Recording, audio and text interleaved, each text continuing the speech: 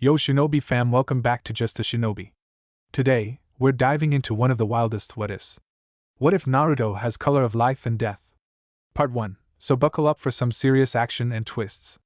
If you're new here, smash that subscribe button for more mind-blowing Naruto scenarios.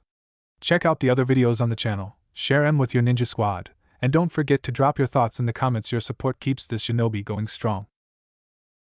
Sasuke, Sakura and Hinata sat, scarcely breathing, behind a rather large row of bushes. Hinata had her Byakugan activated, watching the two ninjas guarding a small building nearly 200 feet away. Sasuke was angry. He had just gotten his life back, and now that damned snake had stolen the person he thought of as his brother. How? He thought. How the hell did he get him without a fight? His hands balled into anxious fists, waiting for the signal to move. He rubbed the back of his neck where the cursed seal used to be. Not long after Naruto had brought Sasuke home, and thanks to the help of a seal expert from the hidden sand, Tsunade had managed to remove the seal from the young Uchiha. After a day of healing, both Naruto and Sasuke were moved to a room in the outpatient ward of the hospital. 2 days after that, Tsunade had decided Sasuke's actions had been mainly the fault of the seal and declared him safe from all persecution. Sasuke thought back to the 3rd day after Naruto had brought him home. Flashback. Hey, Naruto? Sasuke mumbled as he sat up in the hospital bed he'd been laying on. He winced as Tsunade attended the numerous wounds that Naruto had had to inflict to beat some sense into him. However, it would take more than a skilled medical nun to heal the wounds of his heart. Naruto looked up from his seat next to the bed. What? What was that thing? Sasuke asked, causing his best friend to freeze in place. Naruto knew exactly what Sasuke was talking about. He looked at Tsunade, as if asking for her permission to tell his story. She nodded and stood to leave the room.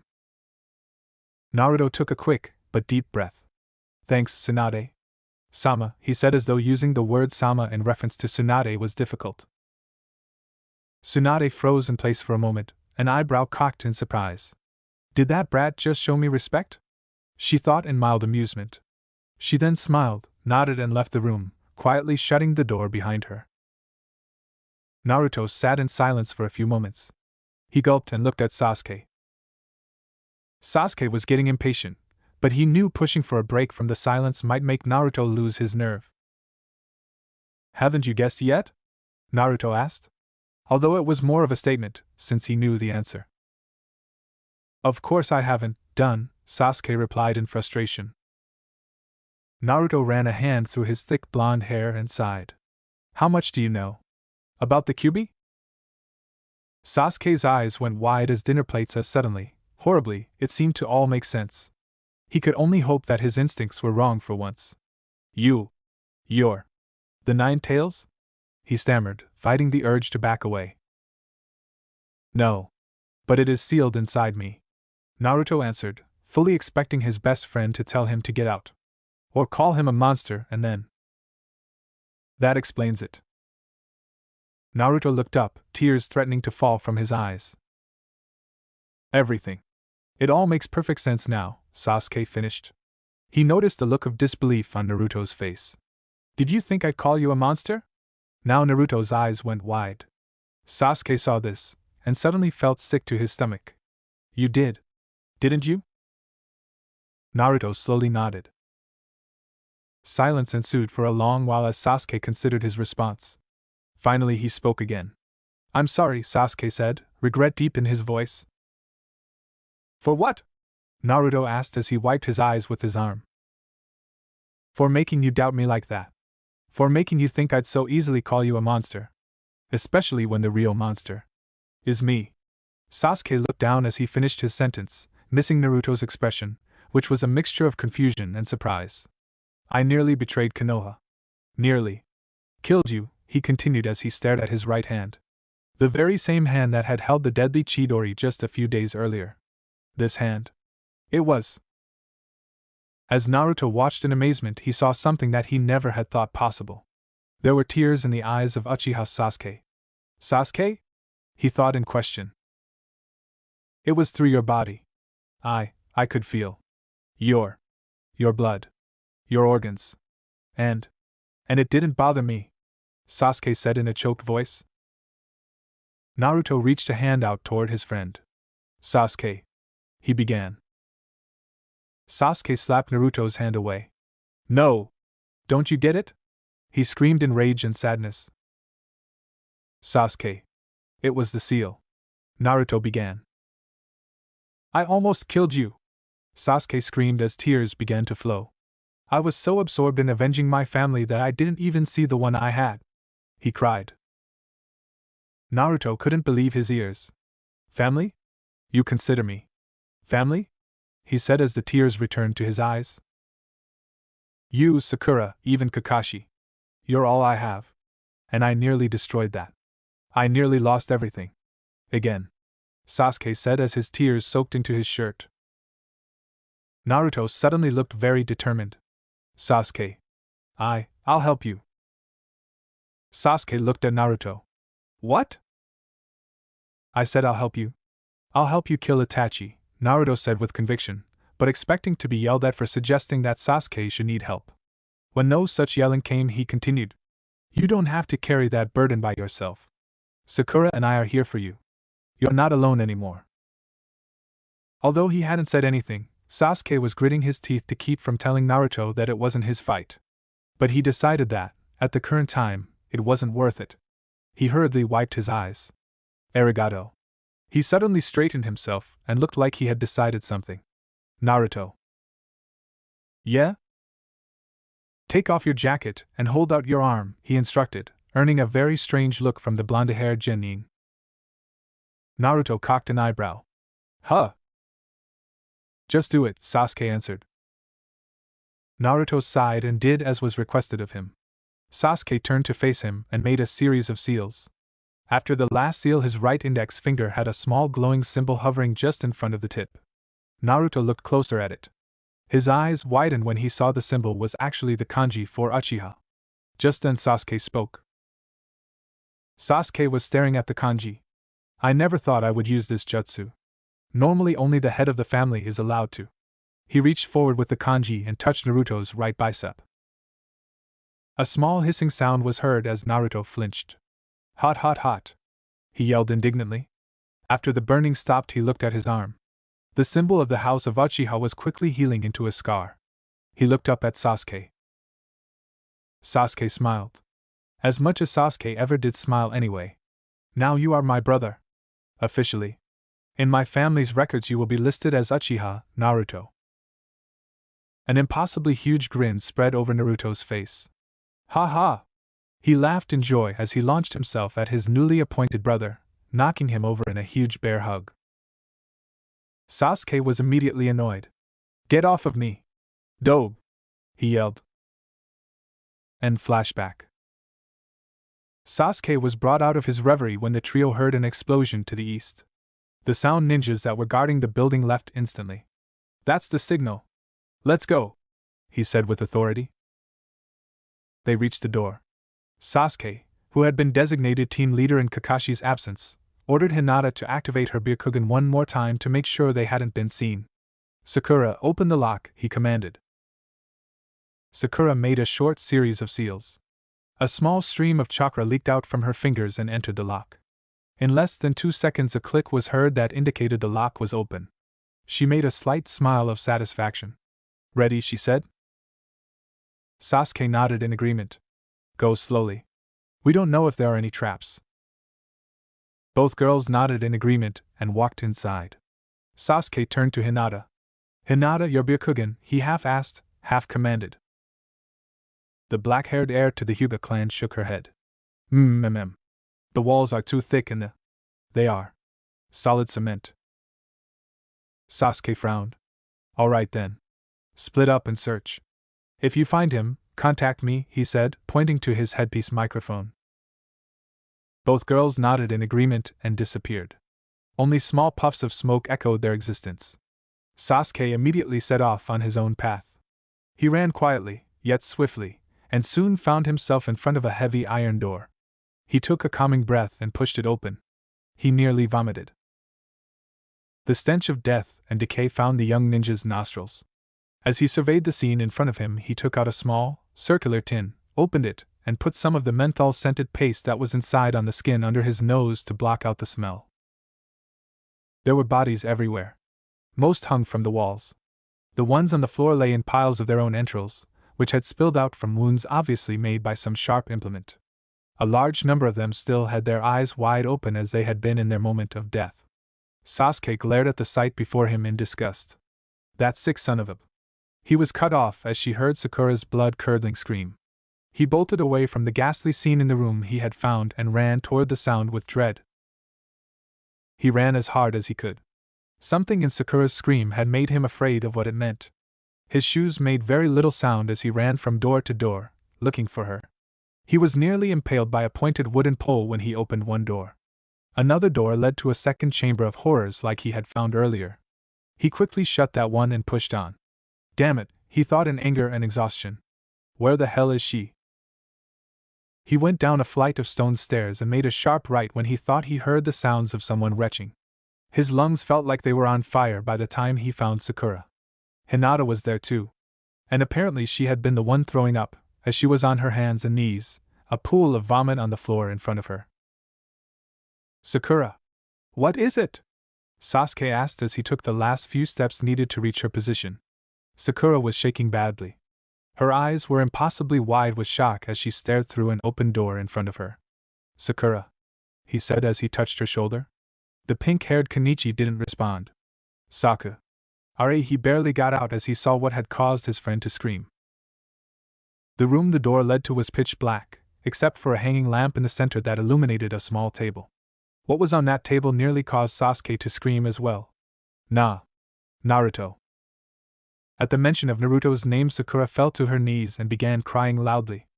Hinata sat back up from her mess and started to hyperventilate, bits of sobs being heard in between her desperate gasps for air. It was nearly 30 seconds before Sasuke could get his legs to move. He walked slowly, as if in a trance, toward the table. This can't be right, he thought. It's got to be a nightmare. He stopped about a foot from his destination. His breath caught in his throat as he stood there, staring at the mess in front of him. The usually spiked, blonde hair was matted to his head with sweat and speckled with blood. The blue eyes were closed.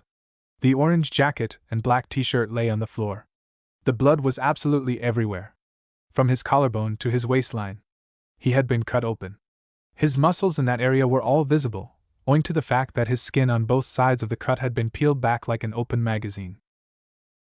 Finally, Sasuke's vision came to rest on his brother's right arm. And the mark of the Uchiha clan. Smeared with blood. This was all it took for Sasuke to lose it. He dropped to the floor, threw back his head and screamed.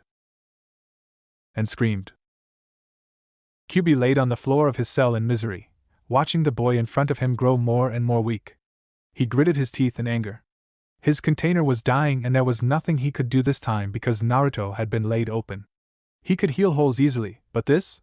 He sighed for the 100th time and waited for the inevitable cold to claim him. Hey, stupid fox, Naruto said weakly. Kyubi cracked open one eye and stared at the boy in irritation. What? I'm glad I have company at the end. Even if it's you, Naruto replied with a weak yet wry smile. HMPF, same to you, brat, Kyubi said as he closed his eyes again. I just wish it wasn't like this, Naruto said sullenly as he managed to pull himself to a sitting position, resting his arms and head on his knees. Kyubi groaned at his silence being interrupted again. What? If I had to die, I would have liked to have at least died in battle. Not lying on some. He began as the room around him started to brighten. Kyubi growled. He knew what was coming. Don't you dare. Not again. In a flash the room was gone and replaced with the table. Naruto struggled weakly against the two ninjas holding him. If I wasn't drugged, you losers would be toast, he said as his legs went out from under him. Remove his jacket and shirt, said a familiar voice. Naruto's eyes widened as he saw Orochimaru come out of the shadows. Kabuto wheeled in a tray of medical instruments. A snap of adrenaline ran through Naruto. No! No! He screamed as he temporarily broke free from the grasps of his captors. They recaptured him and pulled off the clothing as their leader had instructed, then forced him down on the table. A pity my unsealing didn't work. This method produces results so rarely, Orochimaru said with a sick smile on his face. Naruto struggled as much as he could in his condition. Orochimaru gave Kabuto a look. Kabuto nodded and prepared a syringe. No! Naruto screamed again as the needle was put into his right arm, just above the Uchiha symbol. Kabuto pushed the plunger, and the liquid inside the syringe eased its way into Naruto's arm. A small trickle of blood crossed the Uchiha symbol. Naruto quickly began to feel his body going limp and numb. Tears leaked out from his eyes as Orochimaru picked up a scalpel. "Kamen," he pleaded, "at least knock me out," he said, fear evident in his voice. Kyubi was growing more and more irritated as he watched the scene as it played out in front of him. He despised being sucked into Naruto's waking nightmares. "Wake up, you dumb brat." "Coo. If I knock you out, it won't be any fun," Orochimaru said coldly as he moved toward the young leaf ninja. Naruto's eyes seemed to go wider than humanly possible. Orochimaru brought down the scalpel and Naruto screamed. Flash. The room disappeared and was replaced by the cell and the alcove in front of it. Naruto was on the floor, breathing hard. "Damn it," he growled. "It's not bad enough I'm dying, but do I have to keep going through that again?" he said angrily. "It's because you keep dwelling on it," Kyubi answered in frustration. Another scream echoed throughout the dungeon-like room. This was the last straw for the giant fox. "I said to stop," he began. "That wasn't me," Naruto snapped. He looked up at the ceiling. It sounded like Sakura. His eyes widened. "Oh God. That means she's seen me." He gritted his teeth. He hated to hear Sakura in pain, especially if he was the cause of it. Silence followed for another 15 minutes, so when the next scream came, Kyubi got so irritated that he dug gouges into the floor of his cell. The second scream was masculine. "Now who is it?" Naruto's eyes widened again. "Sasuke. He's screaming like that. Over. Me?" Then he remembered Sasuke making him his brother, and the emotion of surprise left his thoughts. "I'm so sorry, Sakura. Sasuke." He began to cry. "I want to come back for you. But I can't," he said as he burst into tears. "That Sasuke brat's chakra, it's right next to us," said Kyubi with a hope in his voice that Naruto didn't understand. "What?" Naruto asked as his sobbing subsided. "Tell me that friend of yours is as smart as you've said he is," Kyubi asked with urgency. "Yeah," Naruto replied, even though he didn't understand what was going on. "Alright then," Kyubi said. He began to focus his energy on the gaping wound in his container's chest.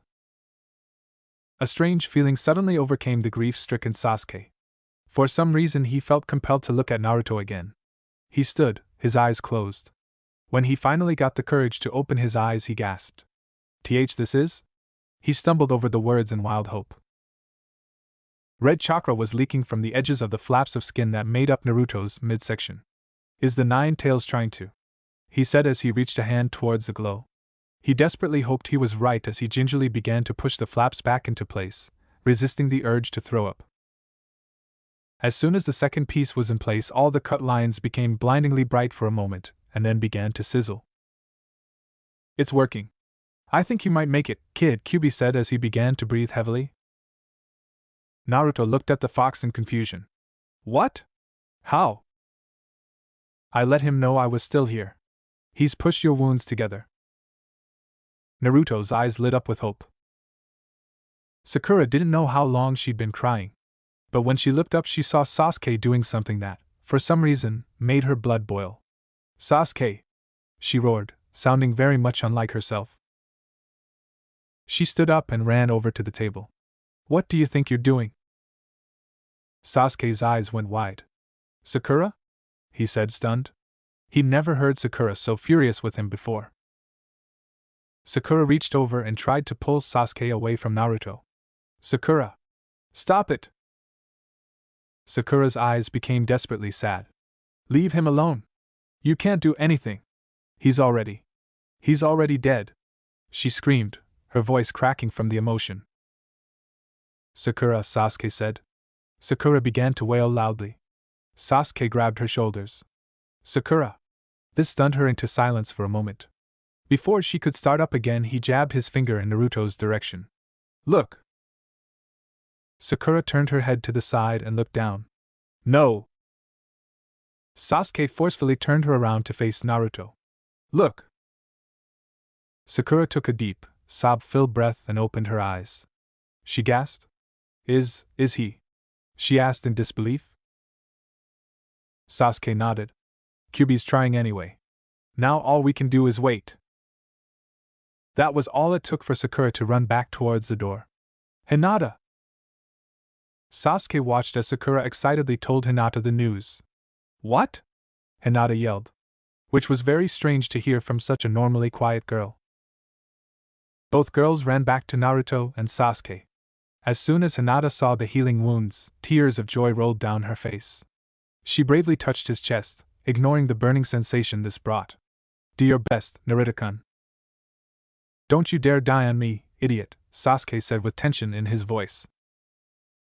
Naruto. Please. Come back to us, Sakura pleaded. Inside his mind, Uzumaki Naruto was overcome with joy at hearing everyone's voices. Please, let this work, he thought to no one in particular. I want to live. Suddenly, Naruto fell to his hands and knees. Ag! He screamed, clutching his midriff. Now that he was coming back from the brink of death, he could feel the pain of his wound being sealed. Hang on, brat, Kyuubi said, not out of concern for Naruto, but for his own existence. Finally, all was quiet. Sasuke, Sakura, and Hinata watched Naruto and held their breaths, waiting for a miracle. No matter what he tried, he couldn't open his eyes. Why? He thought. Why can't I wake up? He turned to Kyuubi. You said I was gonna make it, he said in anguish. Then he stopped and stared at the giant kitsune.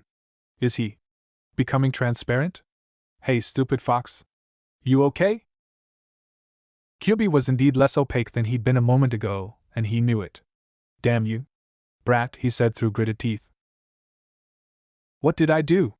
Naruto said to counter the insult that had been tossed his way. Kyuubi's breath became ragged. You let yourself become a science experiment. That's what. Naruto was angry now. I didn't let myself become anything. They drugged me.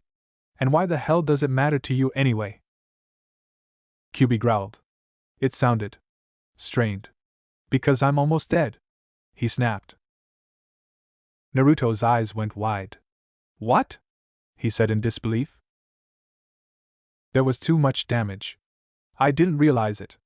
My soul is too weak to stay now. Damn you, Kyuubi said with a small cough, which was a strange sound coming from such a large animal. Naruto became oddly quiet. Why do I feel like part of me is dying? He thought. Maybe because he's always been with me. Thanks, was the only thing he could think of to say. Maybe part of me can stay. He rolled one large eye toward Naruto. Hey, brat. What? Naruto said in irritation. I'm gonna give you a going-away present. Present? Naruto said suspiciously as he stood up and walked over to the nine tails. Come closer. Naruto instantly stopped. How stupid do you think I am? I'm not gonna let you take me with you. Ha! Why would I want to listen to your nonsense for all eternity? Kyuubi answered in mild amusement. Now come here. I don't have much time left. Naruto took a deep breath and moved closer to the seal cage.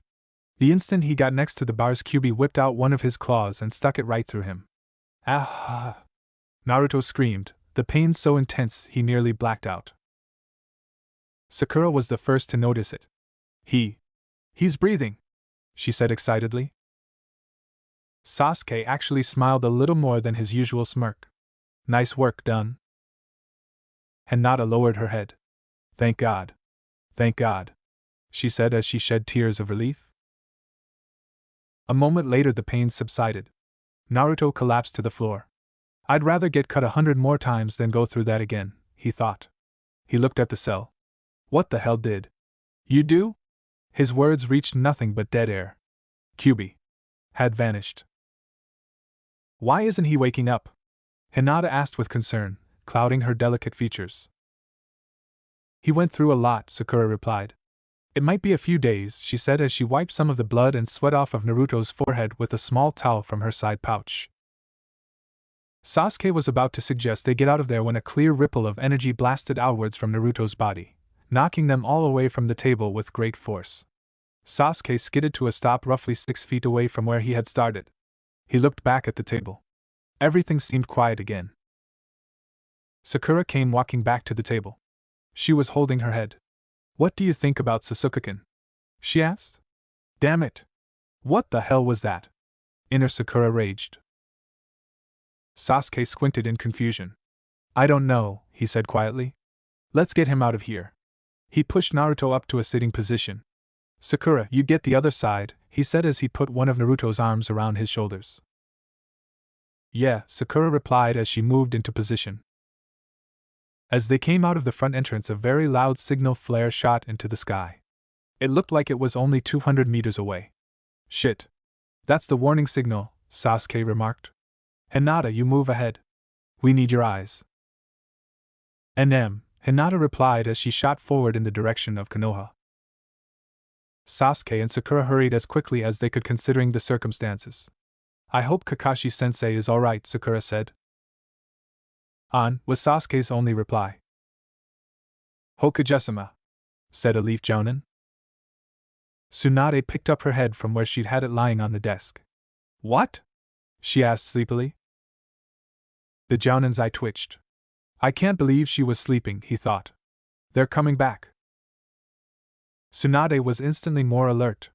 "Bring me to them," she said, leaping over the desk and scattering papers everywhere. Tsunade's heart was thundering in her chest as she leapt from rooftop to rooftop, following her subordinate. Please be alive. Please be alive, she thought, tension tight in her stomach. Suddenly the Jounin pointed to their left. "There, Hokage-sama." Tsunade squinted.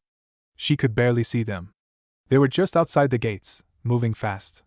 Sasuke and Sakura were in front with Hinata bringing up the rear, making sure they hadn't been followed.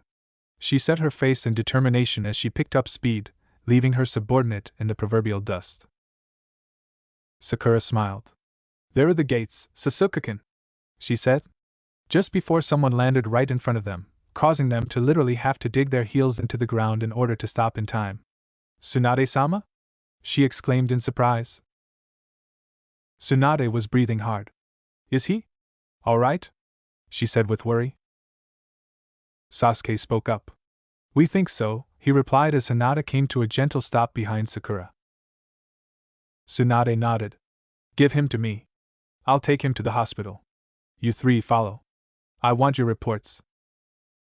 Sasuke and Sakura nodded and handed over the unconscious Naruto.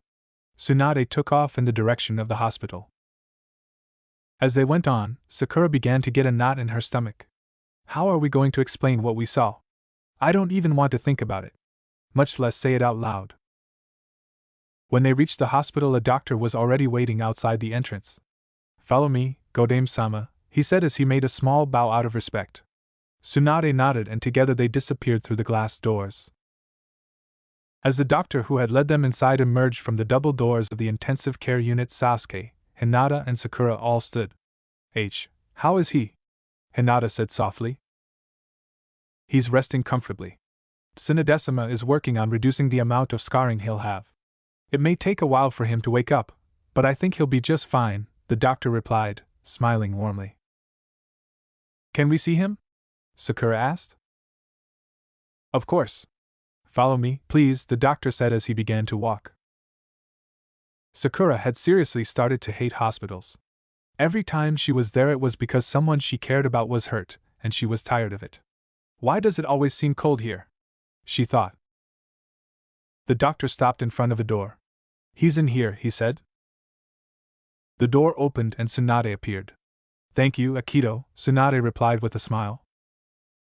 "You're welcome, Tsunade-sama." And with that he turned around and walked away. Sakura looked up at the fifth Hokage quizzically.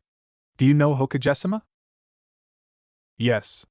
He's a cousin of someone who was very dear to me," she said as she walked through the door. The kids wisely took that as a sign that they shouldn't ask about it anymore, and simply followed the fifth. As they sat down in the chairs that were at Naruto's bedside, Tsunade spoke. "Now, please tell me what happened." The three genin looked at each other. Both Hinata and Sakura looked down. Sasuke sighed. I guess I have to do it. We went inside the building and split up. While I was searching, I heard Sakura scream. I found her. Then I saw Naruto lying on a table, he began.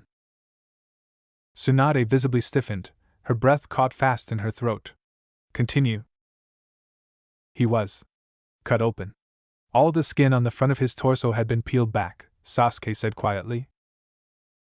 Instantly, a fire entered Tsunade's eyes as she balled her hands into fists. That bastard! She yelled as she shattered a nearby chair with one punch. I'll gut him. This stunned even Sasuke into silence. I didn't know she cared so much about Naruto. Just then a nurse poked her nervous face through the doorway. I'm very sorry, Tsunade-sama. But I must ask you not to be so loud. Tsunade sighed with frustration. Of course, she said stiffly. The nurse flashed a quick, nervous smile before pulling her head out of the room and closing the door. Tsunade turned her attention to Sasuke once again. Continue, she said firmly. Sasuke cleared his throat. We thought he was dead. But I noticed Kyuubi's chakra trying to heal him. I pushed the skin back into place, he winced, and the wound closed. Then he trailed off, looking as though he were trying to decide how best to phrase what came next. What? The Godame asked even though she wasn't sure she wanted to know. Sasuke looked at Sakura and Hinata. Sakura found her voice. Some kind of energy came from his body, and we were all thrown back from the force of it. Tsunade frowned in thought. Chakra? No. At least, I don't think so. Chakra has color. This didn't, Sakura finished. Was Tsunade's only reply. Suddenly her attention was drawn to the uchiha mark on Naruto's arm. Her eyes widened in recognition. Sasuke saw where Tsunade was looking and suddenly wished he could be somewhere else. I haven't seen an uchiha bonding seal in over 30 years, Tsunade said as she continued to stare at the mark in wonder. Sakura looked at the mark in confusion. What is Tsunade-sama? Tsunade smiled.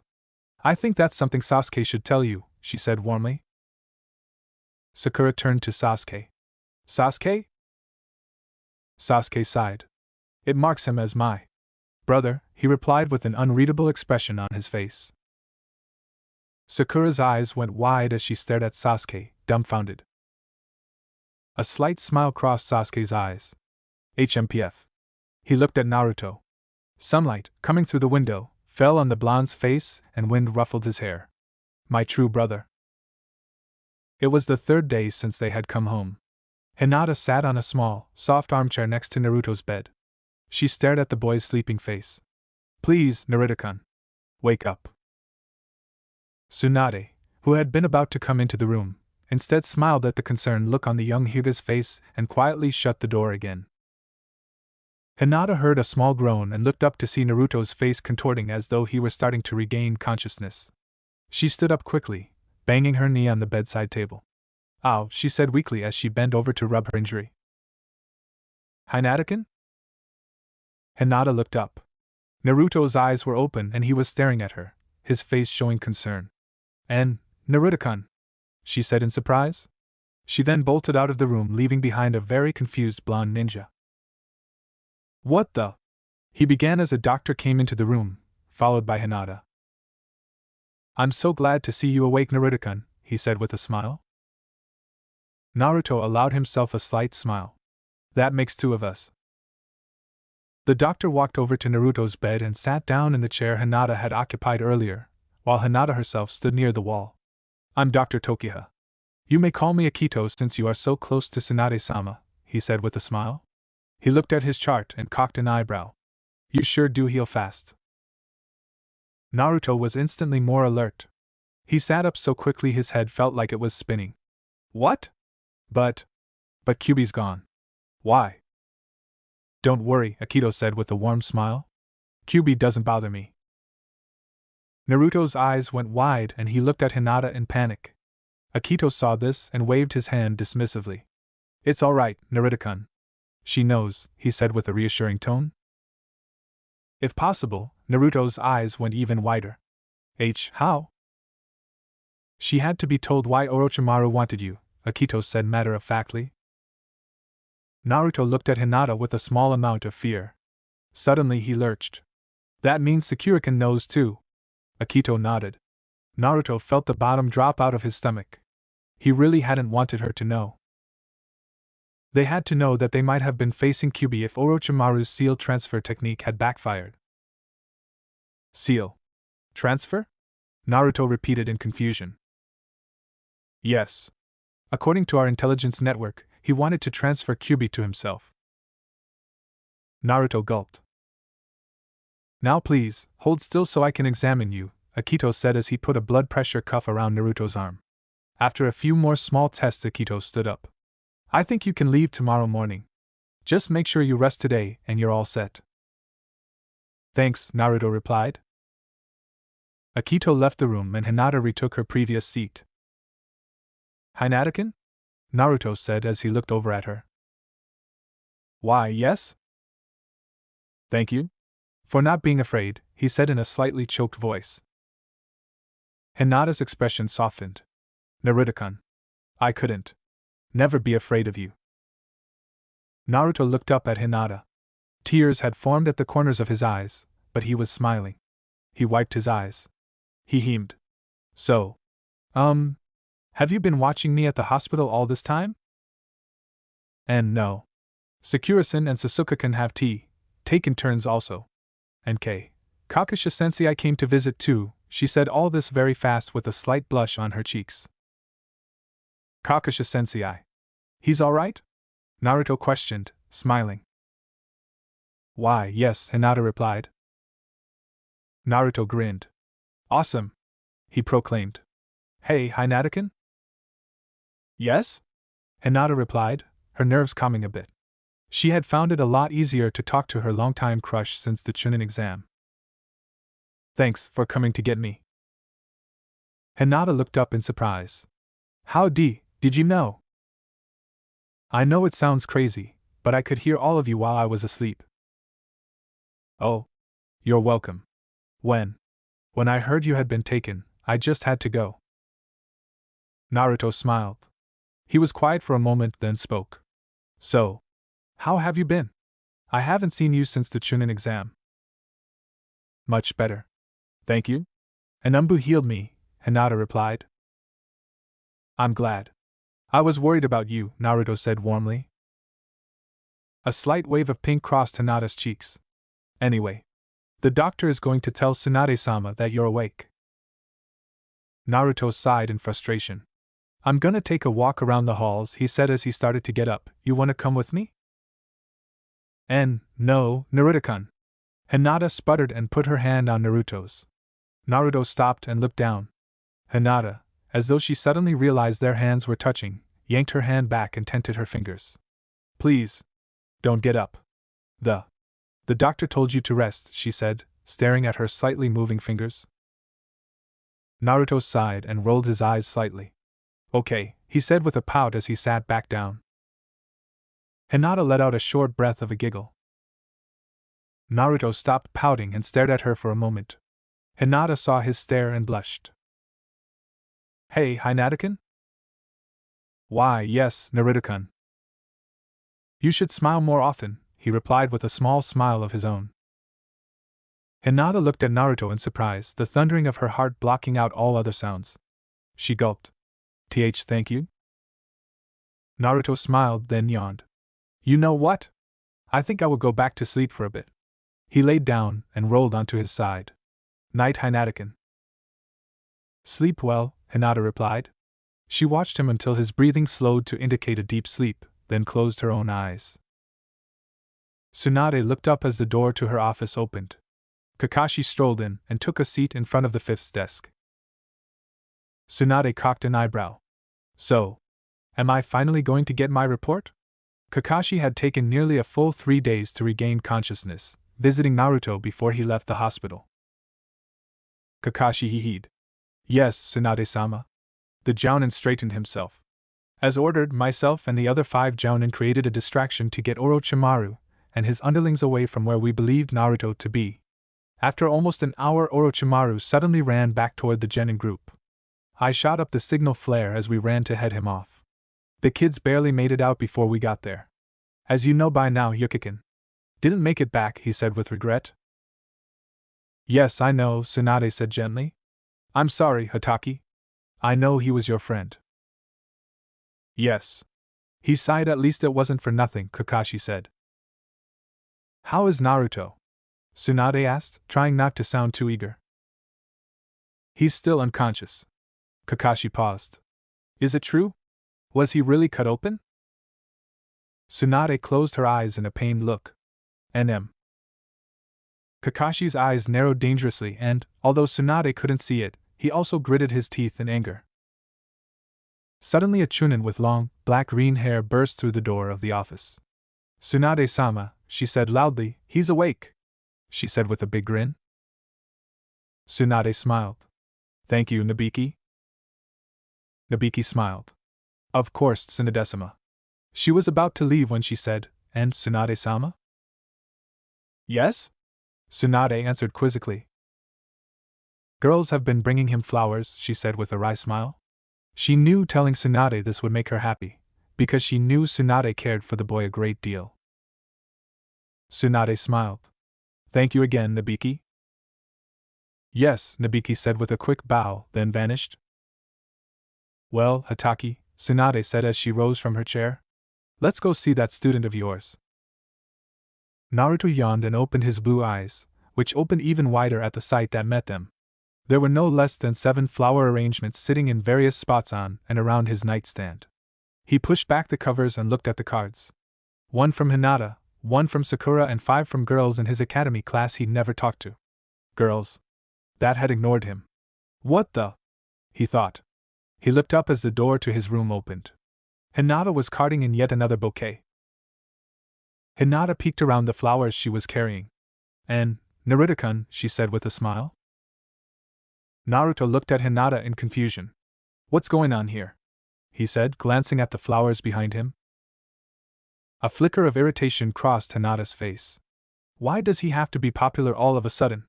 I don't know. She held the flowers she had out to him. Here's another one. Naruto took the flowers and looked at the card. It was from Tsunade. He smiled and put them on the windowsill. He turned around and looked at the other flower bunches again. Why are girls sending me flowers? Maybe if you read the cards? Hinata offered. Naruto frowned thoughtfully and pulled the card out of the nearest vase.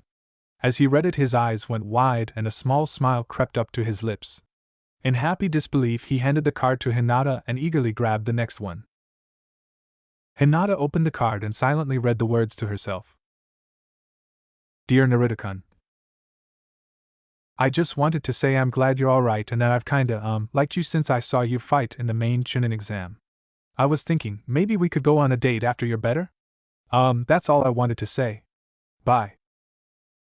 Get well soon. Hayama, Momiji. Hinata's heart sank. If all those cards were like this one, then her chance to be with the boy she loved was now slim to none. She couldn't help it. Tears began to prick at her eyes. Naruto was about to happily hand the next card to Hinata when the look on her downcast face stopped him cold. Hinata-kun? Are you okay? Hinata shook her head slowly. What's wrong? Naruto asked, now quite concerned. Hinata swallowed. It's nothing. She sucked in a hurt-sounding breath. I have to go home, she said as she turned to leave. Please tell me what's wrong. Did I do something? Naruto asked quietly.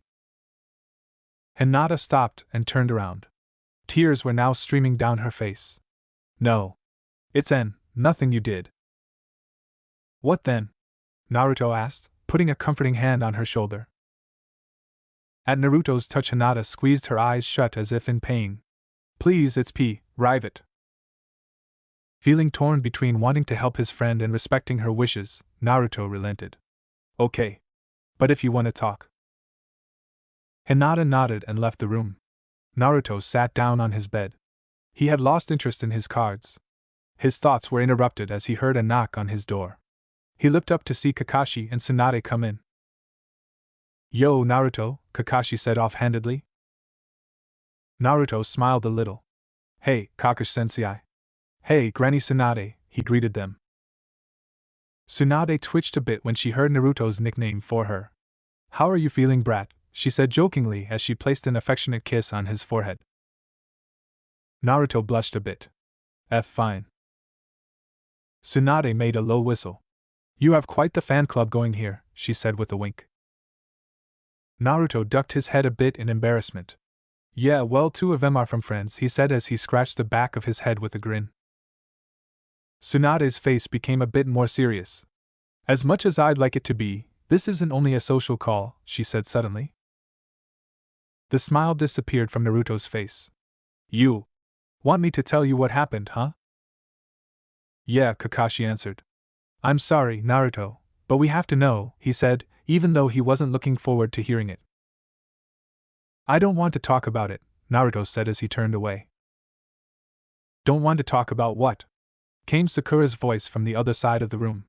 Sasuke and Sakura were walking towards Naruto. Orochimaru, Naruto answered miserably. Sakura's bright smile evaporated. Oh. Do you mind if we stay? Naruto shrugged. Suit yourself. Sakura and Sasuke sat on the edge of Naruto's bed. Tsunade sat in the armchair, and Kakashi leaned against the wall nearest to the group. After what seemed like an eternity, Naruto spoke. His voice sounded hollow. He drugged me. What? Sakura asked. That's how he got me. I was out walking around near the gates. I found a scroll on the ground. When I opened it, gas came out. It worked so fast. I didn't even get the chance to yell for the guards. You idiot! How could you fall for something so obvious? Sasuke yelled suddenly. Sasuke-kun, Sakura said angrily. We almost lost him because he was stupid, Sasuke snapped back. That's enough, Tsunade commanded. Both genin were instantly quiet.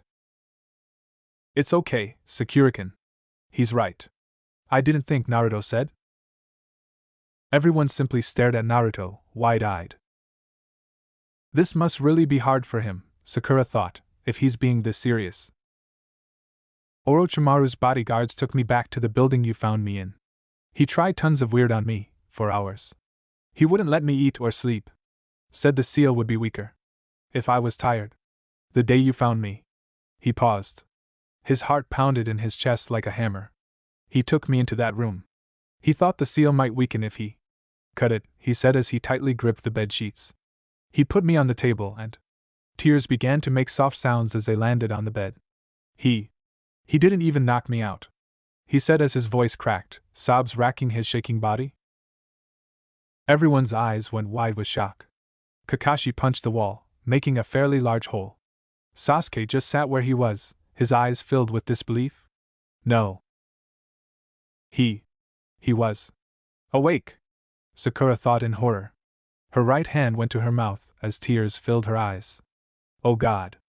Oh Naruto, she said as she pulled him into a hug. Naruto simply sank into her arms, his crying getting ever louder as he began to rock back and forth. Sasuke wanted to comfort his brother, but he was at a loss as to how. He wasn't the hugging type. And since Sakura seemed to be handling it well, he stayed where he was, wishing he knew what to say. Tsunade moved next to Naruto and Sakura and sat down.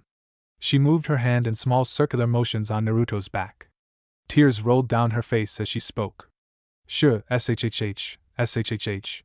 It's alright. You're safe now. Her voice hardened.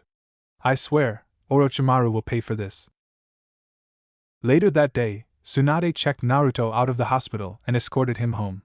She stayed with him the entire day. When he announced he wanted to go to bed, she told him she would keep watch for the night. Once he was asleep, she quietly shut the door to his bedroom. She and Kakashi moved to Naruto's couch and sat down. She nodded to herself. I've decided, Hatake. Decided what, Hokage-sama? I'm going to ask Naruto to move in with Shizen and myself. I'm going to adopt him, she said with determination. Kakashi cocked an eyebrow in surprise. What brought this on? I want him where I can make sure he's safe. And also, she said as she glanced around Naruto's apartment, I can't stand to see him living alone. He deserves better, she said with a frown. Kakashi smiled with his eyes. I'm sure you'll make a wonderful mother for him. I had actually considered doing the same thing at one point. But I just know I'd make a terrible father, he said as he chuckled. Tsunade laughed just as a wave of energy blasted through the room, knocking them both over. As soon as she could move, she made a beeline for Naruto's room. Come on, Hatake! This must be what Sakura was talking about. Kakashi ran after her, and another energy wave hit them. He was knocked to the floor, but Tsunade managed to push against it. Shielding her eyes from the force of the energy with her arms, she moved forward. All of Konoha was in chaos. People who had run outside to see what was going on were now trying to get back inside to get away from the energy waves. Sakura! Sasuke yelled as he fell into step next to her. They were running at top speed toward Naruto's apartment. Sakura's face was hard with determination. Hurry, Sasuke-kun! It's Naruto! I know! Sasuke replied, just as he noticed another wave headed for them. Sakura! Hold on!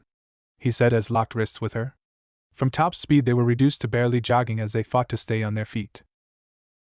It's getting stronger as we get closer, Sakura thought as the wave passed, and they picked up speed again. She looked behind her and noticed several Jounins and a few Umbu following them. Sasuke noticed Sakura looking backward and did the same. They probably know where we're headed, he said as they continued toward their destination. Tsunade opened Naruto's door, and her face was instantly etched in amazement.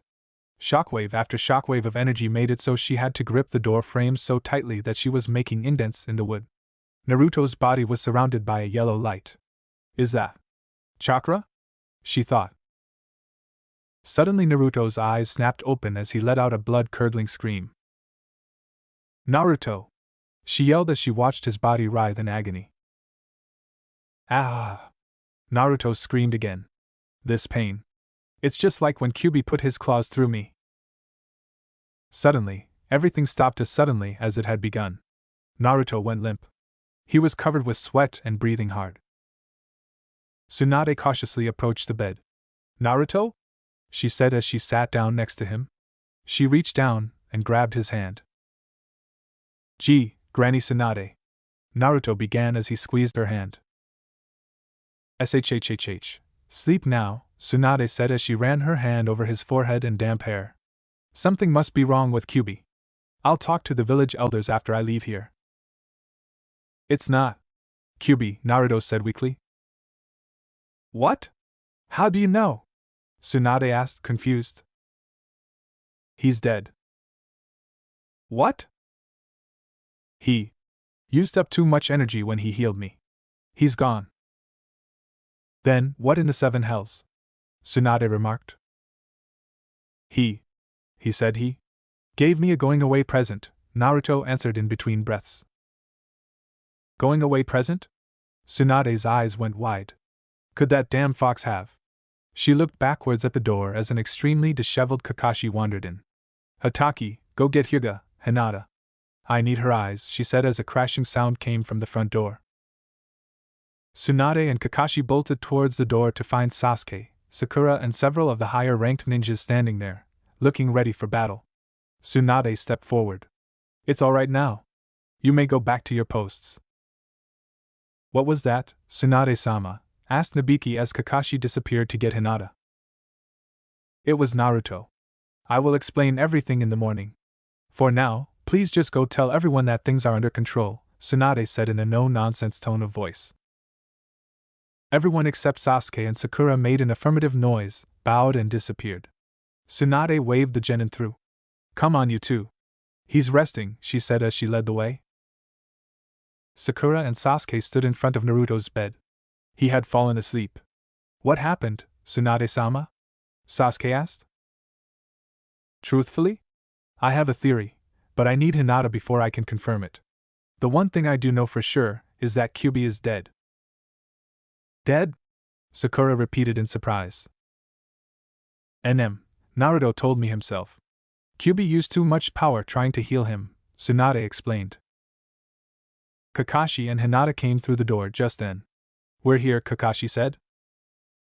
That was fast, Tsunade remarked. She was already on her way here, Kakashi answered. Good. Hinata-kun. I want you to use your Byakugan to look inside Naruto, Tsunade said. Hinata's eyes went wide and she blushed. See, couldn't you ask Niji Nizan? No, Tsunade answered steadily. Niji and his team are on a mission right now. But. Hinata began.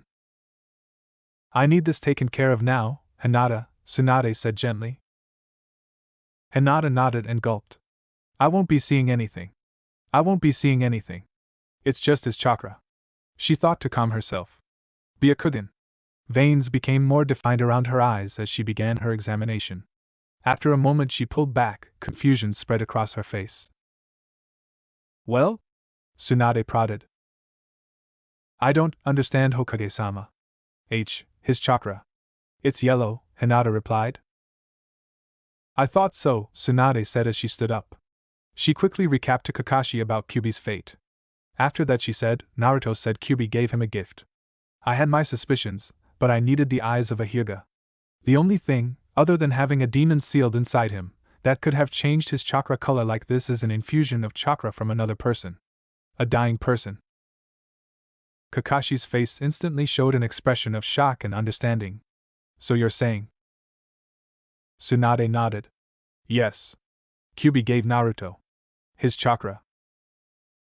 Naruto opened his eyes the next morning to find Tsunade sleeping, sitting up, next to his bed. He smiled. He stood up and tapped the fifth Hokage on the shoulder. Hey, Granny Tsunade. Tsunade opened her eyes. Morning, kiddo. How are you feeling?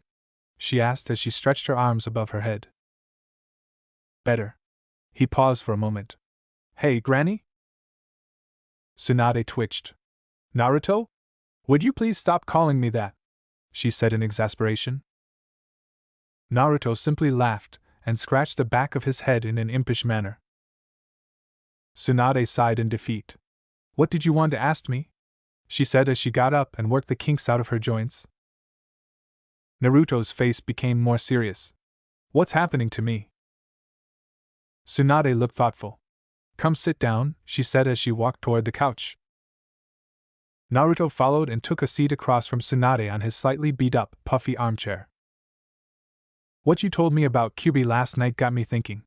So, after you fell asleep I had Hinata take a look at your chakra. For reasons he was unsure of, this made Naruto uncomfortable. He didn't want anyone looking at his insides, much less a girl.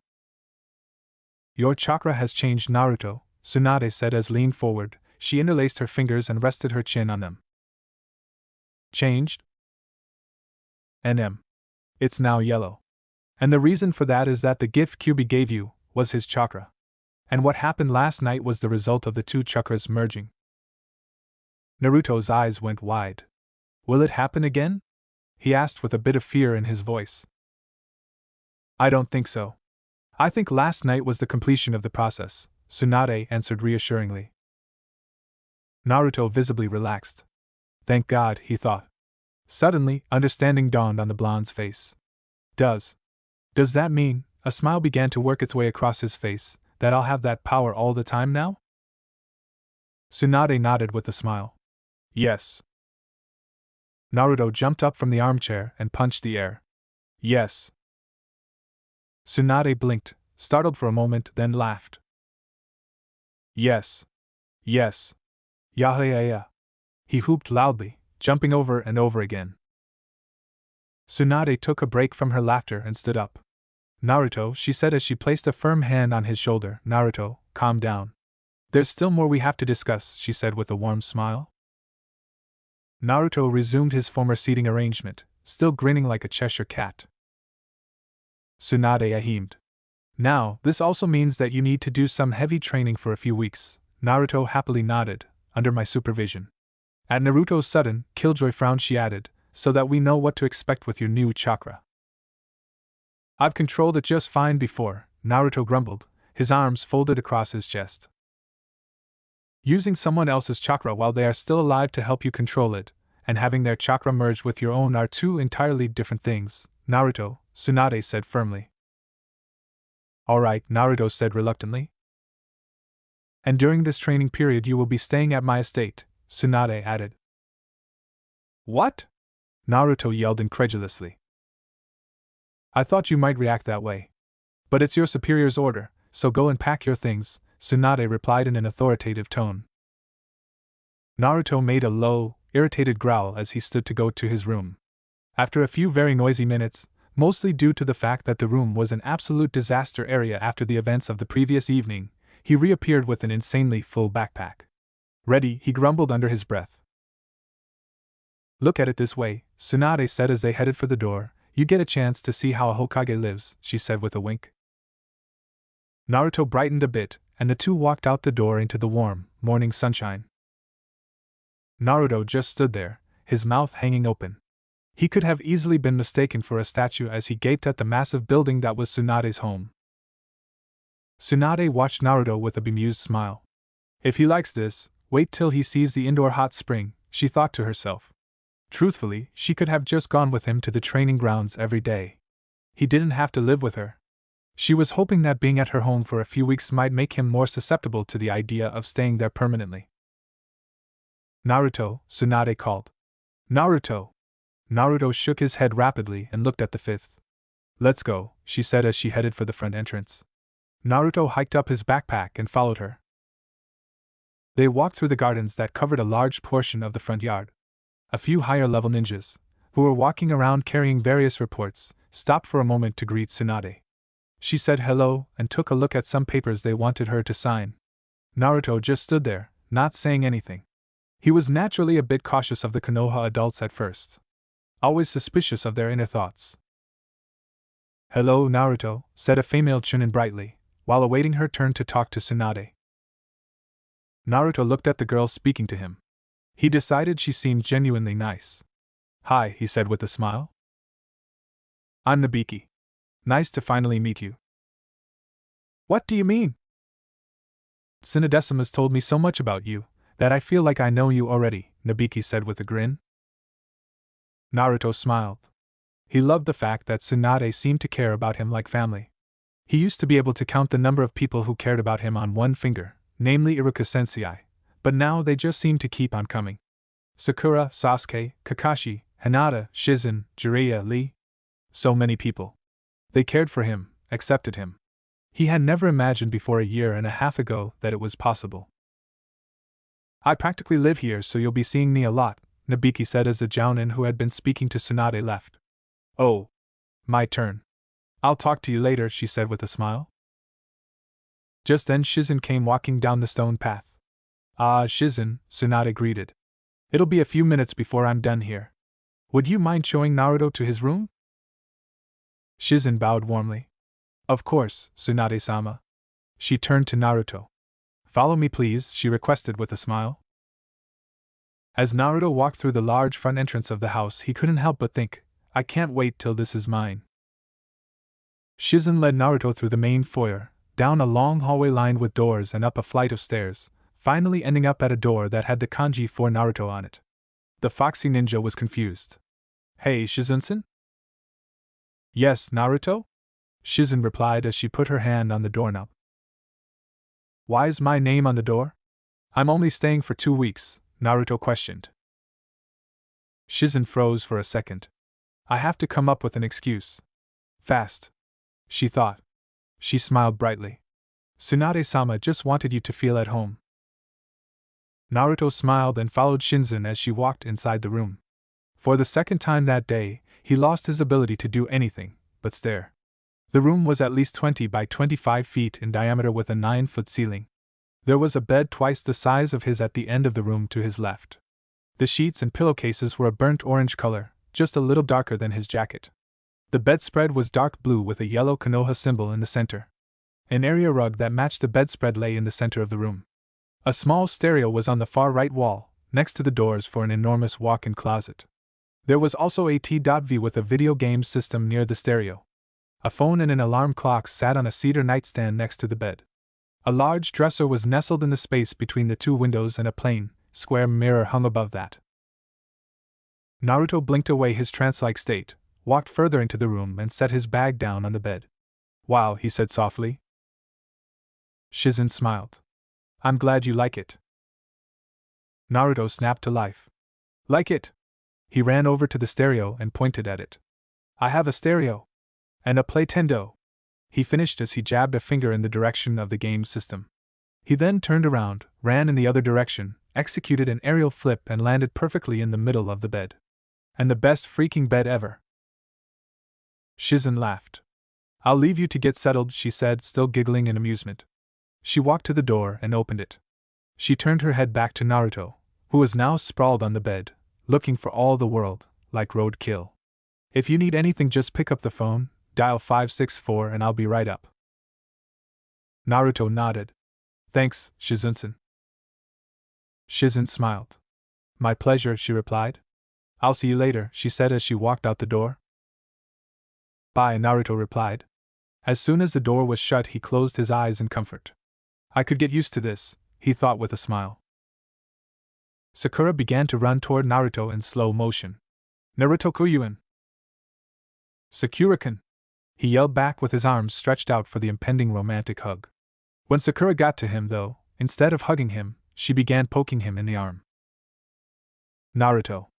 Naruto woke up, Sakura said. The scene blurred, then Shizen's face focused into view. Naruto! We're going to be late.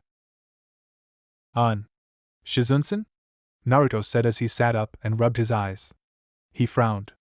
You ruined a great dream, he grumbled. If it involved that Sakura girl, I don't want to know, Shizen said with a wave of her hand. Naruto did a double take. How'd you know? Shizen giggled a bit. You talk in your sleep.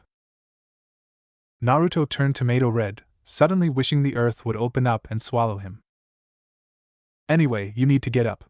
Tsunade wants us on the practice field in 15 minutes, Shinzen remarked, attempting to get back to her reason for waking up the blonde ninja. Naruto groaned and looked at the clock. 6:15 in the morning? Damn. She's as bad as Kakashi-sensei, he thought groggily. He rolled out of bed and shuffled over to his closet. Shizen, seemingly satisfied that she wouldn't have to wake him up again, walked back to the door. I'll be waiting for you by the front gate, she announced. Naruto simply nodded and pulled out his usual outfit. Good morning, Naruto, Tsunade said as she saw him and Shizen coming onto the field.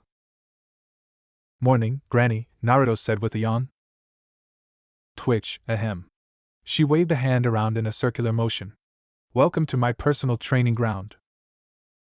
Once Naruto's eyes adjusted to the bright sunlight that had assaulted them after leaving the protective shade of the trees, he grinned at his surroundings. Now this is kicking ass. The field had to have been at least a good 3 acres. A nasty-looking obstacle course took up nearly a third of it. In the middle was a small lake for practicing water-related, which also had jump poles in a small section of one end. There were various throwing targets and dummies scattered around the third of the field closest to him. A tiny wooded area to his right had a sign up that read, Trap Evasion Course. Enter at own risk. Okay. First thing we are going to do, Tsunade began. The obstacle course, Naruto interrupted, practically drooling at the sight of it. Tsunade ahemed loudly. First thing we are going to do is have you mold some chakra. Naruto looked absolutely crestfallen. Why? He complained. Tsunade simply cocked an eyebrow at him. Naruto sighed and was about to do as asked, when he got an idea. She wants me to mold chakra, eh? I'll show her some chakra, he thought with a mischievous grin. He put his hands into his favorite seal. Tsunade's eyes went wide. Naruto! Wait! Kagebushin no Jutsu. Instantly the entire first acre of the field was filled with Narutos, all pushing and scrambling to get out from under one another. This included the trap evasion course, which set off every single trap. All at once. Get down! Tsunade shouted as a hail of poison-tipped spikes shot out of the woods, barely missing everyone and taking out most of the replications in the process. After the danger was past, she stood and glared at her temporary student. Naruto desperately wanted to be somewhere else.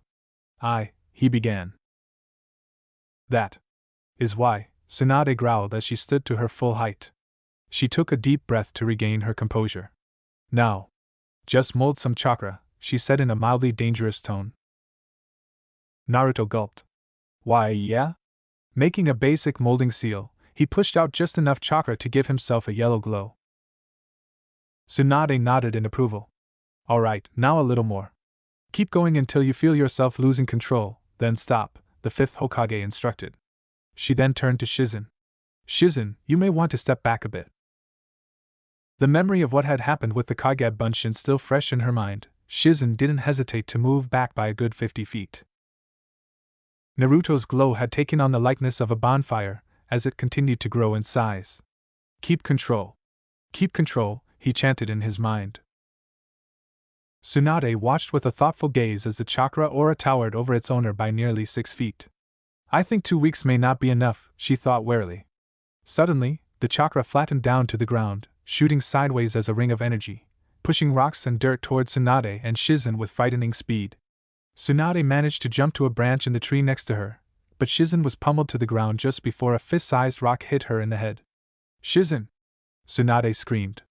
Tsunade immediately jumped down to her friend's side, her eyes wild with fear. Shit! Naruto yelled as he ran over to the two women, regret and fear flooding his features. Shizunsen! He yelled as he skidded to a halt next to them. He watched Tsunade treat her friend, a lump rising in his throat. Is she gonna be alright? He asked in a choked voice as tears filled his eyes. No answer. Granny Tsunade! He yelled. Tsunade sighed with relief. Yes. Amazingly, it's just a concussion and some mild lacerations. Sinodecima. Naruto began. Tsunade held up a hand. We'll talk later. Right now I want to get her to my infirmary, she said as she cradled Shizen in her arms and stood to leave. Naruto nodded and followed the Hokage back through the trees. A doctor stood at the end of Shizen's bed with a clipboard. I have all the information I need. I'll take care of her. She looked in the direction of an open door. You go take care of him, she said, referring to the boy slumped on the bench in the hallway.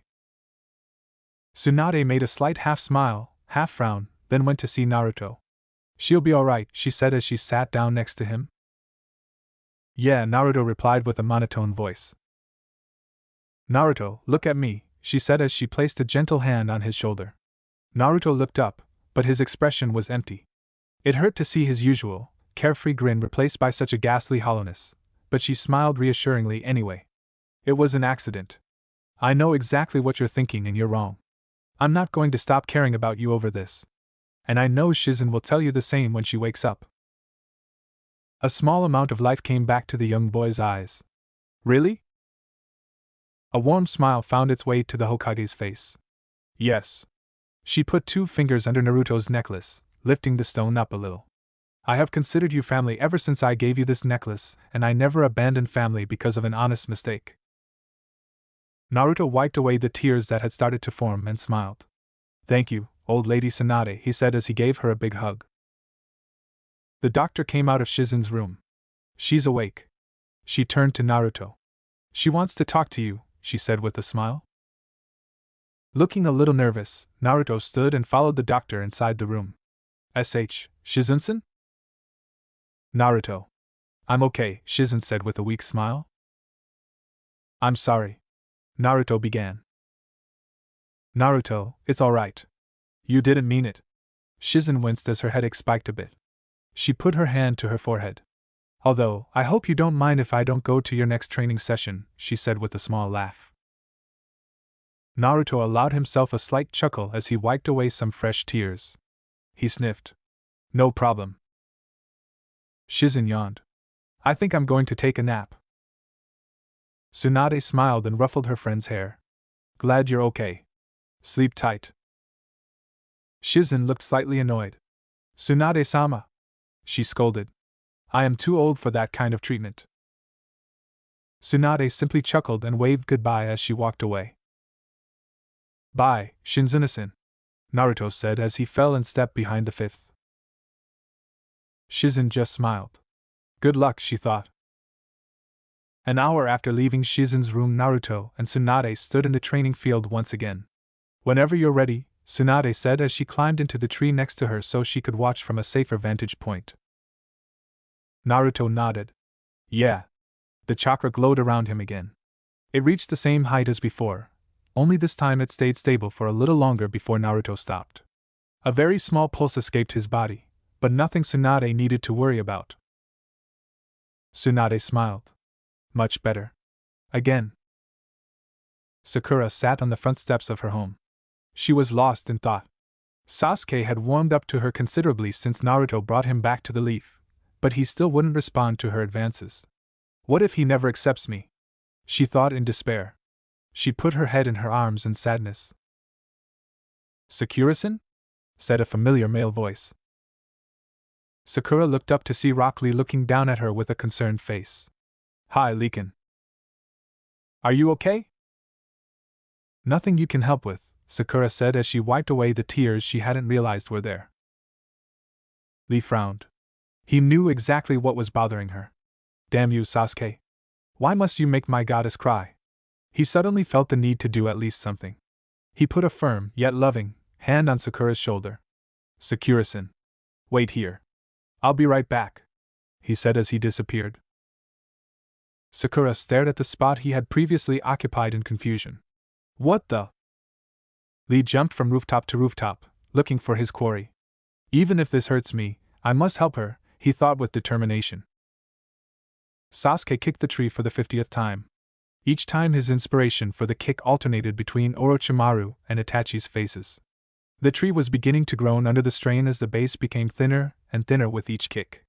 Suddenly, there was a green blur, and his kick was stopped in midair. Uchiha Sasuke. I must speak with you, Lee said with a glare as he dropped Sasuke's foot. Sasuke glared back. Not because Lee was glaring, but because his training was interrupted. What is it, Rock? I don't have time for this. It's about Sakura-san. Sasuke sighed and lowered his head. Fine.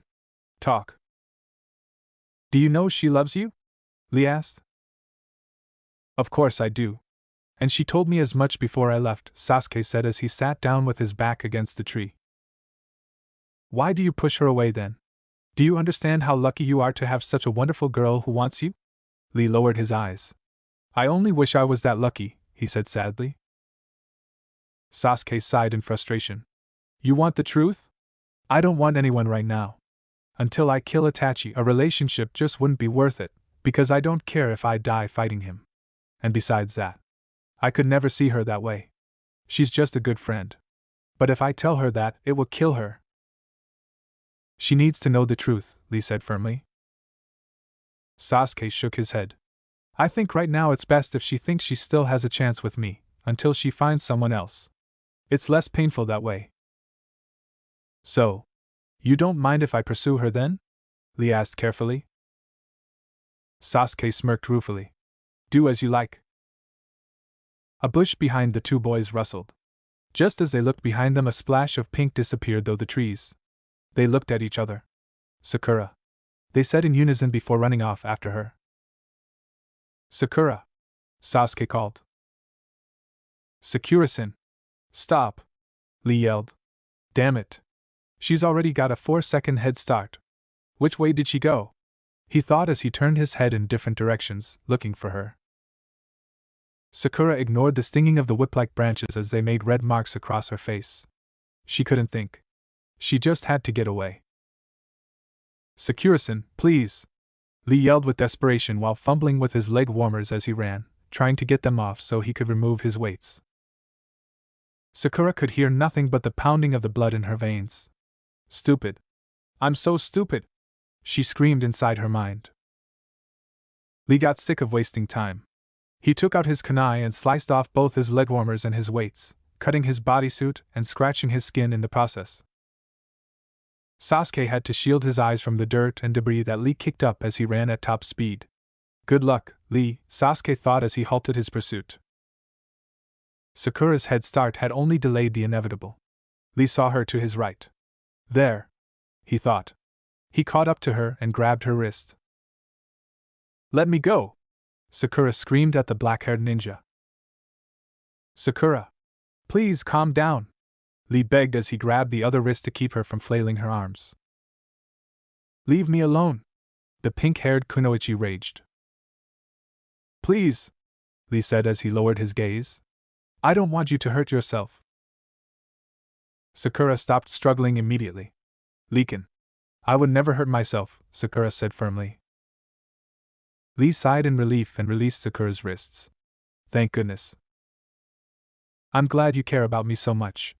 But I just want to be alone right now, Sakura said in a choked voice.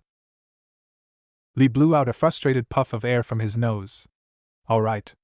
But if you need someone to talk to. Sakura nodded and Lee left. Thank you, Lee-kun. The last bit of chakra dissipated, this time leaving no shockwave. Tsunade jumped down from her perch in the tree. Excellent, Naruto, she said, clapping her hands in approval. Naruto's face broke out into a foxy grin. Thanks, Granny Tsunade. Tsunade ignored the jibe at her age. She had gotten used to it in the week Naruto had been there. And she had noticed that he said it less often now that it didn't bother her as much. I think you're finally ready to start on the obstacle course, she said with an approving smile. Naruto's eyes instantly lit up.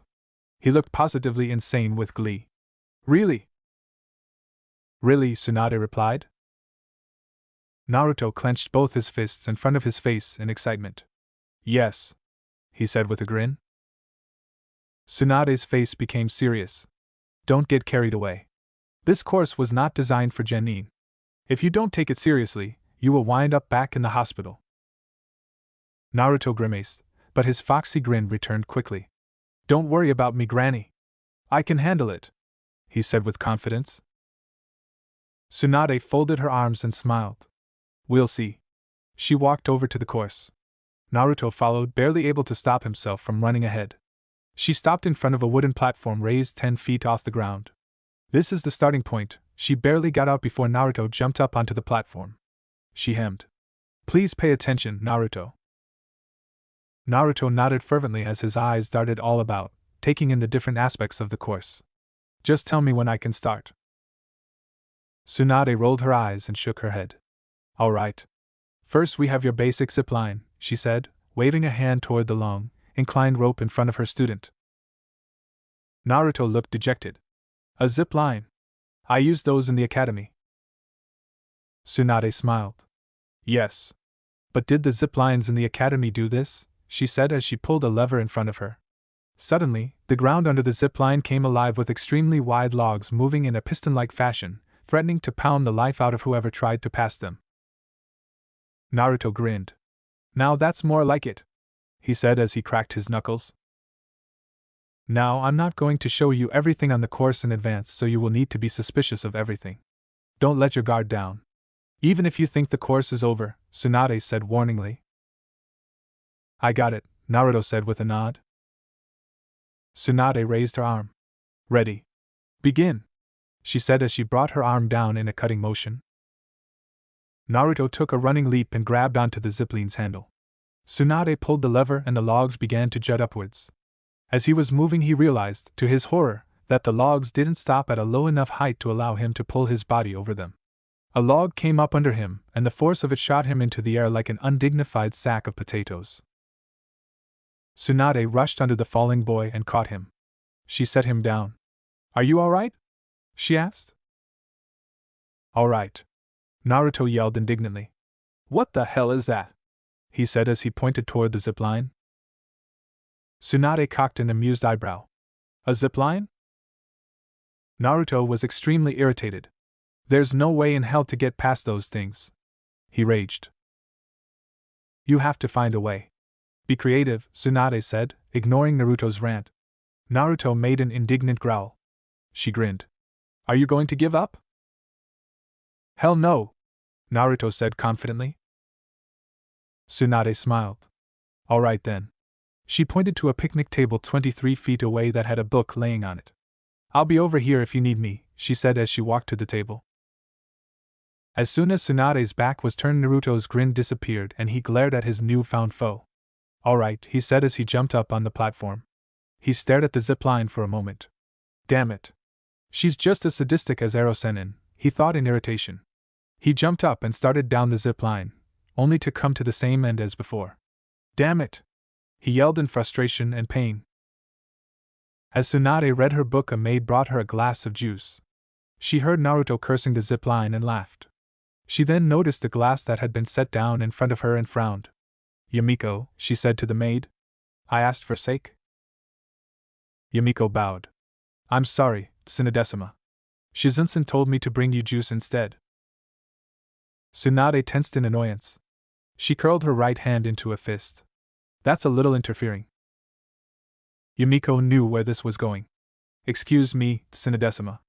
I have other duties to attend to, she said as she bowed and hurried away. Naruto tried dodging to the side, but the logs were so big around that it was useless. Finally, he sat on the platform, gasping for breath. Damn it! How the hell do I? Suddenly, Naruto stood up. He stared at the zipline for a second more, then nodded in affirmation. He brought his hands together into a chakra molding seal. His hands began to glow. He looked at them and smiled. All right. Naruto jumped onto the zipline. As the dizzying speed brought him close to the first log, he used the chakra to stop the handle's movement. Once the log went down, he began moving again. He continued this all the way down the line until he jumped triumphantly onto the end platform. He began jumping up and down, punching the air. Hoo-hoo! Yaha-ya! Tsunade heard Naruto's yelling and looked up. As soon as she saw him jumping around on the platform, she grinned. She knew exactly how he had beat it. She stood and walked over to the hyperactive Genin. I knew you could do it, brat, she said with a grin as she reached him.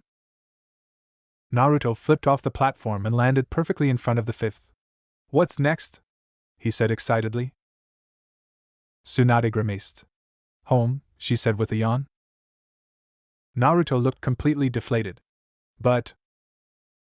Naruto. You passed a pretty tough chakra control test. I think that's enough for today. Besides, she looked to the sky, it's getting too dark to see what you're doing. She put a hand on the boy's shoulder. I'm proud of you, Naruto. Naruto smiled widely. Thanks, Granny. When are you going to stop calling me that? Tsunade asked with a frown. Naruto simply grinned evilly at Tsunade. She sighed and began to walk toward the house. Naruto followed. As they walked, Naruto looked back at the training field. I can't wait till tomorrow. When Naruto opened his eyes for the third time, the first thing he noticed was that it was still dark outside. He grumbled to himself. Damn it. I can't get back to sleep, he thought in frustration. Tsunade had made him go to bed early so they could train before she went to work. Why the hell isn't she up yet? He thought irritably. Naruto got up, threw on his usual outfit, and trudged out the door to find Tsunade's room. He figured she would be on the top floor. As far as security went, it made the most sense. 3 flights of stairs later, he found himself at the end of a hallway that had 3 doors. 2 were along the sides. The third was at the end. That's gotta be it, he thought. As Naruto began to walk down the hall, he started to get the feeling he was being watched. A few spots on the walls became the focus of his attention. Guards hidden in the walls, huh? I just hope they know I'm a guest and not an enemy. Almost as if they heard his thoughts, camouflage sheets made to match the walls of the hallway dropped from the bodies of 3 jounin, including a certain spiky-haired sensei. Yo, Naruto, Kakashi said with a smile in his eyes. Naruto smiled. Hey, Kakashi-sensei. Kakashi walked over to his former student. Naruto, if you're thinking of waking up the 5th, then you need to go back downstairs. She'll kill you, he said nonchalantly. Naruto turned to Kakashi with a defiant gleam in his eye. She told me to be up this early, and she's still in bed, he said loudly. And besides, he continued just as loudly, she doesn't scare me. The guards all simultaneously sucked in a breath as their eyes widened. As they took a step back, Naruto slowly turned around to see Tsunade standing behind him, hair bedraggled, cracking her knuckles. Naruto, Tsunade said in a low voice.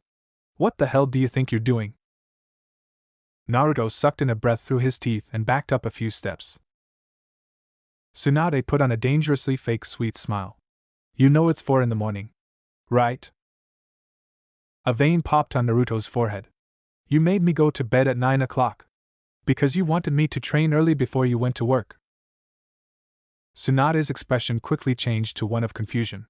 She put a finger sideways to her mouth, as though she were trying to recall her words. I did, she said with a yawn. Naruto's expression instantly became incredulous. You don't remember? Tsunade was not fazed in the slightest. She scratched her right arm absent-mindedly. No, she said as she yawned again. Just go back to bed, she said as she turned to go back to her room. Go back to bed? How the hell do you expect me to sleep? Count sheep, Tsunade replied as she walked into her room and shut the door. Naruto stood there, seething for a moment before turning around and trudging down the stairs. When he got to the bottom, he looked in the direction of the front door. Fine then. I'll train by myself, he thought. He left the house and was swallowed up by the darkness of the moonless night. Naruto stood on the platform for the zipline. He took a deep breath and stared at it for a moment. If the first obstacle had been so hard, what was the rest of it like? He knew it was dangerous to be at the course by himself, but he was so angry that he didn't care. He took a running jump and leapt for the zipline handle. Tsunade groaned and sat up. Damn brat, she thought in irritation. Now I can't sleep, she thought as she kicked off the covers. She got up and staggered out of the room. Kakashi. A camouflage blanket dropped from the wall. Yes, Tsunade-sama. Go wake up that brat. If he wants to work out, I'll give him the workout of a lifetime, she said with an evil smile. Hi, Kakashi said as he bowed and vanished. Naruto hopped off the end of the zipline and looked around to see where he needed to go next. The sun was starting to come up, so he didn't have to squint like he did when he had first come onto the field. He spotted a tiny red arrow. There. He jumped from the platform in the direction the arrow indicated. After a few seconds, Naruto wondered if he was supposed to have flipped another lever because nothing was happening. Suddenly, two giant logs came from both sides, threatening to flatten him in the middle. He jumped out of the way just in time to see some blunted kunai shooting toward him. Ah!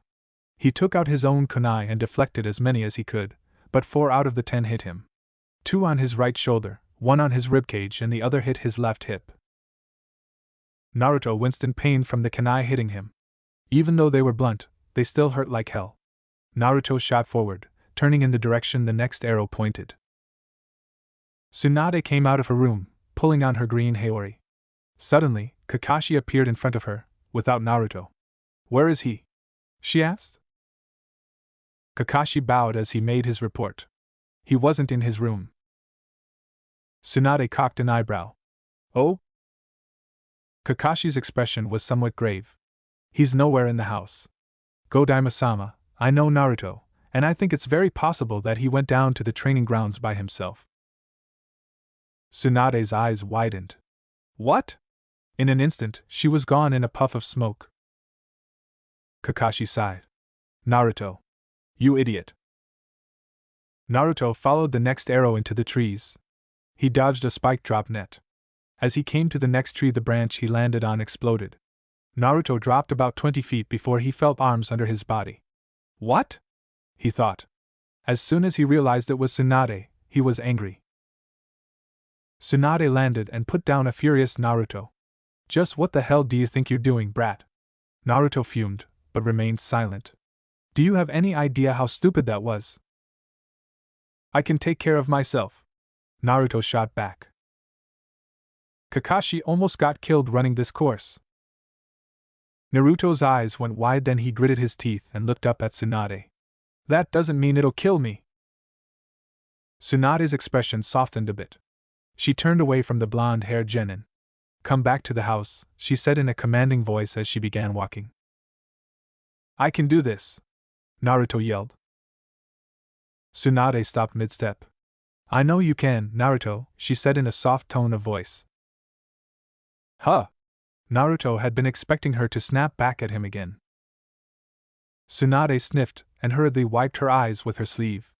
She turned back to Naruto. But not without me here in case something goes wrong. She sighed heavily. I don't want you to get killed. Naruto, noticing that her eyelashes were wet, looked at the Hokage in confusion. Was she crying? Tsunade closed her eyes for a moment in thought. When she opened them again, she nodded her head in decision. All right, Naruto. But let's get something to eat first, she said with a small smile. Naruto's face brightened considerably. Okay. Both ninjas turned and jumped into the trees toward the house. Tsunade was glad, as they leapt from branch to branch, that Naruto could not see the relieved tears that were carried away in the wind. Seconds, Naruto said as he held up his bowl. The maid who was serving breakfast glared at Naruto as she took the bowl from his hand. Tsunade noticed, but didn't say anything. As Naruto started downing his fourth bowl of breakfast ramen, Tsunade stood up.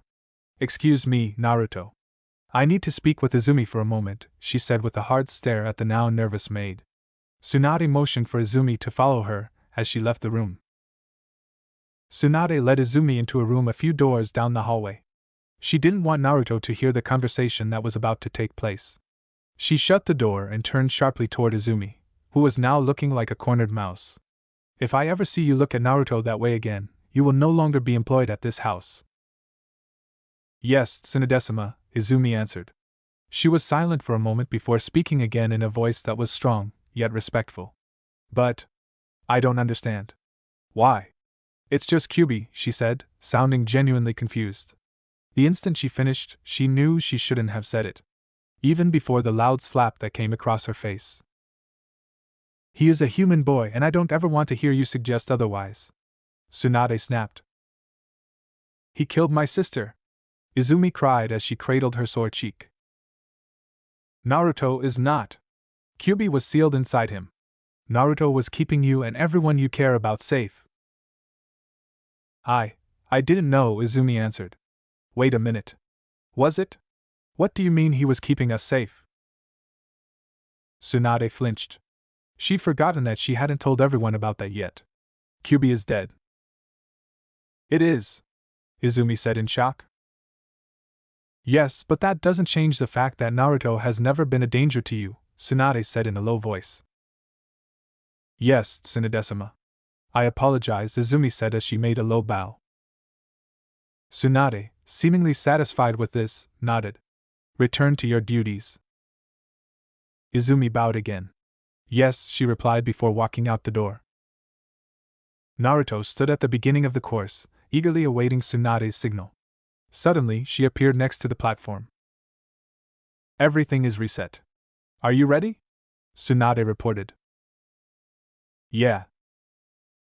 Tsunade pulled the lever. "Go!" Naruto was off like a shot. He reached the end of the zip line, dodged the two swinging logs, deflected most of the blunt kunai, dodged the drop net, and then made sure to use ninja wire to carry himself over the exploding branch. Seeing another arrow down and to his right, he dove in that direction. Tsunade followed the flash of orange that was Naruto by running along the ground through designated safe zones. "He's gotten faster," she thought as Naruto sped through a fearsome-looking gauntlet of fire traps. Shit, that was close. Old Lady Tsunade wasn't kidding. This is one hell of a course, Naruto thought as he dodged the last of the walls of fire only to find himself heading right for a large net. Crap! He pulled out a kunai and sliced through it. About a second later he landed on a branch only to have it break out from under him, dropping him 10 feet to the ground. He got up and looked for the next arrow. He spotted it about 5 feet in front of him. He didn't take more than 2 steps before he noticed a tripped wire on the ground. He was about to go over it when he remembered the triple wire trap that he had tripped when he and the others had gone after Sasuke. He decided to jump over it. A small landmine exploded under his feet, knocking him down. He got up and started running again. More mines exploded as he pushed forward. He dodged them easily now that he knew to look for them. Naruto saw an arrow pointing to the trees and headed up. The branch he landed on was connected to another tree about 50 feet away by a thin log. He shrugged and began to run across the log only to discover very quickly that it was not as stable as it appeared. It rolled to the side, nearly dropping him 62 feet to the forest floor. He managed to use chakra to hang on, but when he tried to climb back to the top, the log simply rolled him back to square one. Naruto dipped his head backwards and looked at the other side. Okay, he thought, nodding his head in decision. He carefully got to his feet. Once he was sure he had a solid grip, he began to run along the underside of the log using chakra. When he reached the end, he flipped down to a branch a few feet away. He looked around for the next arrow. He found it quickly and began moving again. Naruto followed an arrow down to ground level.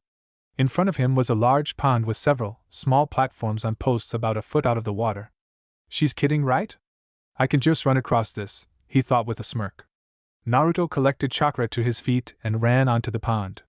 No more than 4 steps into his run, he noticed something moving in the water. He barely managed to miss being pulled under by a very large alligator. He immediately jumped up onto one of the platforms. Is she insane? I can't believe she had that thing in there, he thought as he jumped his way to the other side of the pond. Tsunade smiled. Very good, she thought happily. She looked ahead of his current position and frowned. I wonder how he'll do on that one. The next arrow led back into the trees again. Naruto was getting tired. He never thought the course would be so long. He made a jump to the next branch. Out of the corner of his eye he saw a large, metal ball on a chain swinging towards him. Shit! He yelled as he jumped up to the top of the ball and leapt for the branch ahead of him. Another ball came from the other side of him, but as he jumped to avoid that one, a third ball came from a higher position. Naruto couldn't dodge the new ball in time. Ag! He cried out in pain as it smashed into his body. He was sent flying toward a huge wall of spikes. You've got to be kidding me. Naruto tucked himself into a protective ball, even though he knew it wouldn't do him any good, and prepared for the oncoming pain. No sooner had Naruto curled into a ball than he thought of a plan, uncurled and put his hands into his favorite seal, and this all happened in the space of about 3 seconds, Kage Bunshin and no Jutsu. A perfect copy of Naruto formed in front of him. He pushed off the clone, made a backwards flip and landed safely on a large branch. Tsunade just stared in shock. She had been so sure that she was going to have to rescue the boy. Kakashi would be so pissed if he found out Naruto passed that one, she thought with a smirk. Naruto jumped up to the next branch to continue when he heard a shrill whistle from below. He turned to see Tsunade moving her hand in a come here gesture. That's enough for now, Naruto, Tsunade yelled. But I'm not tired. I know that. But I need to get to work. Naruto half sighed, half growled in defeat before jumping down from his perch in the tree. Tsunade smiled. You did well, brat. I'm proud of you, she remarked, ruffling the boy's hair. Naruto shook his head to remove the offending hand. Tsunade laughed. Let's go, Naruto. Naruto smiled and followed the fifth back to the house. Just remember to stay away from the course while I'm gone, Tsunade said as she grabbed a few books from her desk at the house. I know, Naruto said with a bit of irritation. He didn't like being babied. Tsunade was about to go out the door when she turned her head back to look at Naruto. Oh, and I have something I want to talk to you about when I get home, she said with a smile. Naruto cocked an eyebrow. Okay. Tsunade turned back to the door and made a half wave. Later. Naruto decided to explore the house a bit.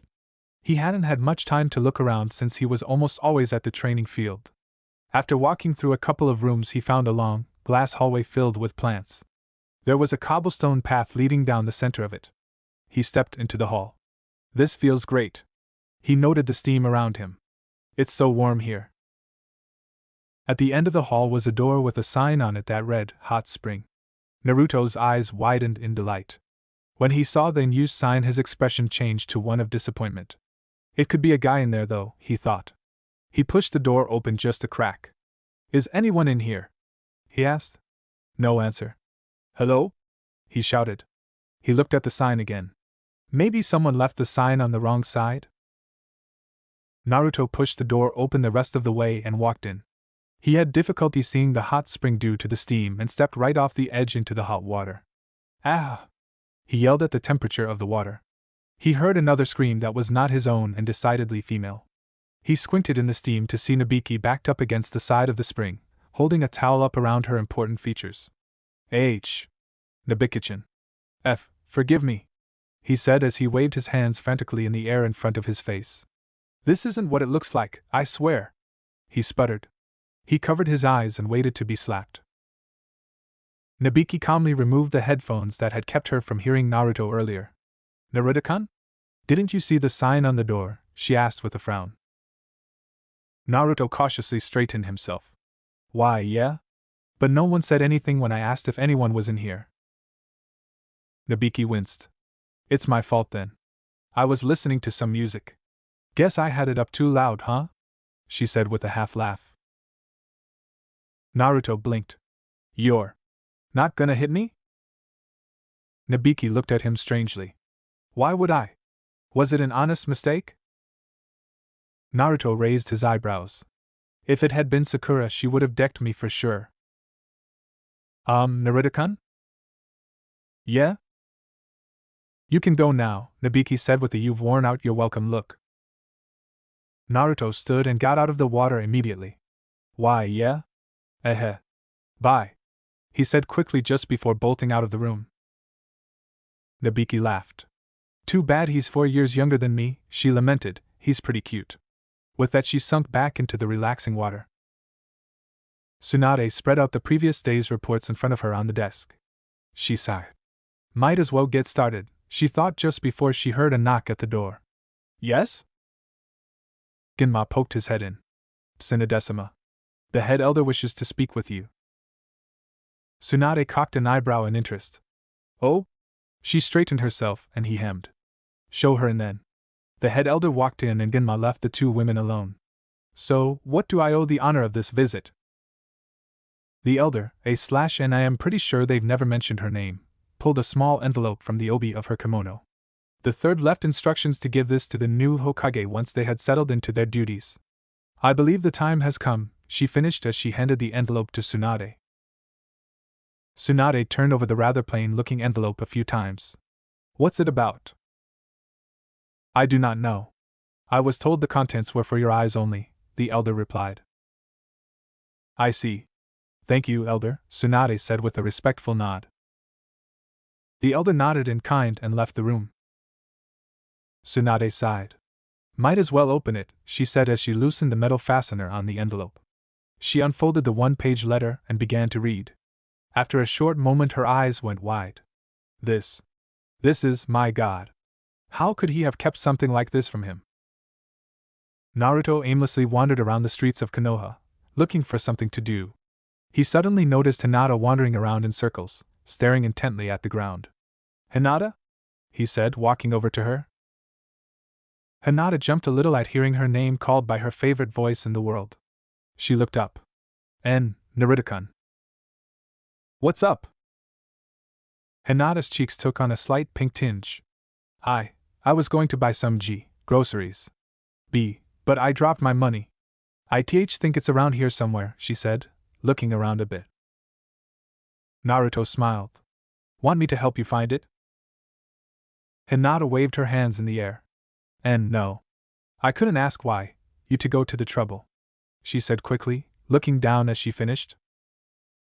Bah! It's no trouble at all, Naruto said with a grin. What kind of friend would I be if I didn't help? Thank you, Naruto-kun. The two teens began looking around for Hinata's money. Not long into their search, Naruto spotted what looked like a small billfold underneath the outside display of Ino's family shop. Hinata, is that it? He asked, pointing to what he had found. Hinata smiled. Yes, it is. She picked up the billfold and quickly checked for missing bills. Satisfied that the money was all there, she turned to Naruto. Thank you so much, Naruto-kun. Naruto grinned. No problem. Hinata suddenly felt bold. And Naruto-kun? I would like to treat you to ramen as a reward. Naruto's eyes lit up instantly. For real? Why, yes, Hinata replied with an embarrassed smile. Yeah, let's go, Hinata. He grabbed Hinata's hand, not realizing the gesture would turn the poor girl into pudding. Naruto-kun, Hinata said quietly. Seeing that Naruto hadn't heard her, she decided to just enjoy the feeling of holding his hand, even if he didn't mean anything romantic by it. Naruto finished off his bowl of ramen. Thanks a lot, Hinata, he said with that foxy grin of his. Hinata blushed a little. You're welcome, Naruto-kun. Would you like another bowl? Really? You're the best, Hinata, Naruto said just before he ordered his second bowl. Naruto grabbed his chopsticks and started eating. He gulped down his current bite and looked at the young Hyuga. Hey, Hinata. I just noticed today. You're stuttering less lately, he said with a smile. This turned Hinata bright red. Thank you, Naruto-kun. Naruto smiled and went back to eating. Hinata just watched him eat. Why can't I say anything to him? Why? Why won't my voice work? Naruto finished his bowl and noticed Hinata staring at him. For no reason he could think of, this made him blush a bit. Hinata? Hinata shook her head to banish her current train of thought. Why, yes. You okay? Yeah. Naruto frowned at the short answer. You want me to walk you home? Hinata's eyes went wide. Sure, she said, managing a smile. Naruto smiled and hopped off his stool. Let's go. Hinata nodded and followed him. As they walked, Hinata kept trying to think of something to say. You're alone with him. Say something. She mentally chided herself. Just as she was about to open her mouth, a girl appeared in front of Naruto. She was Naruto's age. She was wearing a basic pair of denim shorts and a t-shirt with a whale on the front. Her brown hair was worn in two puffy pigtails. Hi, Naruto-kun, said the blushing girl. Naruto looked a bit startled that this girl was talking to him, much less using kun with his name. Then he remembered her letter from his hospital stay. Momiji? Momiji began to shuffle her right foot. Did you like the flowers? Yeah. They were nice, Naruto replied with a small smile. Don't panic. Don't panic. They're just talking, Hinata chanted in her mind. Can I ask you a question, Momiji? Naruto said suddenly. Momiji looked up.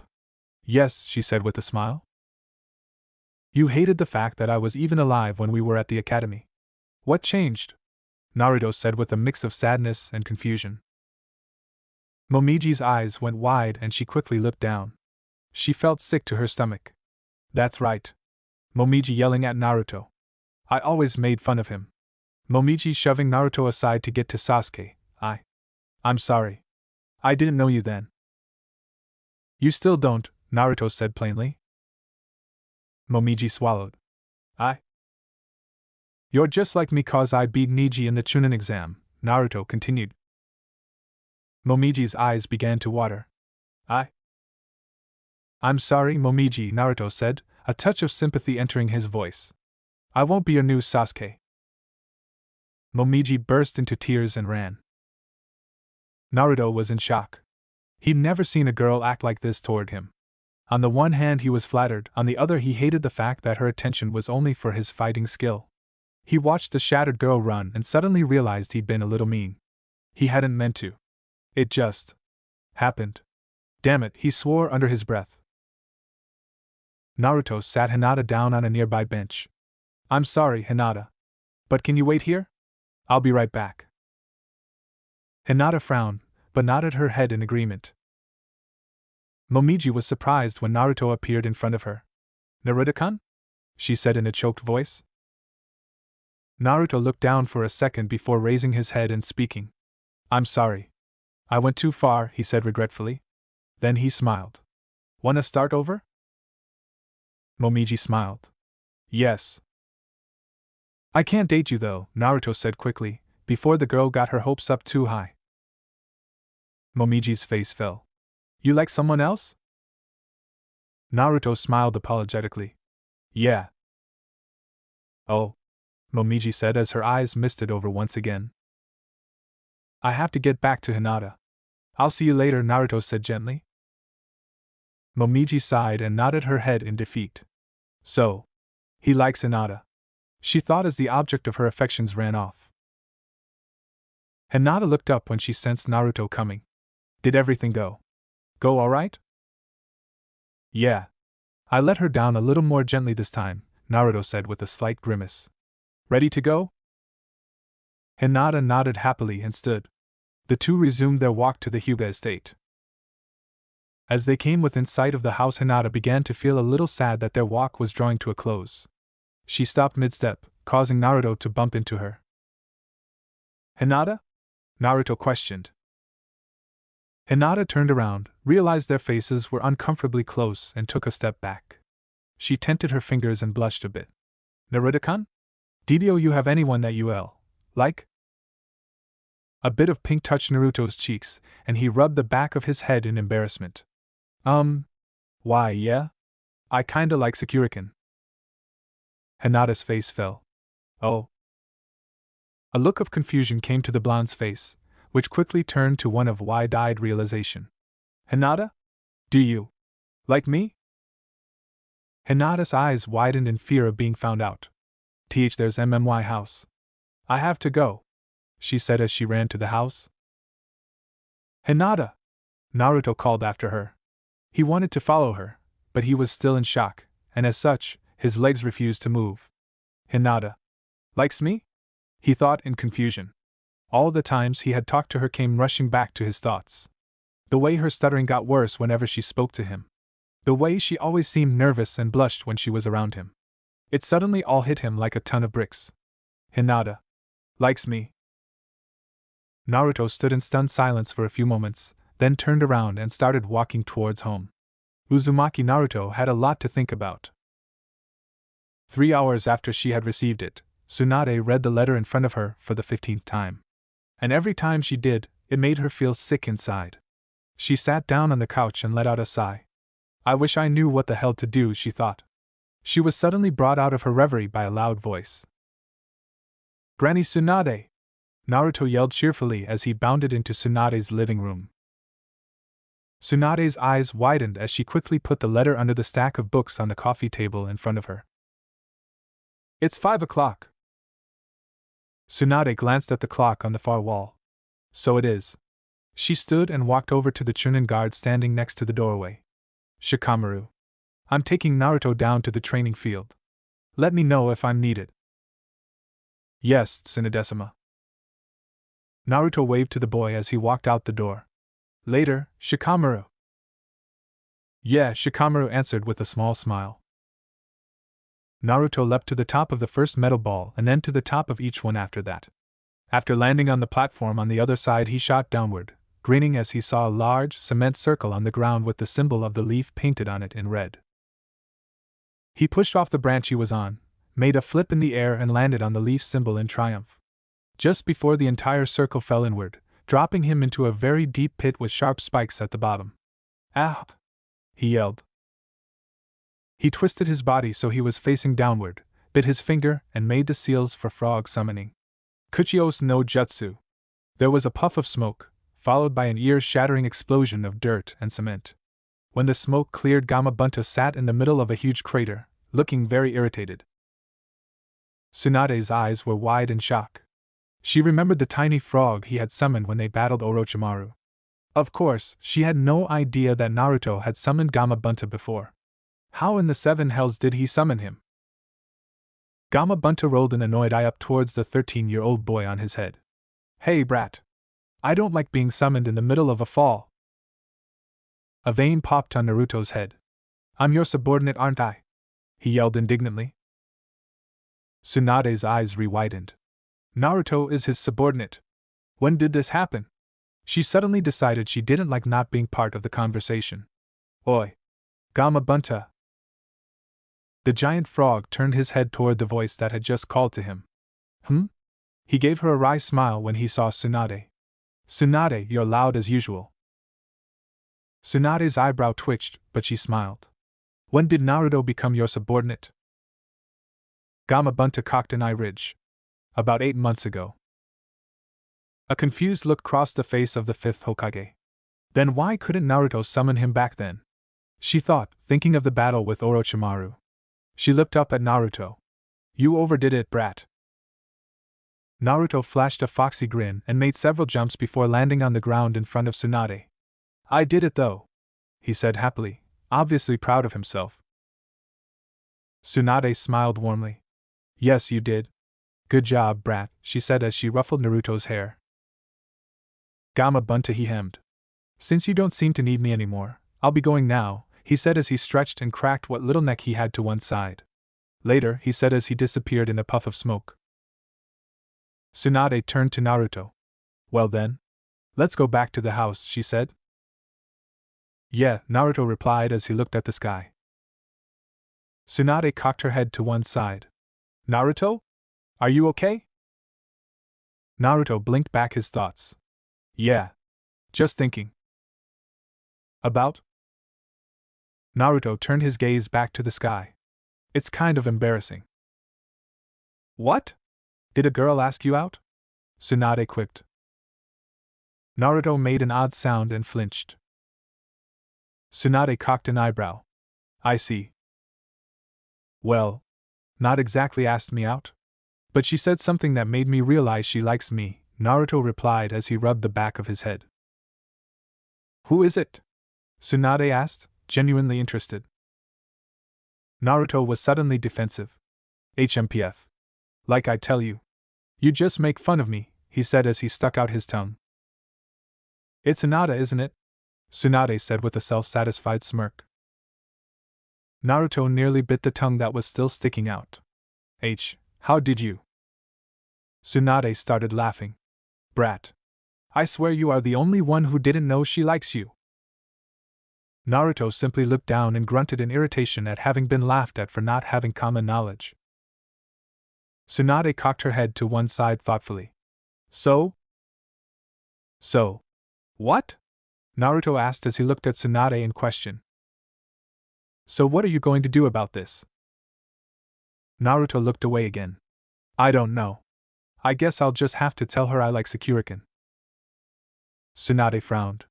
Naruto. Does Sakura like you that way? Even a little bit? Naruto looked crestfallen. No. So why not give someone who does like you a chance? Naruto crossed his arms and twisted his face in thought.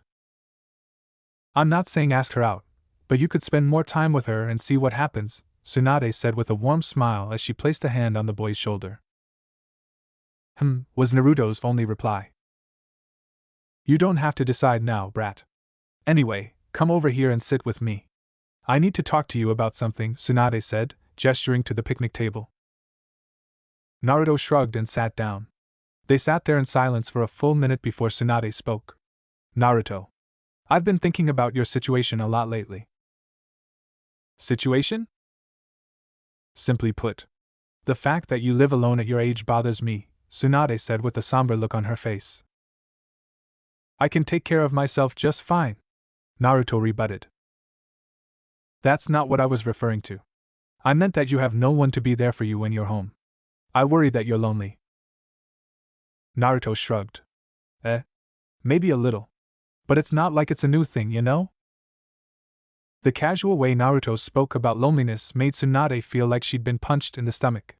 I was wondering if you would like to change that, she said carefully. Naruto looked at her strangely. Huh? Tsunade let out a long breath. Would you consider staying at my home permanently? What? Naruto said in confusion. I'd like to adopt you, Tsunade said with hope in her voice. Naruto, for his part, froze in place. These were words that he had never expected to hear in his lifetime. I'd like to adopt you. I'd like to adopt you. They echoed in his mind for what seemed like an eternity before he spoke. I don't need to be pitied, he said sadly. It's not a pity, Tsunade replied, raising her voice a bit as she used her hands to raise herself up by pushing on the top of the table.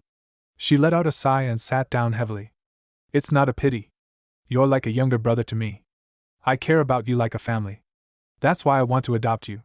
You don't have to decide now, but I want you to know that even though I'd legally be your mother, I wouldn't treat you like a baby. You'd have pretty much the same life you did before. Just more people to share it with, she finished with a smile. Naruto considered this for a moment. I'll think about it, he said, a barely noticeable smile tugging at one corner of his mouth. Tsunade smiled warmly. Good. Let's head back to the house. Naruto nodded and followed the fifth Hokage through the dense trees. When Izumi reached the dining room, Naruto was just finishing his ramen and was about to ask for seconds. Naruto noticed she looked distracted. Hey. Izumi turned toward Naruto. Yes? Are you okay? Naruto asked. Izumi made a half-hearted smile. Yes, I'm fine. Okay, Naruto replied as he went back to eating. Izumi watched the boy sitting at the table. She'd had a lot of time in the past few days to think about how she had acted toward him. She had always considered herself to be a kind person, and knowing that she had willingly made an innocent boy feel so badly made her sick inside. It was time to set things right, even if it wasn't easy for her. Naruto? Izumi said.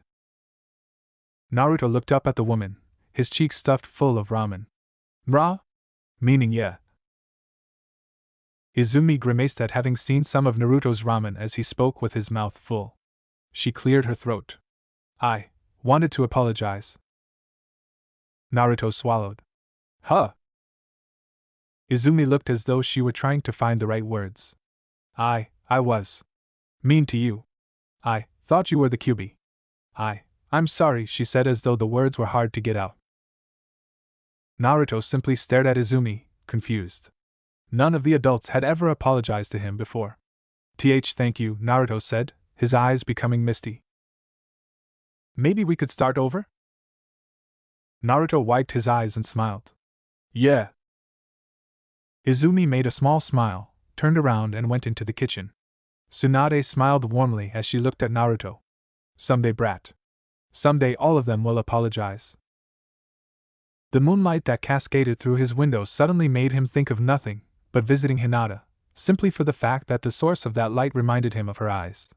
What should I do? Naruto let his head fall to the side so he could see the moon better. He could have sworn he saw her face appear on its luminescent surface. Okay, he said decisively. I'll go talk to her. With that, he jumped up from his bed and left for Hinata's house. Hinata lay on her bed, thinking. How can I face him now that he knows? A knock sounded on her door. She pushed herself to a sitting position. Yes? The door opened and Niji's head poked through. Hinata-sama. Naruto is here to see you.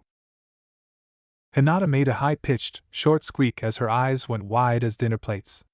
Please tell him I'm not available. Niji sighed and walked into the room. Hinata-sama.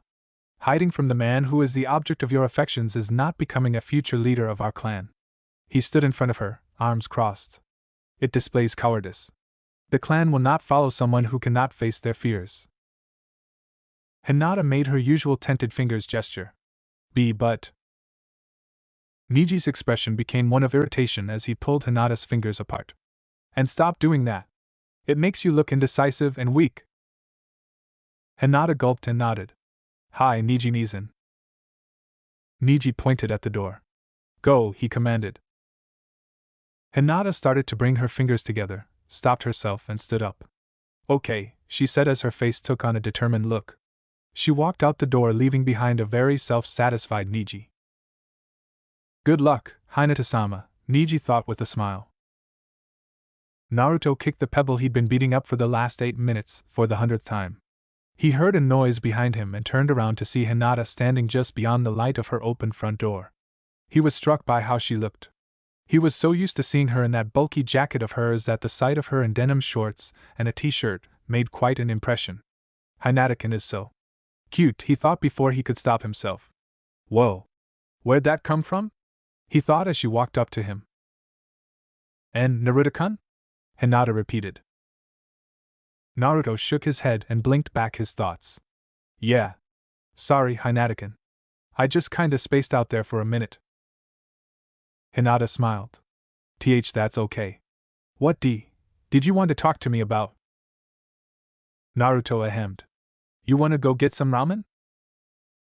I'd like that, Hinata said, surprised by the fact that she had just completed a sentence without stuttering while talking to Naruto. Great, Naruto said as he started walking. A few minutes into their walk, Naruto spoke. Hinata-kun, do you remember what you said this morning?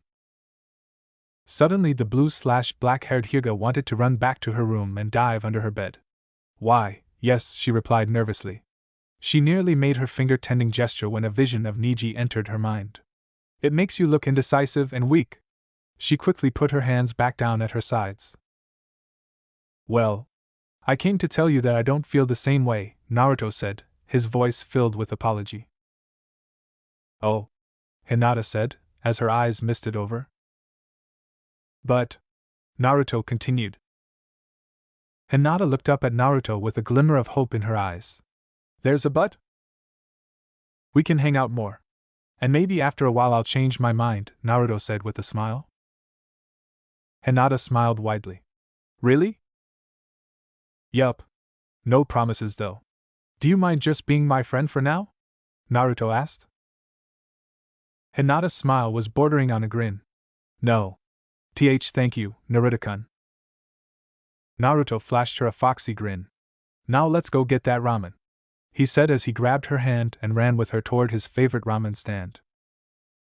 Naruto slurped up the last of his ramen and paid his bill. He turned to Hinata.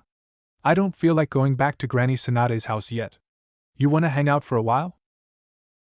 Sure, Hinata answered with a smile. They stepped out of the ramen stand and began walking down the quiet street. Hinata looked up at a large clock hanging from a building. It read Ninyo clock. I hope father won't be angry with me for staying out this late, she thought. Naruto and Hinata wound up near a pond not far from the base of the Hokage monument. Hey, Hinata! Naruto said suddenly as they neared the water's edge. You know how to skip rocks? Hinata replied, shaking her head. Naruto began scanning the ground for an appropriate rock. He found two of what he was looking for and handed one of them to Hinata. Just curl your wrist and then flick it like this, he said as he made the rock jump over the surface of the water 8 times. See? Not much harder than throwing a shuriken. That was great, Naruto-kun, Hinata said in admiration. Naruto grinned. Try it. Hinata squinted her eyes in determination. She threw the rock. It skipped twice. I did it, she said excitedly. Naruto was taken by surprise at this sudden outburst from the normally quiet girl. Nice, Hinata. When she turned to smile at him this time, he was surprised when his heart skipped a beat. Naruto-kun? Hinata questioned, noticing the stunned look on the boy's face. Nothing, he desperately tried to think of something to change the subject. So, are things with Niji any better? He asked as he sat down on the ground. Hinata joined Naruto. Yeah. He's been much nicer to me since the Chunin exam. How about you? Heard you have been staying at Tsunadesima's house. Yeah. You want to hear something crazy? Naruto asked. Okay, Hinata replied, sounding unsure of Naruto's question. She wants to adopt me, Naruto said in a slightly more serious voice. Naruto-kun, that's wonderful. She saw Naruto's serious face and her enthusiasm melted. It's not wonderful? She asked in confusion. Naruto let out a long sigh. I don't know. I mean, I like my apartment. It's nice to know she cares about me, but… Naruto-kun. I think you should tell her yes. I would be so happy to know that you aren't living alone anymore. Hate seeing you go home and not have anyone to welcome you, Hinata said with some sadness. Naruto looked at the ground. I guess that'd be nice. After a moment of silence, he spoke again. Thanks, Hinata-kun, he said as he turned his face up to look at her. The combination of Naruto's warm smile, the moonlight making his face glow, and the beauty of the setting around them made Hinata nearly dizzy as her heart pounded in her chest. No problem, Hinata answered, blushing a furious bright red. She suddenly made a small gasp. Naruto-kun. What time is it? Naruto pulled back his sleeve to reveal a watch. Don't worry. It's only 10:30. What? Hinata yelped. I'm sorry. I have to go. Father will be angry. Okay, Naruto said as they both got up. See you tomorrow?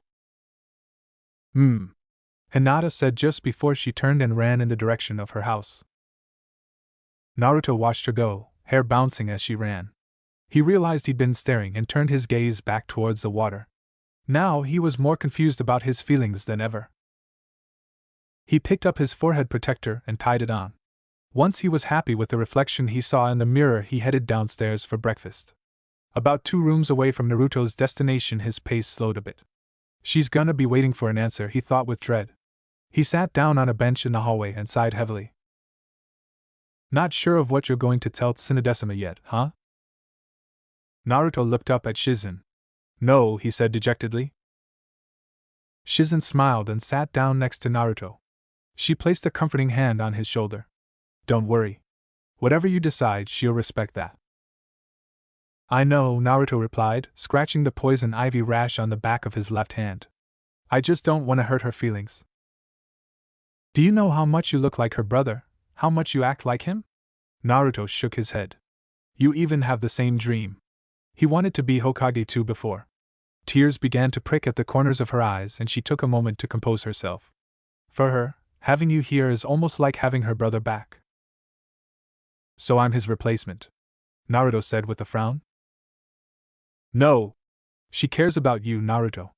But it's because you remind her so much of Nawaki that she's terrified of you dying like he did. Naruto's face showed his shock.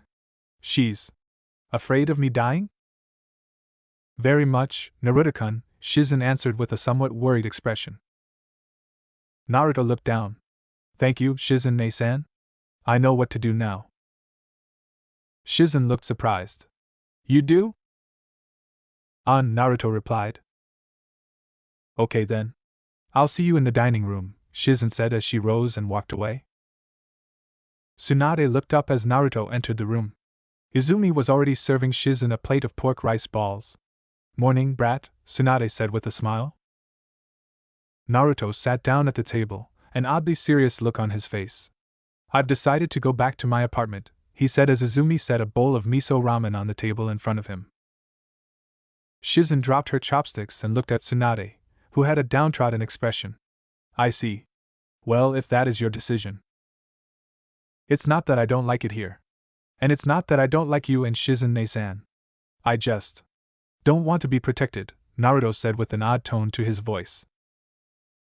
Tsunade threw on a fake brave face. Well then, we'll have your things moved back after breakfast. Tsunade-sama? Shizen questioned. Tsunade noted the concerned look on her friend's face. I'm okay, Shizen, she said with a nonchalant wave of her hand and a smile. She took the last bite of her food and stood. I have some work to finish. Naruto, come say goodbye before you leave, okay? Okay, Naruto said with a gentle expression. He watched Tsunade go with a sick feeling in his stomach. He knew he had hurt her. Naruto? The blonde-haired 13-year-old turned to look at Shizen. HM? Why? Naruto let out a sigh. If she's always trying to keep me safe, it'll get in the way of her job. Trust me, I'm doing everyone a favor. Naruto. It may not seem like it sometimes, but she takes her job as Hokage very seriously. Her duties wouldn't be in danger of lapse if you stayed. I've made up my mind, Naruto said with conviction. I see. She rose from her seat. I'll get the staff to start packing your things. Naruto stood. It's okay. I can do it, said with a small smile. With that, he left the room. Shizen watched him go, then turned her gaze to the door of Tsunade's home office. She walked through the short hallway and knocked on the door. Tsunade-sama. May I come in? Yeah, came the muffled reply from behind the closed door.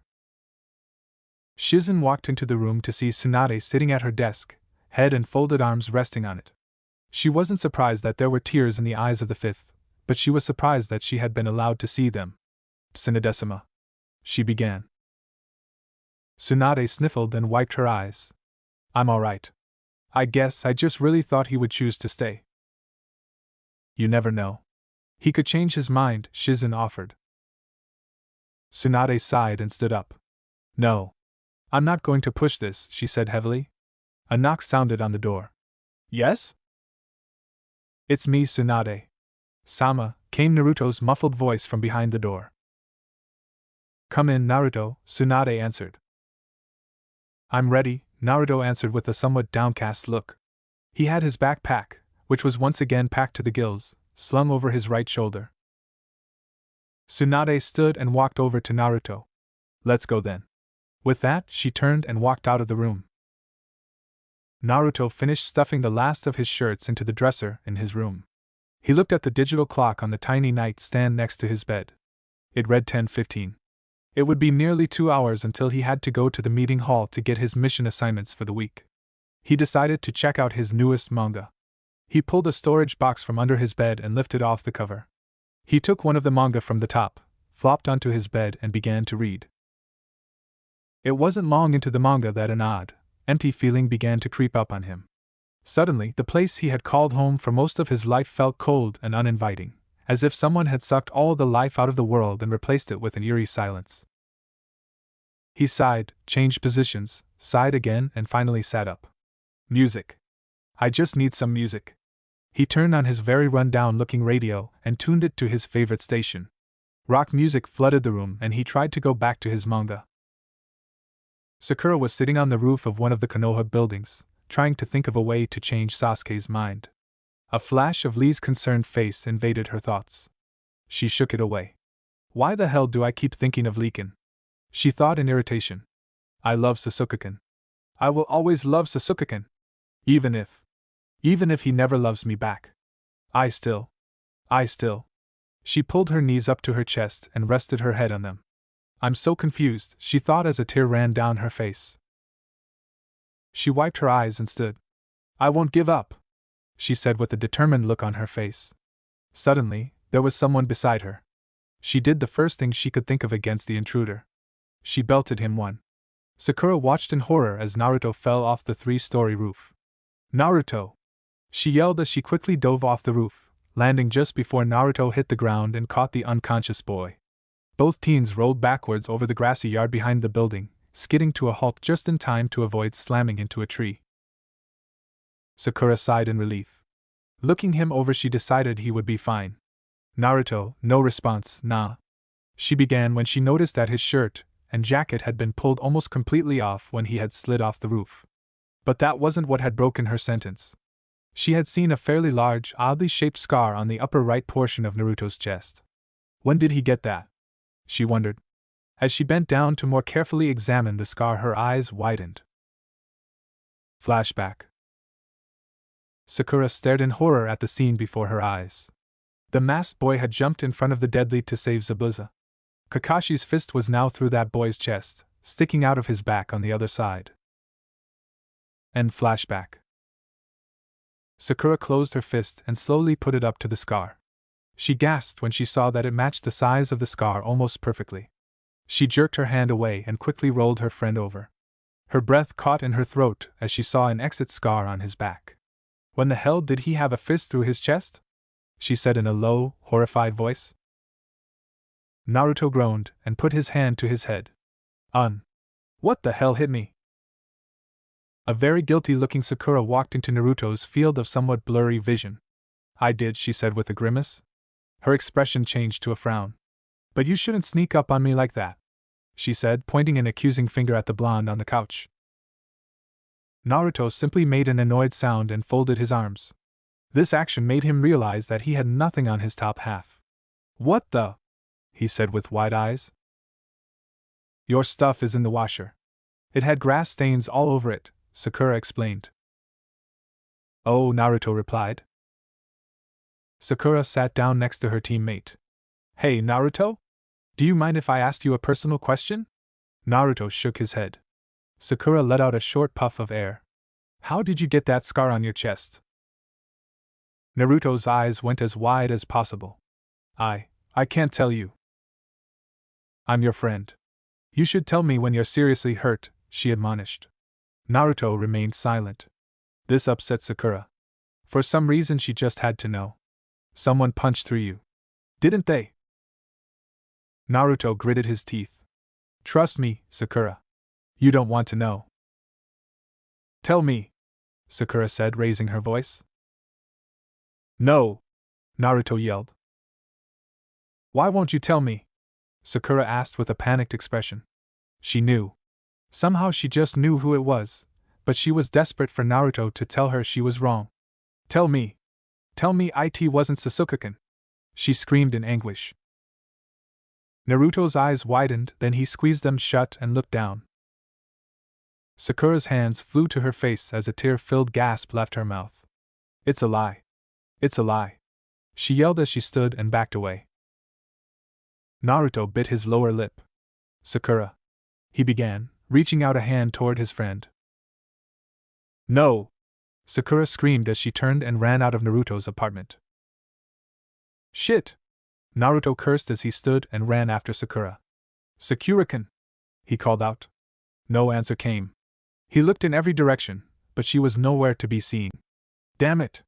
He swore and ran off to look for her. By the time Sakura had stopped running, her lungs felt like they were on fire. It just can't be true. He had to be been aiming for a non-vital spot. He wouldn't try to kill Naruto. She dropped to the forest floor and began to sob. Sasuke-kun, she wailed. Sasuke looked up from the jutsu scroll he'd been studying. Was that Sakura? He stood and walked toward the voice he just heard. He found her in a small clearing, not far from where he had been. She was crying loudly. Sasuke was confused. Sakura? He said in a careful voice. Sakura sucked in a breath, but remained in the fetal ball she'd been in for the last 5 minutes. After a moment of silence, she spoke in a very small voice. Sasuke-kun?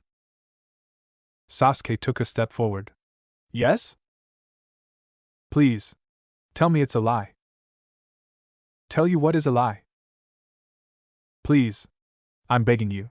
Tell me you didn't try to kill Naruto, Sakura pleaded. Sasuke's face showed his shock. Sakura. Sakura got up and launched herself at Sasuke, clinging desperately to his shirt. You weren't trying to kill him. Right. He just moved to the wrong spot when you threw your. Her words faltered. After a moment her eyes became wide and her face wore a horrified expression. She backed away from Sasuke, staring at him in utter disbelief. The scene of Kakashi and Haku once again had flashed into her mind. Chidori. Her words were barely audible.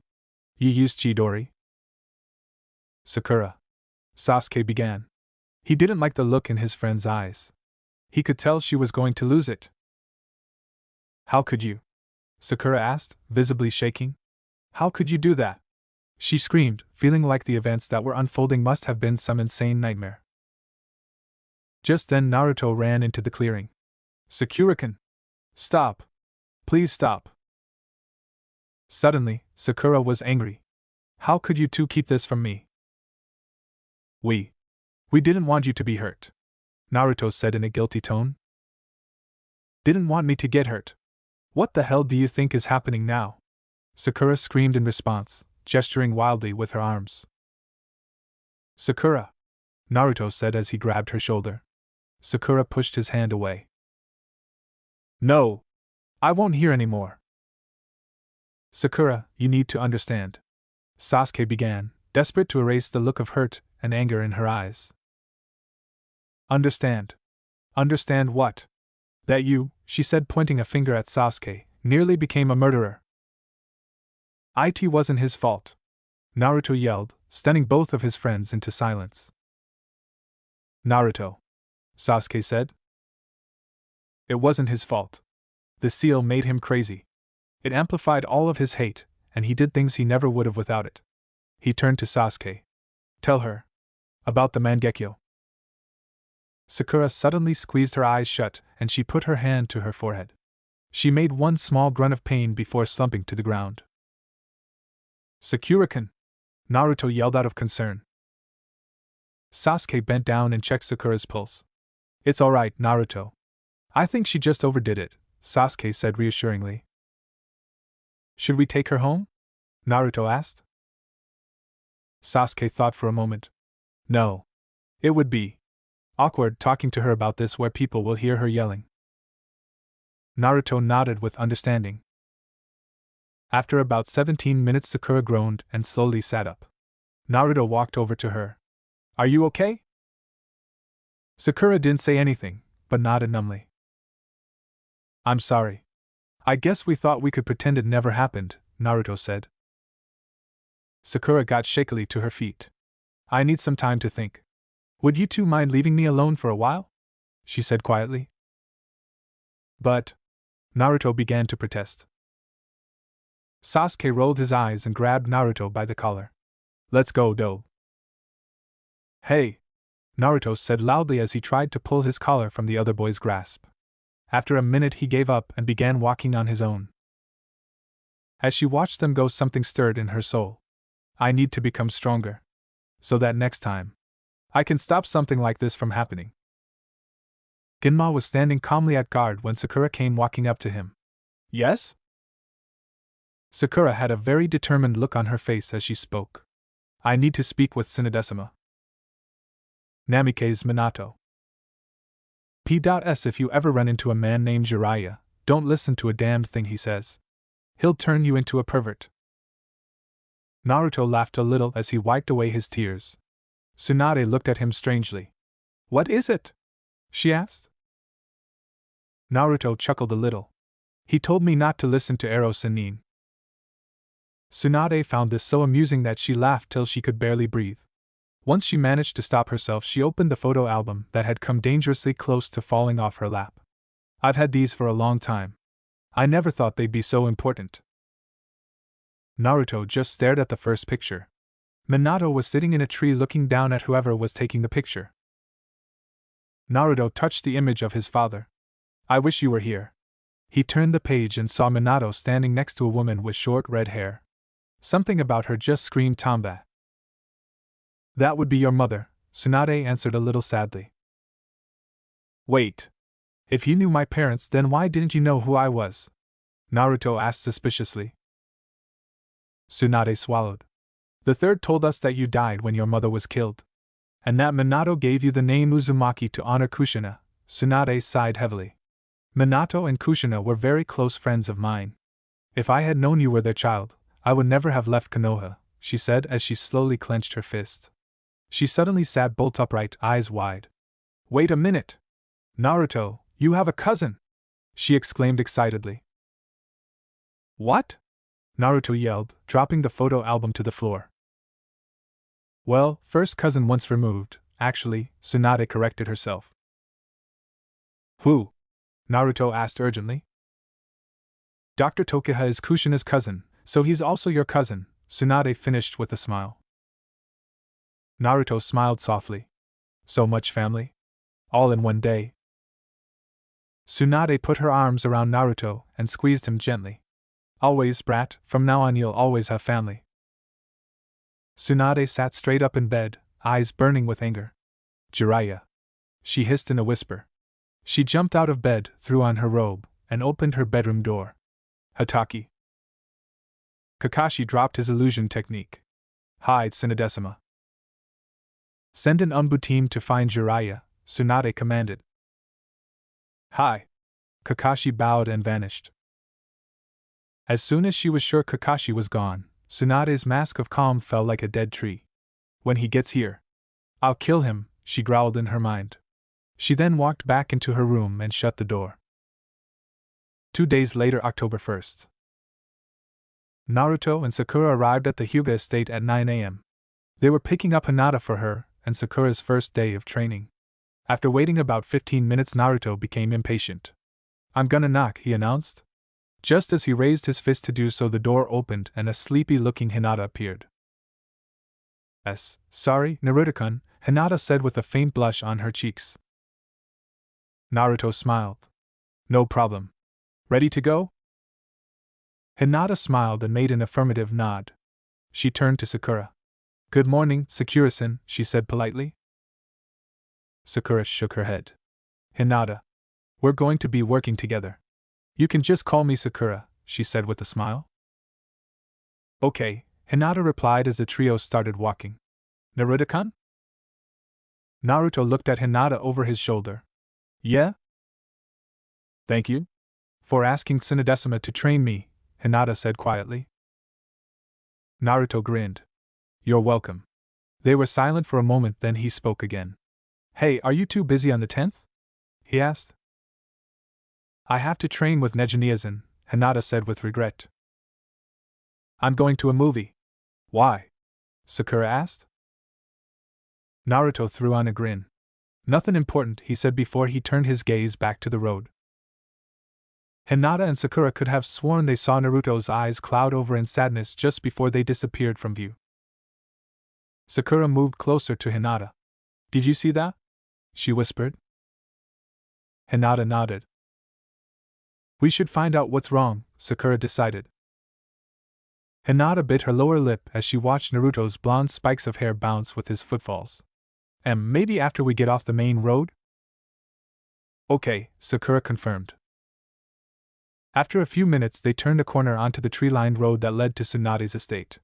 Sakura and Hinata quickened their pace till they were in step with Naruto. Sakura grabbed his wrist and turned him around.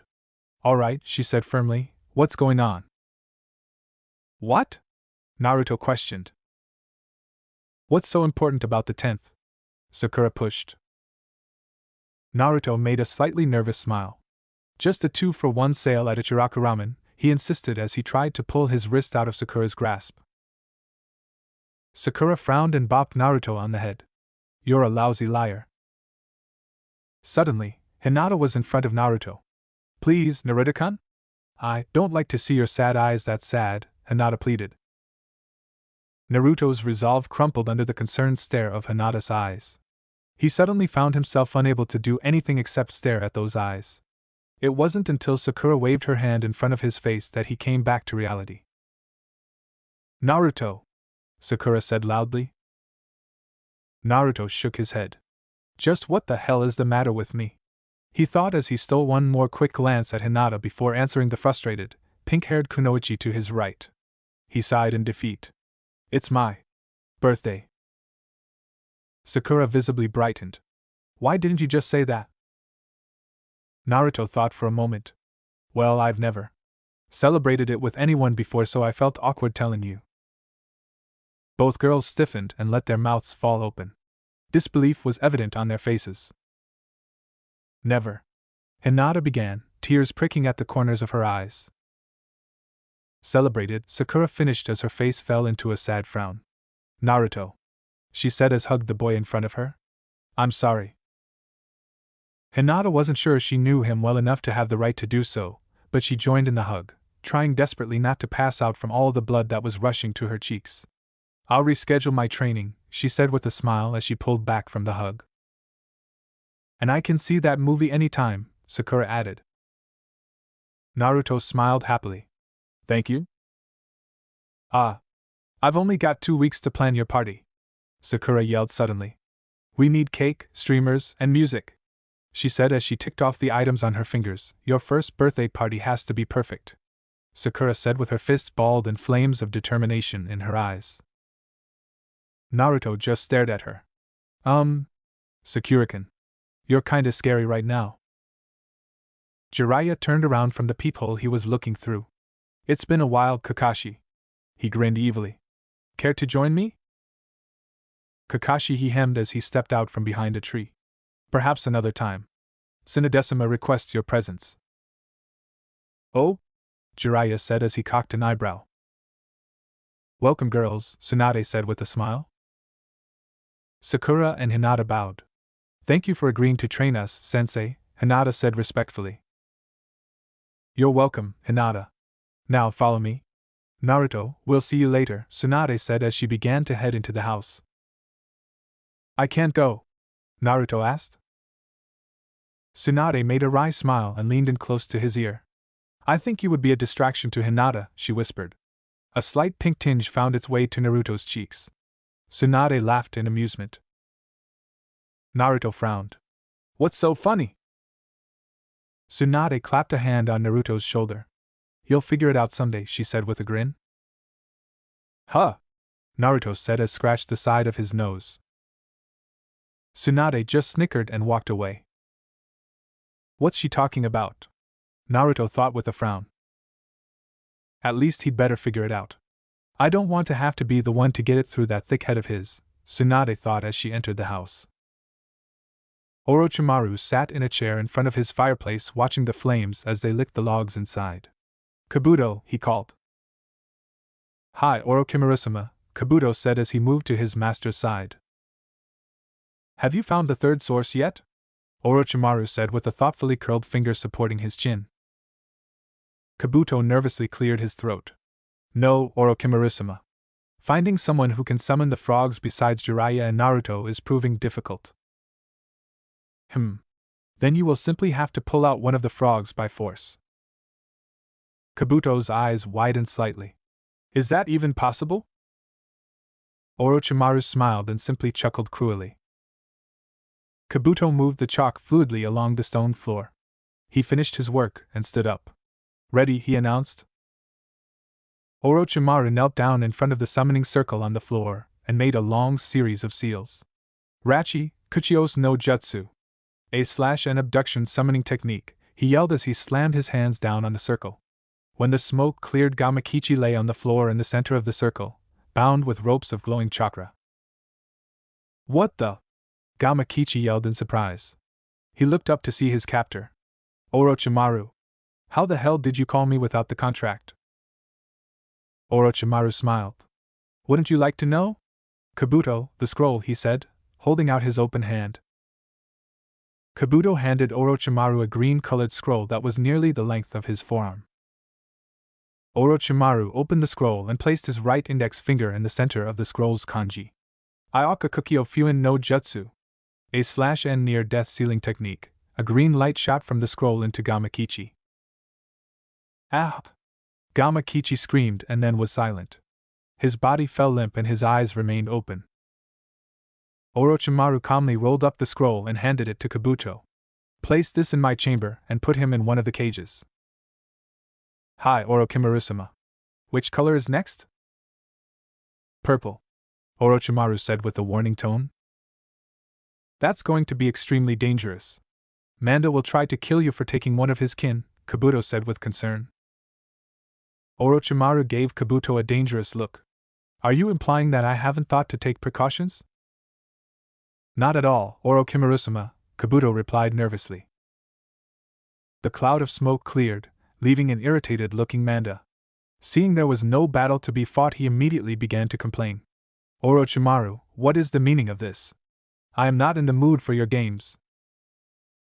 Unflinching, Orochimaru walked up to Manda. I was wondering if you would let me have one of your less useful kin to play with, he said with a sick smile. Manda bent down to glare at Orochimaru. Just what the heck are you up to now? He spat. Just an experiment, Orochimaru replied casually. And why the hell should I do you any favors? Manda growled. Oh, come now, Manda. I know you hate having weaklings among your ranks. Why should you care? Manda sighed and twitched his tail in irritation.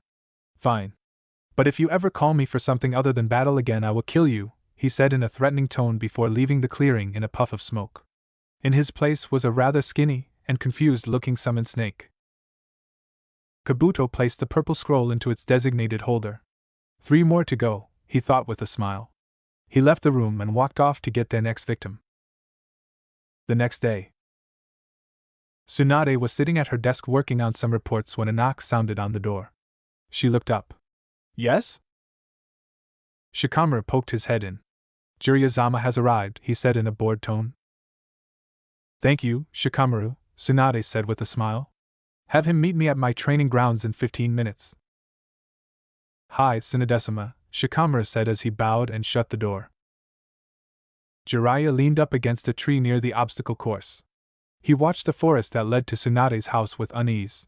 He knew that if she had requested that he meet with her at the training grounds, that she wanted a place where she could hit him and not cause a scene. Things were not looking good. He suddenly noticed a small, dark shape becoming visible through the foliage. Tsunade burst through the trees, landed on the field, and kept running at full speed. She had a murderous look in her eyes. Tsunade? He barely managed to get out before he went sailing through the air from a punch to his head. Tsunade, what the hell? He yelled as he quickly got to his feet. You shut up! Tsunade yelled as she landed a kick to his right shoulder. Jiraiya shot backwards, gouging a trail in the ground. He got up just in time to block the next kick and the 7 that followed. During each kick he found out more of the reason why he was being used as a practice dummy. How dare you not tell me? Tsunade accused her of throwing another punch. Not tell you what? Jiraiya shot back as he dodged her attack. You were there. Another punch. You knew. A roundhouse kick. Why did you leave him alone? She screeched as she slugged Jiraiya in the gut. Blood sprayed from his mouth as he doubled over and fell to the ground. Jiraiya stood up. Who? He bellowed. Naruto!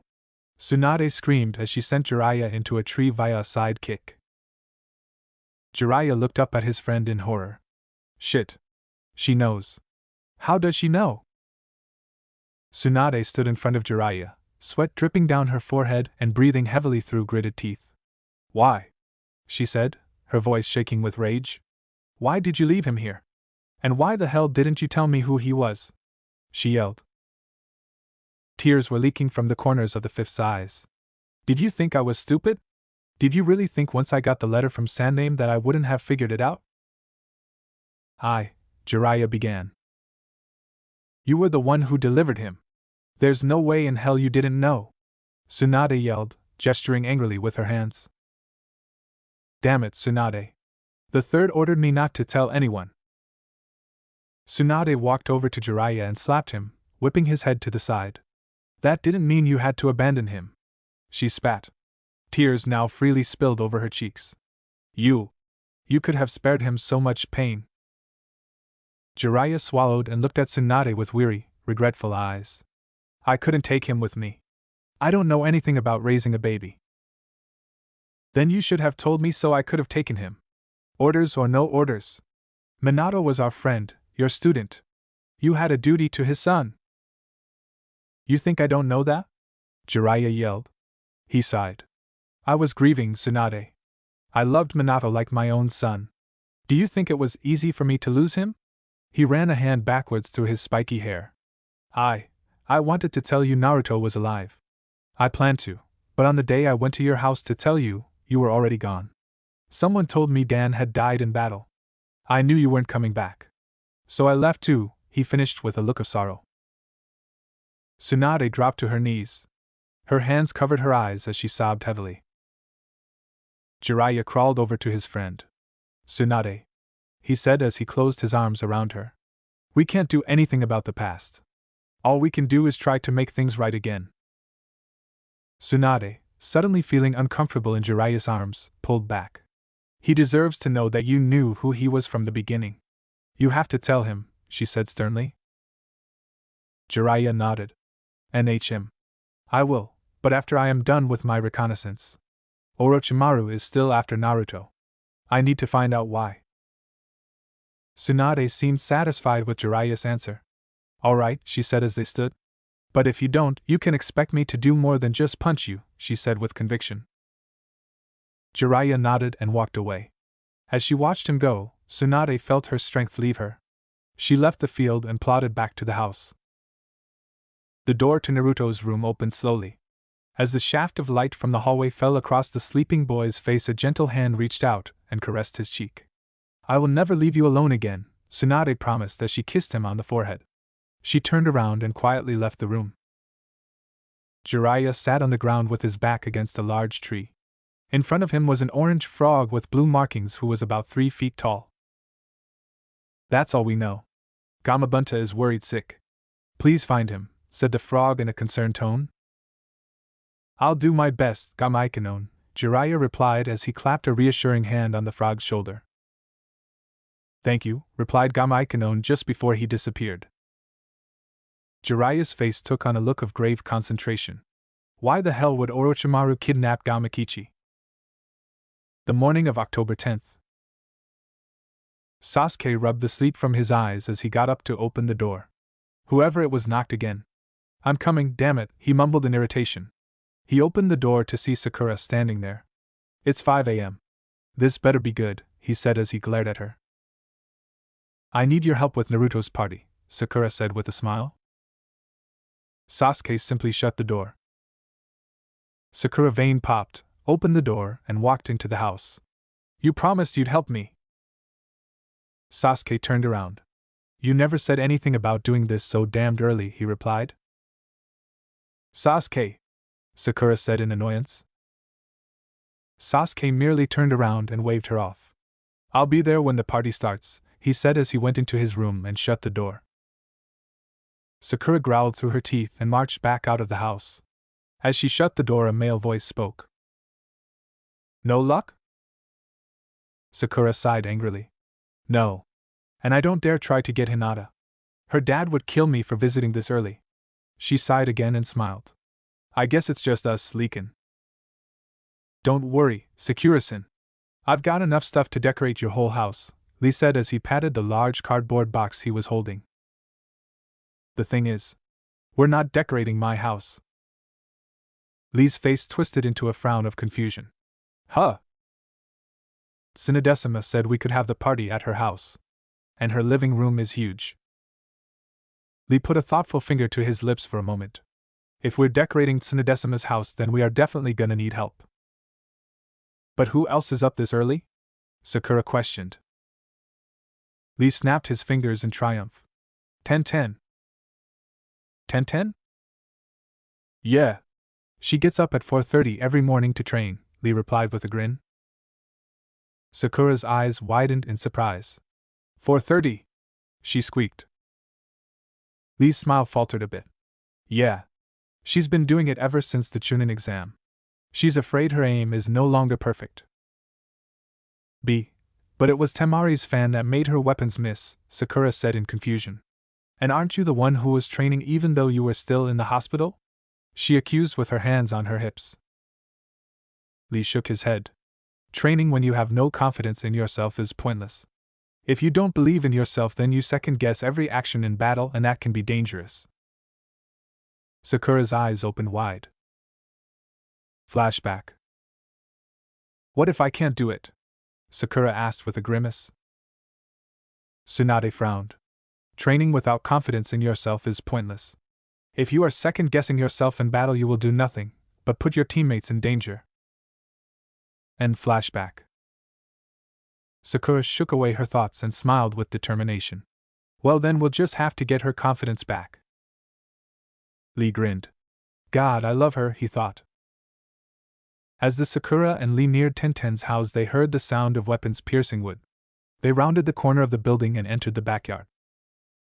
Tenten was moving with unmatched preciseness as she threw her many weapons at the targets in front of her. Her usually neat buns were beginning to fall out of their elastics. Sweat matted her clothes to her body and her face was screwed up in determination. She skidded to a stop when she sensed someone nearby. Yo, Tenten, Lee called. Leekin! Sakura-san. Why are you two here this early? Tenten said in between her gasps for air. Sakura smiled. We were wondering if you'd like to help us decorate for Naruto's birthday party. Tenten bites her lower lip. I dunno. I really need to train. Please? Tsunadesima's house is too big for just me and Leekin to decorate. It's at Tsunadesima's house, Tenten said excitedly. She walked over to a stump that was a few feet away, picked up the towel that was sitting on it, and began to wipe the back of her neck. I'll be right back, she said, still taking her breaths in quick puffs. Just let me take a quick shower and change. She ran off into her house, leaving Lee and Sakura to wait in the yard. Not that I'm complaining, but I wonder why she changed her mind so easily, Sakura mused. Lee smiled. She's been waiting for a chance to ask Tsunadesima to train her. I wonder if she'd take on a third student. Sakura looked at the watch she had recently started wearing. I hope she doesn't take long. We only have 3 hours. Tenten was back in the yard, wearing her usual outfit in just over 10 minutes. Let's go, she said to a stunned Sakura and Lee. Leekin, what are you doing? Sakura demanded as she rushed over where Lee was trying to hang some streamers on the other side of the living room. Huh, he replied, doing a perfect impression of a deer caught in someone's headlights. You can't just hang them straight across the wall like that, Sakura complained as she took the streamers down and proceeded to instruct Lee on the proper way to hang streamers. See? You need to twist them first, and then make sure you make little loops when you tape them to the wall. Lee, who had long since gotten over the shock of Sakura's sudden outburst, was taking the opportunity to just stare at her. She's so beautiful. He sighed internally.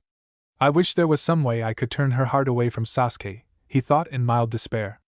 She began to turn around, and so he looked away. Got it?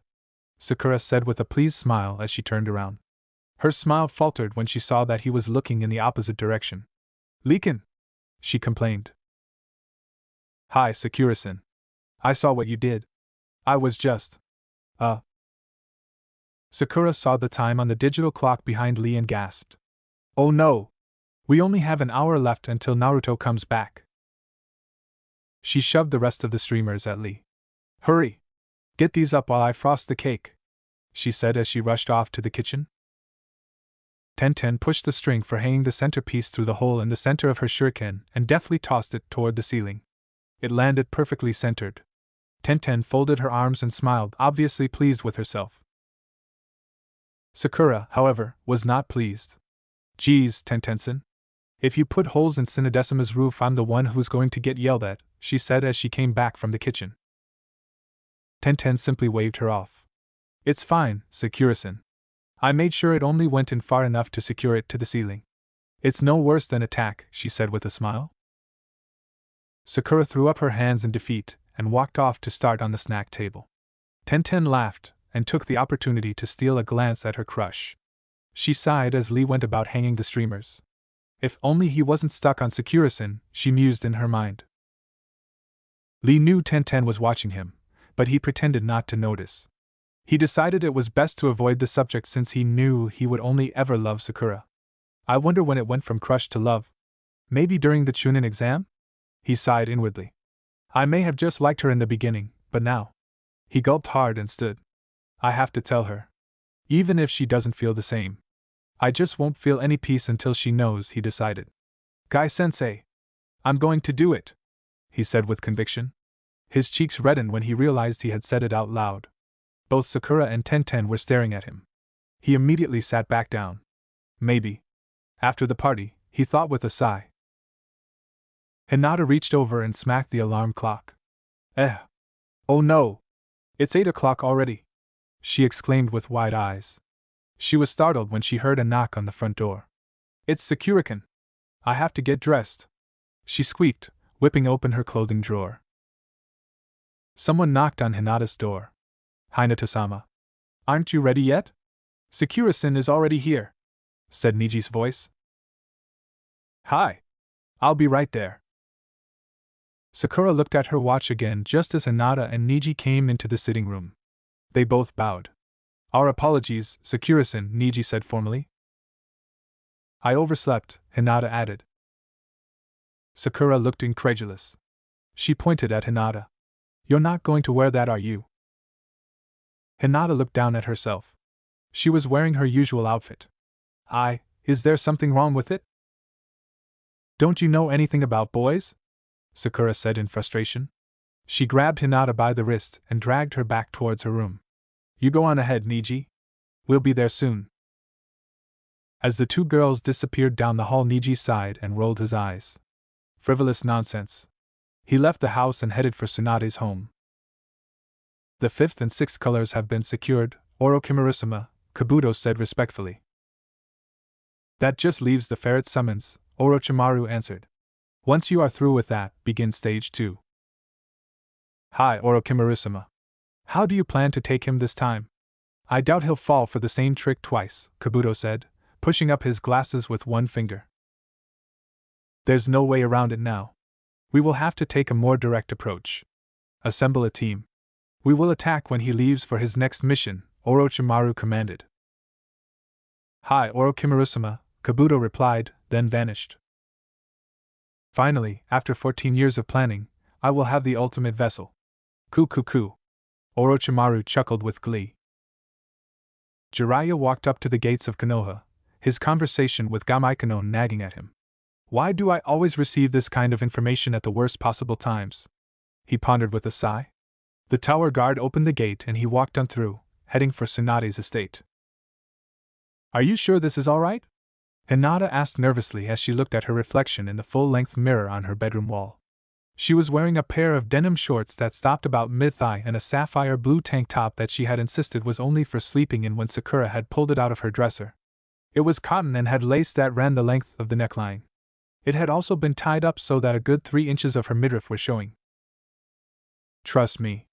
Naruto won't be able to take his eyes off you, Sakura answered with a sly grin. It had taken some convincing, but she had also gotten Hinata to wear some lipstick. Nothing too brash, just a warm peach, but it brought out her eyes magnificently. Hinata turned tomato red at her friend's comment. She gulped hard and turned to Sakura. Can we go now?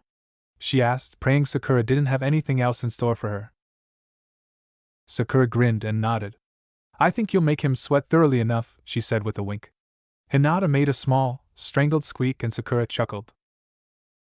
As Jiraiya neared the road that led to Tsunade's estate, he noticed something that made him smile in amusement.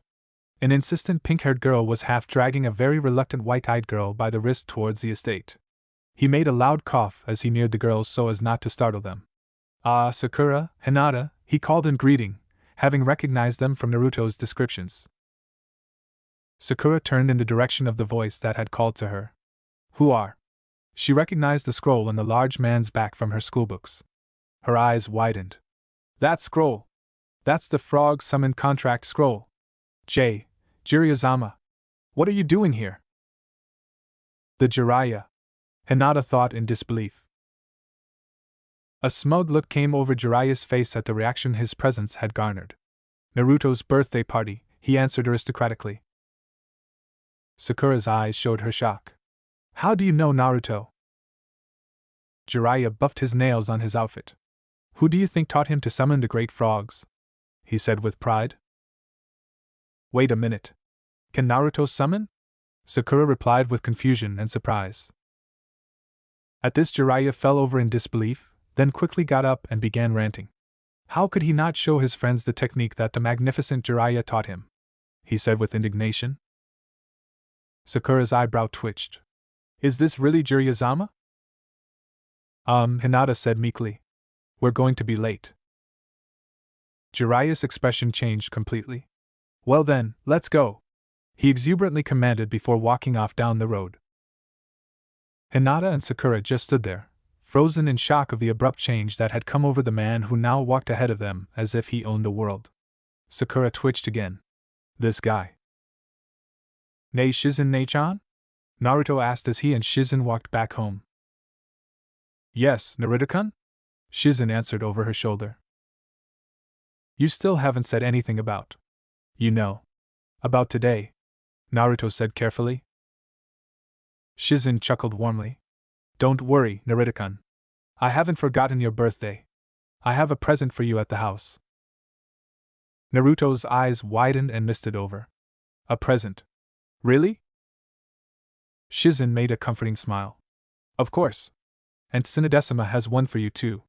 She stopped short when she realized Naruto was no longer following her. She turned around, concerned about clouding her features. "Naruto-kun?" A lump formed in her throat when she saw that tears were falling from the eyes of the young man in front of her. "Naruto-kun," she said sympathetically as she wrapped a comforting arm around his shoulders. Sakura, Hinata, Iruka and Sasuke were crouched down behind the couch. Kiba, Jiraiya, Kakashi and Tsunade crouched along the wall to the right of the front door. Shikamaru, Chuji, Ino, Lee, Niji, Nabiki and Konohamaru were behind various objects throughout the room. Niji was in the middle of muttering about how hiding like they were was childish when Sakura noticed a light flicker outside the large picture window. "Quiet!" she hissed. "They're here!" Naruto squinted as he and Shizen neared the house. Something wasn't right. "Shizen Nei-chan. The house is dark," he whispered in alarm. Better play along," Shizen thought. "Go quietly," she instructed with a stern face. Naruto nodded his confirmation. The two shinobi moved carefully and quickly towards the house, all the while Shizen was using every ounce of her willpower to keep from falling to the ground in fits of laughter. They took position on either side of the front door. Before Shizen could stop him, Naruto flung a large group of shuriken into the house. "Shit!" she thought in panic. Niji's body was twisted sideways in a very uncomfortable position from having to dodge a shuriken that had come towards his head. "Still think this was a great idea?" he growled as he glared at Sakura. Naruto squinted, trying to see whoever might be lurking in the dark living room. Why haven't they fought back? He thought in confusion. He inched closer to the doorway. Suddenly light flooded his vision, temporarily blinding him as loud popping sounds assaulted his hearing. "Surprise!" yelled what sounded like a large group of people. "What the hell is going on?" Naruto asked loudly.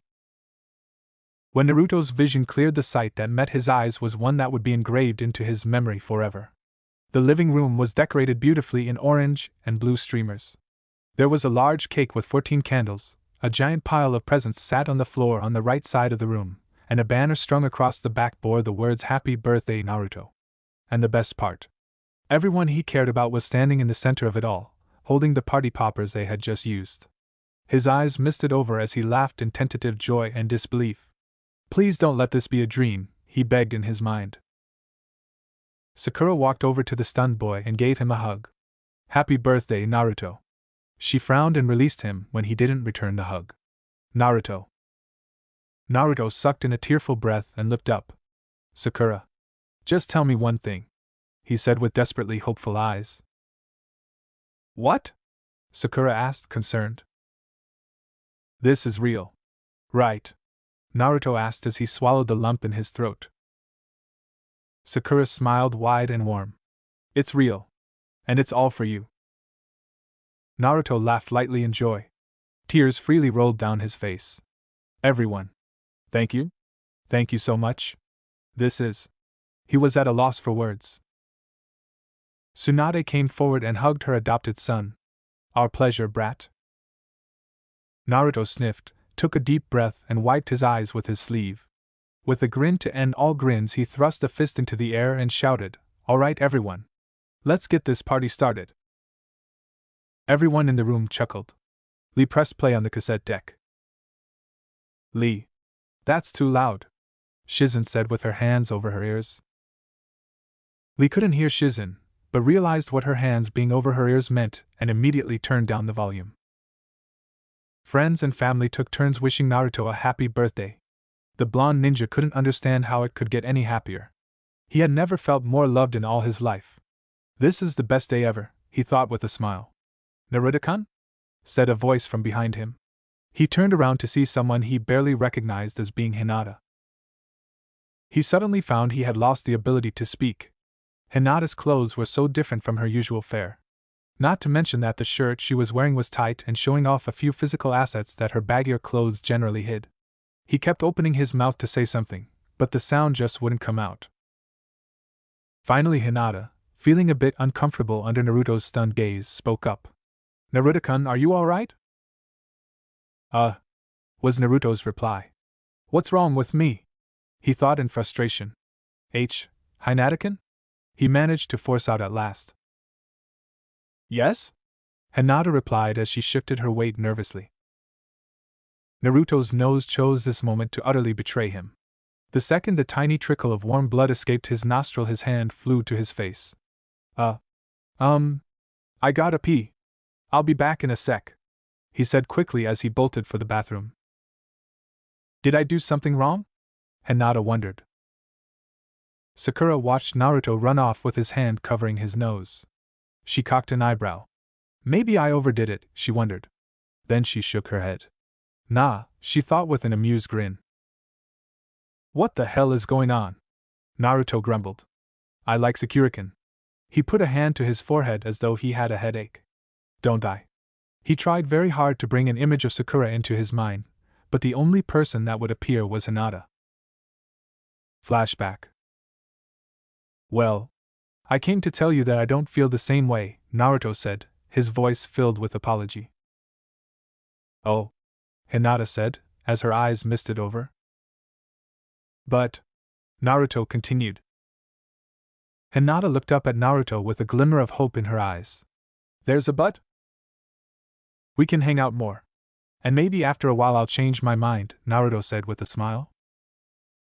Hinata smiled widely. Really? End flashback. Maybe that's what's happening. Naruto sighed as he stared at the mirror. Hi. This is so confusing. After a few minutes of cooling off in the bathroom, Naruto felt brave enough to venture back out into the party. He saw Hinata talking to Sakura and felt himself blush. He simply sighed and wandered over to the cake. Naruto looked left, then right, then left again. Satisfied that no one was watching, he quickly scooped up some of the frosting with his right index finger. What do you think you're doing? Said a stern voice. Naruto turned around to see Sakura standing there, arms folded. I didn't spend an hour making that cake so you could put finger tracks in it, she scolded. Naruto grinned sheepishly, then noticed that Hinata was right behind Sakura. The knot returned to his stomach, but he fought it down. Yo, Hinata, he said with a smile. I'll leave you two alone, Sakura teased. Sakura, Naruto protested. Wait. Naruto-kun, did I do something wrong earlier? Hinata asked as she absent-mindedly chewed her lower lip. No. I just really had to go to the bathroom, Naruto replied with a smile, hoping she'd buy the excuse. Oh good, Hinata said, relief evident in her voice. An upbeat song started playing. Naruto saw this as a chance to escape. I'm gonna go dance, he announced as he began to walk off. He felt a tug on his sleeve. May I join you? Hinata asked hopefully. Naruto paused, trying not to think of how adorable she looked when she was unsure of herself. His resolve deflated. Sure, he said with a grin. They took up positions across from each other and began to move to the music. Naruto glanced over to his right and noticed Sakura dancing with Lee. He was very surprised when he realized that it didn't bother him. He mentally shrugged and turned back to his dance partner. As he watched her dance, he smiled. Yeah. Let's see what happens. About 20 minutes later, a shrill whistle blasted throughout the room. Everyone looked up at Tsunade. Lee ran over to the stereo and turned it off. Time for cake, everyone, she announced with a grin. Yes. Naruto exclaimed as she punched the air. Hinata giggled affectionately at Naruto's antics. Tsunade put a chair in front of the cake and instructed Naruto to sit down. She lit the candles and everyone gathered around as Shizen killed the lights. The flames on the candles danced merrily as, for the 50th time that night, Naruto resisted asking someone to pinch him. Happy birthday to you. Happy birthday to you. Happy birthday, dear Naruto. Tears fell from Naruto's eyes upon hearing that line. Happy birthday to you. Naruto took a deep breath and blew out the candles. Everyone cheered and Tsunade ruffled her son's hair. She handed him a cake knife. Go ahead. Naruto made a quick, nervous glance at Sakura. Deciding she wasn't going to kill him if he cut up her handiwork, he proceeded to give himself a piece so large that it hung over the edge of the plate. He put it on by a good inch. Remembering it was her friend's birthday, Sakura resisted the urge to tell Naruto off for being a complete pig. She felt someone tap her shoulder. She turned around to see Lee looking nearly as green as his outfit. Lee-kun, are you okay? She asked as she put a hand on his forehead to check his temperature. Lee tried to ignore the fact that his heart was now racing from Sakura's touch. Hi, Sakura-san. Can you come with me for a moment? He said in a slightly strangled voice. Sakura was concerned, so she immediately agreed. Sure. Lee managed a nod and began walking out to the gardens in front of the house. Once they were out of sight and earshot of the rest of the partygoers, Lee found a stone bench and sat down. Please sit, he instructed respectfully. Sakura sat down and waited. After roughly 3 minutes, she couldn't stand it anymore. What's wrong? She prodded. Lee breathed deeply. I have to tell you something. But before I continue, I just want to say that I'm not trying to guilt trip you into anything. Sakura frowned in thought. Okay, she said, smacking a mosquito that had landed on her arm. Sakura-san. When I first met you, I instantly began to like you. And I've liked you all this time. And up until a few months ago, I still liked you. Lee swallowed. It was hard for him to say these things when he knew she didn't return his feelings. Sakura's frown increased in depth. You mean, you don't like me that way anymore? For some reason she couldn't put her finger on. The prospect of Lee not liking her in a romantic fashion put a knot in her stomach. Lee shook his head. No. You see, I've realized that now I'm in love with you, he confessed and lowered his head so she couldn't see his eyes. The sound of the blood pounding in Sakura's ears blocked out all sounds of the party. She couldn't think of what to say. No boy had ever said those words to her. Not even Naruto, whom she knew had had a crush on her since before they became a team. Lee-kun. Lee shook his head. You don't have to say anything. I know you don't feel the same way. I just had to tell you at least once, he said before getting up and running back to the house. Sakura was actually a little glad that Lee had left as she reflected on what he'd said. It gave her time to think. She sat on the bench, her head resting in her right hand. Lee-kun. Tsunade handed Naruto his first present. He took it from her hands as though it might shatter if he squeezed it too hard. He took off the wrapping and opened the box. His eyes lit up instantly. Tsunade grinned. That one's from me, she exclaimed as Naruto pulled a beautifully decorated ramen bowl from the box. Naruto grinned. Thanks, Granny Tsunade, he said as he gave her a quick hug. He didn't notice Hinata, who used that moment to sneak over to the present pile and remove her gift to him. Sakura came in from the garden just as Naruto grabbed the next package. She noticed Lee and made sure to stand on the other side of the crowd from him. She didn't want any of the discomfort she was feeling at the moment to ruin Naruto's party. Please don't take this the wrong way, Lee-kun, she begged mentally. Naruto opens his second gift with a little less grace. Excitement had overtaken his previous tentative feelings. Thanks, Ten-Ten, he exclaimed as he pulled out a shining new set of kunai and set it aside. The pile of boxes and wrapping paper grew until Naruto was down to his last 3 gifts. He picked up an envelope. It read, "To Naruto, love Sakura." He smiled as he tore it open. Aha! Sakura-kun, thank you so much! He yelled as he threw his arms around his pink-haired friend. What did you get him? Sasuke asked as Naruto released Sakura from the hug. Sakura grinned. A 1-year free meal passes to Ichiraku. Sasuke smirked and folded his arms. Naruto frowned in confusion at the last gift. It was book-shaped and a bit heavy. To Naruto, from Sasuke. He shrugged and opened the wrapping. It was a black leather binder with the Uchiha house symbol on the cover. What's this? He asked his brother. Sasuke looked uncomfortable. He shrugged. That's all I could think of. I'm not good at this sort of thing. Naruto opened the binder and began thumbing through the pages. It seemed to be a record book. Each entry contained the name of someone from the Uchiha clan. It included their date of birth and blood type. It ran in alphabetical order. When he got to the ends, his finger stopped moving. He felt a lump form in his throat. Uchiha Naruto. DOB, 10 out of 10. Blood type, B. S. Sasuke. This is, Naruto said, barely above a whisper. I got the updated book from the records office yesterday. I figured you'd like it, Sasuke replied, trying to sound nonchalant. Naruto's eyes misted over. Thank you, he said in a choked voice as he put the book on the arm of the chair he was sitting in. Hinata smiled. Naruto-kun is so happy, she thought. She suddenly noticed Naruto looking over the pile of gifts with a slight frown. Naruto-kun, is something wrong? He looked up at her. After a short pause he answered, I didn't get something from you. There was a bit of hurt in his voice. I haven't gotten it yet. I'm not sure what to get you, Hinata answered unconvincingly. Naruto was busy struggling with trying to understand why Hinata would lie to him about her gift when Kiba called out from the other side of the room. Oi, Hinata!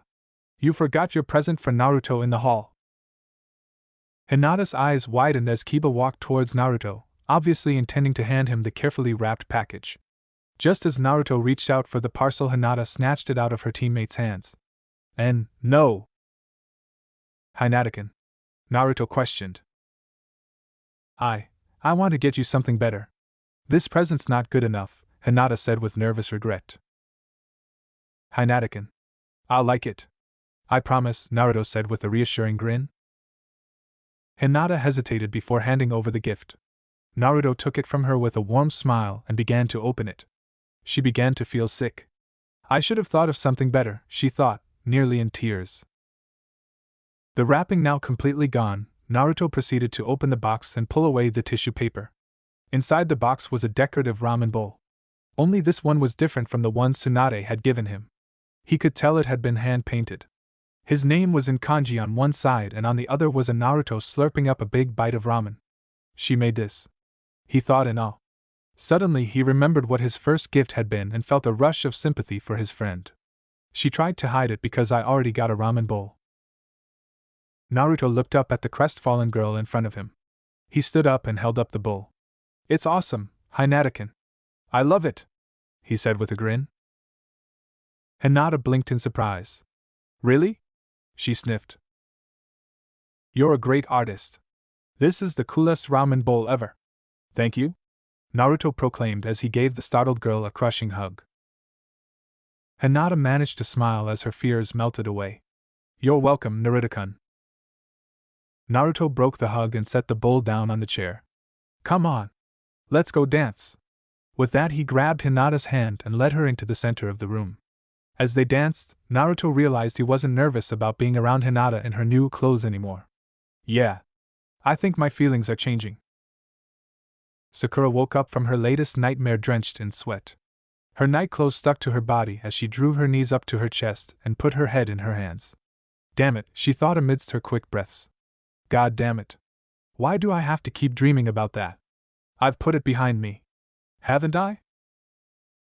Sakura walked into the bathroom, grabbed a dry hand towel and wiped off her face. How can I stop thinking about their fight? She turned off the bathroom light and walked back into her room. If I only knew exactly how it happened. Maybe then my mind would stop trying to fill in the blanks. Her eyes suddenly snapped wide.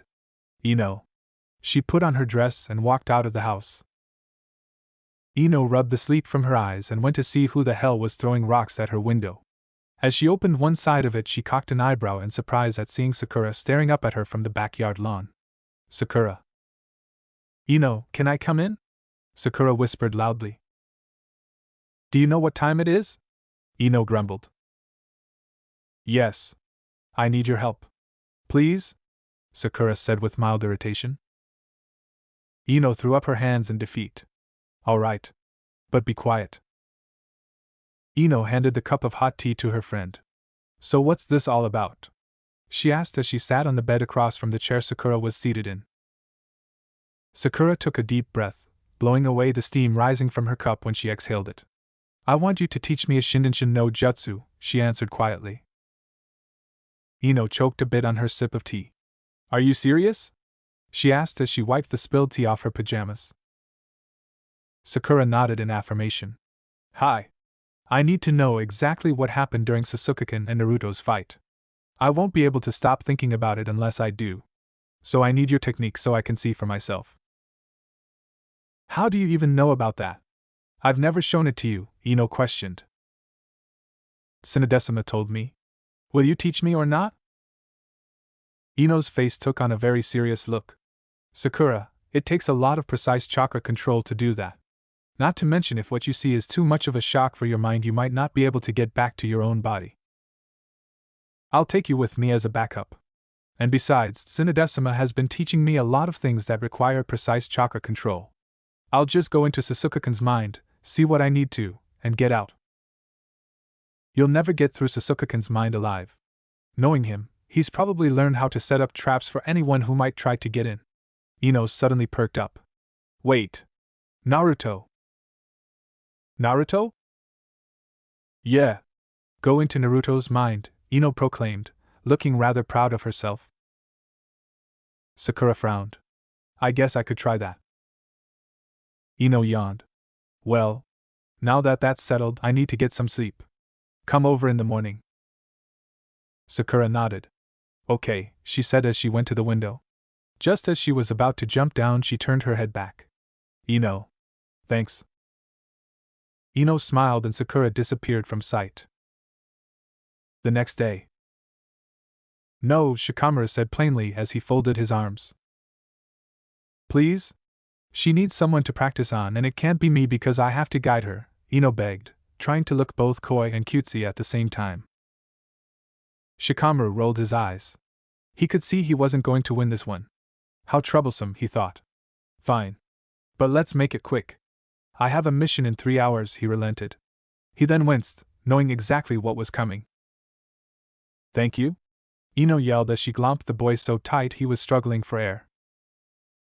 Shikamaru sat on Ino's bed, his mind blank as he could make it.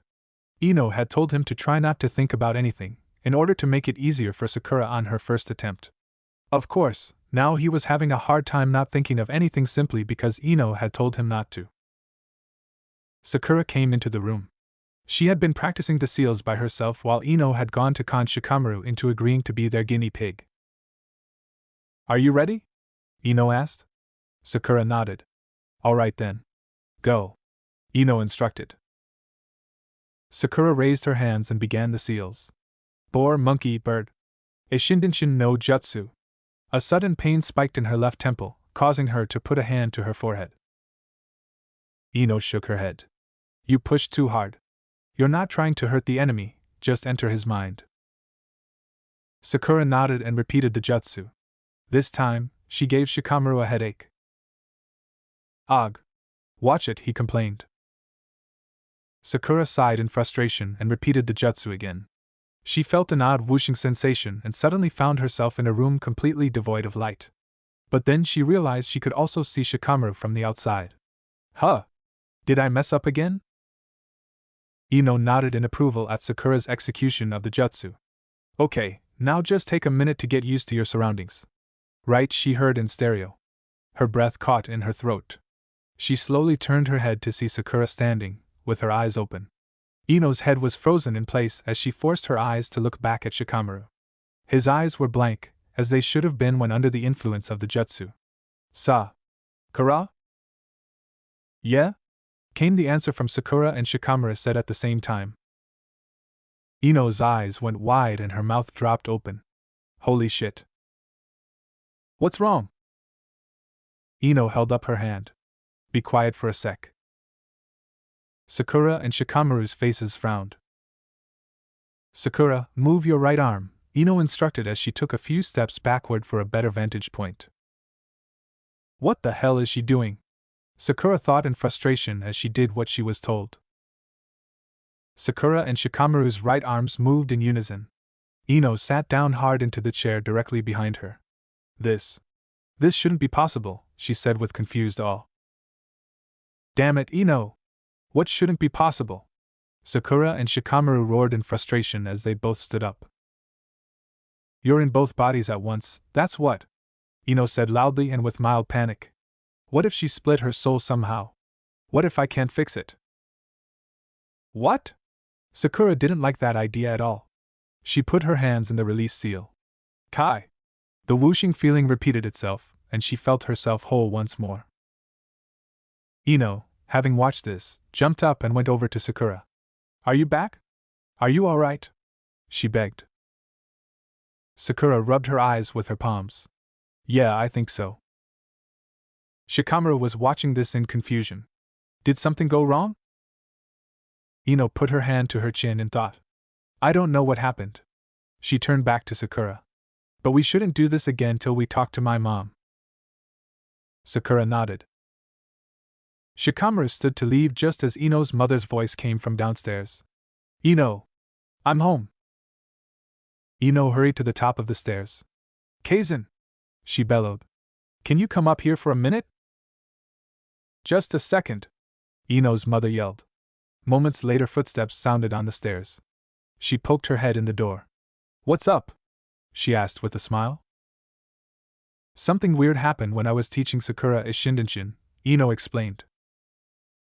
Curious now, Ino's mother stepped into the room and sat down in the armchair. Oh? She did the seals right, but... Ino looked at Sakura and bit her lip. She stayed in control of both bodies. Ino's mother's face took on a look of utter shock. What? Is there an advanced level of Ishindanshin that I don't know about? Ino asked. Ino's mother breathed tensely. No. I've never heard of this before. You'd better ask Godaima-sama. The teenagers all nodded and began to file out of the room. Just as Ino was about to exit, her mother hemmed. And Ino? Yeah? Ino answered nervously. Don't teach your friend's mind entering Jesus without me or your father in the room, Ino's mother said in a warning tone and narrowed her eyes. Hi, Kaizen, Ino's sweat dropped. She then quickly left the room. Interesting, Tsunade said from behind her desk in the Hokage tower. The teenagers' mouths all dropped in shock. Interesting. That's all you can say? Ino said indignantly. This isn't entirely unexpected, Tsunade explained. It's not? Sakura said in disbelief. Tsunade's face took on a slightly serious look. She put her elbows on the desk, interlaced her fingers and rested her chin on them. Simply put, it's a bloodline limit. Sakura's eyes widened. What? But my family doesn't have a bloodline limit, Sakura countered. Yes, it does, on your mother's side. It just happens to be very rare, Tsunade explained. Your mother doesn't have it, and neither does your grandmother. Your great-aunt did, though. But why didn't Mom tell me? I suspect she doesn't know about it either, Tsunade answered with a frown. The knowledge is passed down from parent to child on the day that child enters the academy, but as you know, your grandmother died in an accident a year before that day. And everyone else that could have told her died in the Great Shinobi War. Why didn't you tell her? Sakura asked, suddenly a little annoyed. I just found all this out not long ago myself. I found the information in the town records when I was looking for documentation on a missing nin this weekend. Sakura's expression relaxed. Oh. The most basic explanation of your bloodline limit, Sakura, is that you have two minds, Tsunade explained. Two minds? Sakura repeated. Ino suddenly snapped her fingers. The Chunin exam.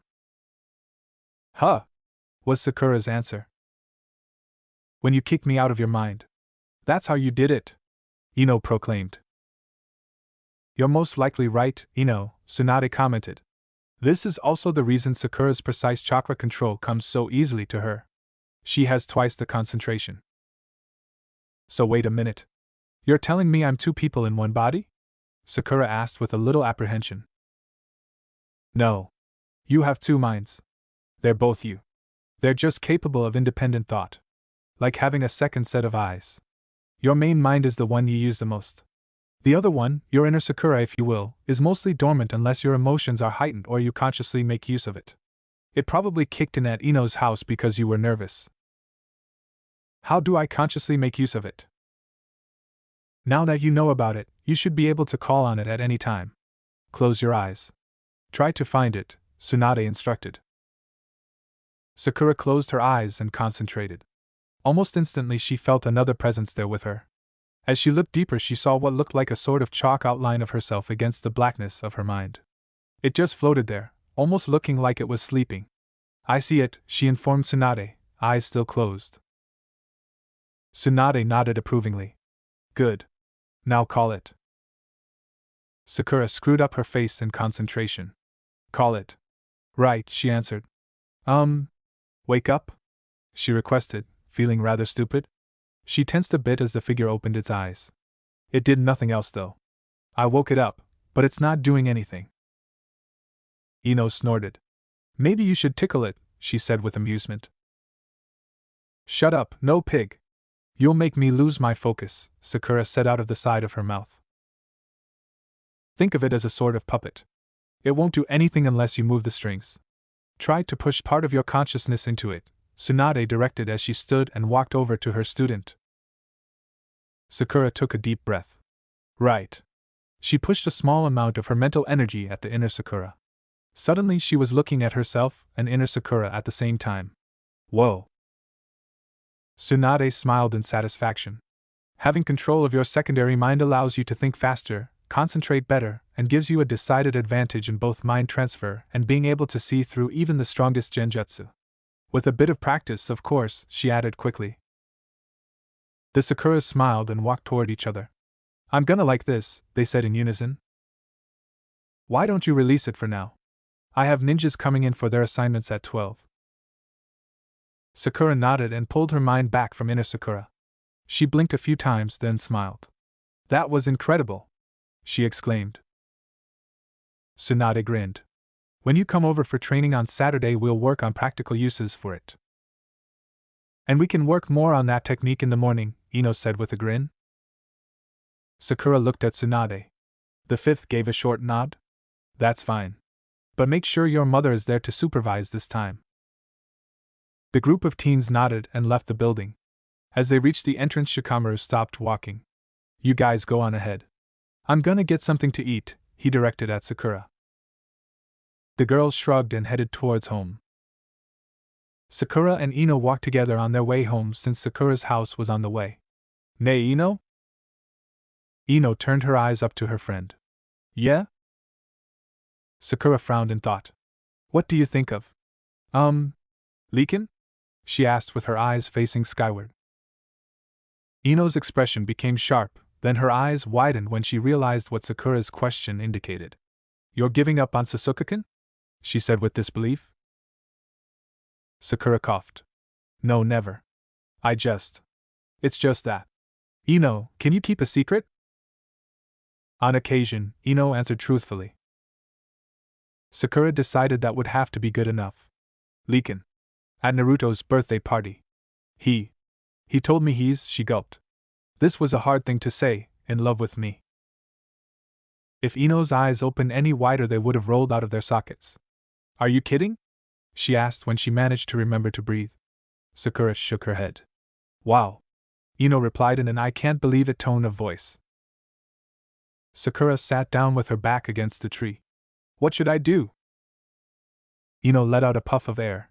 Well, do you like him that way? At all? See, that's what drives me nuts. I don't know. He just keeps popping into my head when I don't want him to. Ino cocked an eyebrow. That's usually a sign of a crush, she said with as much tact as she could muster. Sakura bit her lower lip. No, she insisted. I love Sasuke-kun. Ino sighed. You know, Sakura, I realized something lately. Sakura turned her head sideways in a curious glance. I think it was after everyone got back from going after Sasuke-kun. I went to visit them in the hospital. Naruto, Tsuji, Shikamaru. They, especially Tsuji, were hurt so badly. Tsuji and Niji almost died. All for Sasuke. Sakura looked a bit stung. It wasn't Sasuke-kun's fault. Naruto told me the seal made him crazy. I don't know. Maybe I'm starting to grow up, but… Sakura, a bit of pain entered her voice, he's a dead man walking. Sakura's eyes widened. What do you mean? I heard it all from Shikamaru. You've been Sasuke-kun's teammate for 3 years. You have to know about his clan. Of course I do, Sakura replied. There's no place for us in Sasuke's heart, Sakura. There never will be. Sakura felt like she'd been punched in the stomach. She'd known it for a long time, of course, but she wouldn't admit it. But… Ino placed a hand on Sakura's shoulder. His heart is ice. If there's a girl out there that can melt it, it's not us. Sakura angrily shoved Ino's hand off her shoulder. I'm not going to give up on him. I did, Ino said. What? A few months ago. I just realized that even if we got together I'd wind up getting hurt, she said softly. A small smile lit up her face. Besides, it's kind of fun checking out the other boys, she admitted as her smile widened into a wolfish grin.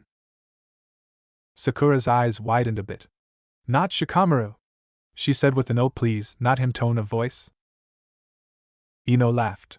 He's kinda cute, but I have a feeling he's got a thing for that girl from the sand. Temari? Really?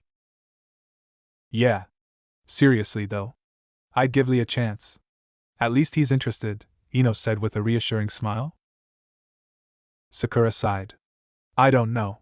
She paused for a moment before speaking. I need to change the subject. So who are you interested in? Ino thought for a bit. Naruto's kinda cute, she said with an unbelievably straight face. Sakura made a very funny sound. Really? Yeah. Not that I could stand dating him though. He's way too damn loud for me. Sakura's eyes twitched. You're just as loud as he is. I wish Nejiken wasn't such a stick in the mud. He's gorgeous, Ino continued with a small sigh. There really is a shortage of nice, mature boys in our village, isn't there? Sakura mused. Yeah. Ino stood up. Well, we should get to your training. Yeah, let's go, Sakura replied as she began walking toward Ino's house. Ino followed behind. An image of Lee entered Sakura's mind. She shook it away in frustration. What am I gonna do? She thought with a sigh. Naruto sighed in irritation for the 5th time in 2 minutes. He wandered over to his window and leaned on it with his right arm cushioning his forehead. Damn it. If I get a nosebleed from that, he began, referring to Hinata's outfit, does that mean sexy no jutsu is gonna make me? His stomach got sick at the thought. A knock sounded on his bedroom door. Naruto-kun, came Nabiki's cheerful voice, supper's ready. I'll be right there, Naruto replied. However, he was now more horrified than ever, for the last word of his sentence had sounded terribly high. Oh no. It can't be, he said with mild fear. Tsunade couldn't stop chuckling. Naruto was getting irritated. It's not funny, Granny. Tsunade managed to catch her breath long enough to blurt out, Yes, it is. Naruto glared at her, keeping silence so as not to embarrass himself further. Finally, Tsunade sniffed and wiped the tears of laughter from her eyes. I'm surprised your voice didn't start cracking sooner. You are 14 after all, she said with a slight after chuckle. Naruto sighed. So how long will this last? He asked, gritting his teeth at cracking again. Tsunade began, trying to think of a way to break the news to him, anywhere from a month or two to a year, she said with a wince. A year? Naruto squeaked in total terror. Yes, Tsunade answered. Suddenly she squinted and rubbed her fingertips on Naruto's chin. And you might want to start shaving soon too. Naruto's hand went to his chin. Shaving? He said with the voice of someone who'd just been handed a death sentence. Tsunade smiled. Don't worry. I'm sure Sasuke will be going through the same thing soon. Naruto snorted in contempt. Heh. His voice probably cracked when he was 6, he grumbled. Izumi poked her head into the room. Naruto-sama. Hinatakin is here to see you. Naruto made a choking sound. Not now, he thought in dismay. Tell her I'm not here, he croaked. Izumi cocked an eyebrow at Naruto's voice change. Hi, Naruto-sama, she said as she turned to leave. Izumi. Izumi turned back to Tsunade. Hi. Show Miss Hyuga into the living room, Tsunade requested. Hi, Tsunade-sama, Izumi answered. Granny Tsunade! Naruto yelled with an incredulous expression on his face. You can't just hide here until your voice stops cracking, kid, Tsunade answered. Oh yes I can. Naruto, go see your friend, Tsunade commanded as she sharply pointed a finger at the doorway. Naruto sighed in anger and stalked off towards the living room. Hinata looked up when she heard footsteps in the room. She stood up to greet Naruto. Hello, Naruto-kun, she said with a smile. Naruto waved and smiled cheerfully. If I don't say anything, I'll be fine. Would you like to get some ramen with me? Hinata asked. Naruto nodded. Hinata raised her eyebrows. What kind would you like? She asked. Naruto remained quiet, desperately trying to figure out a way to answer with body language. Hinata's face creased in concern. Naruto-kun? Hey, are you alright? Naruto smiled and nodded, glad to have avoided the ramen flavor question. Then why won't you talk? Hinata prodded. Naruto was quiet again. Damn it! Can't she just ask yes or no questions? Is it me? Did I do something wrong? Hinata asked, then bit her lower lip.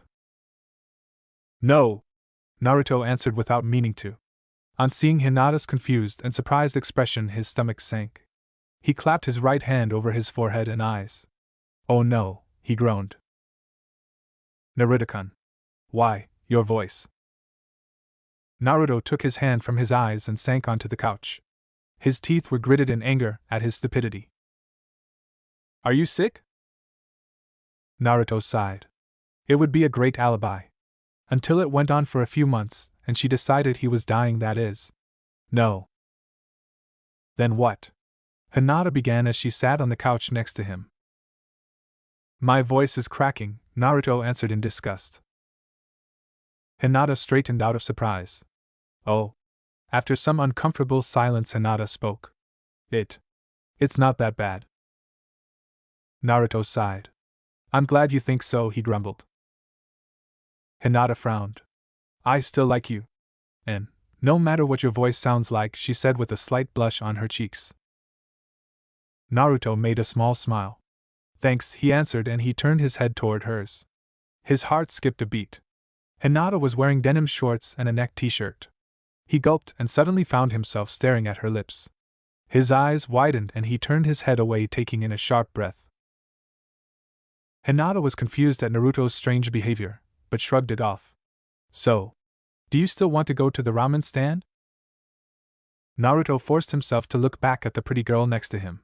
Yeah, he said with a smile. Hinata smiled. She took his hand and the two teens walked out into the golden light of the setting sun. Sakura frowned as she walked around, using inner Sakura, in Shikamaru's mind. Okay.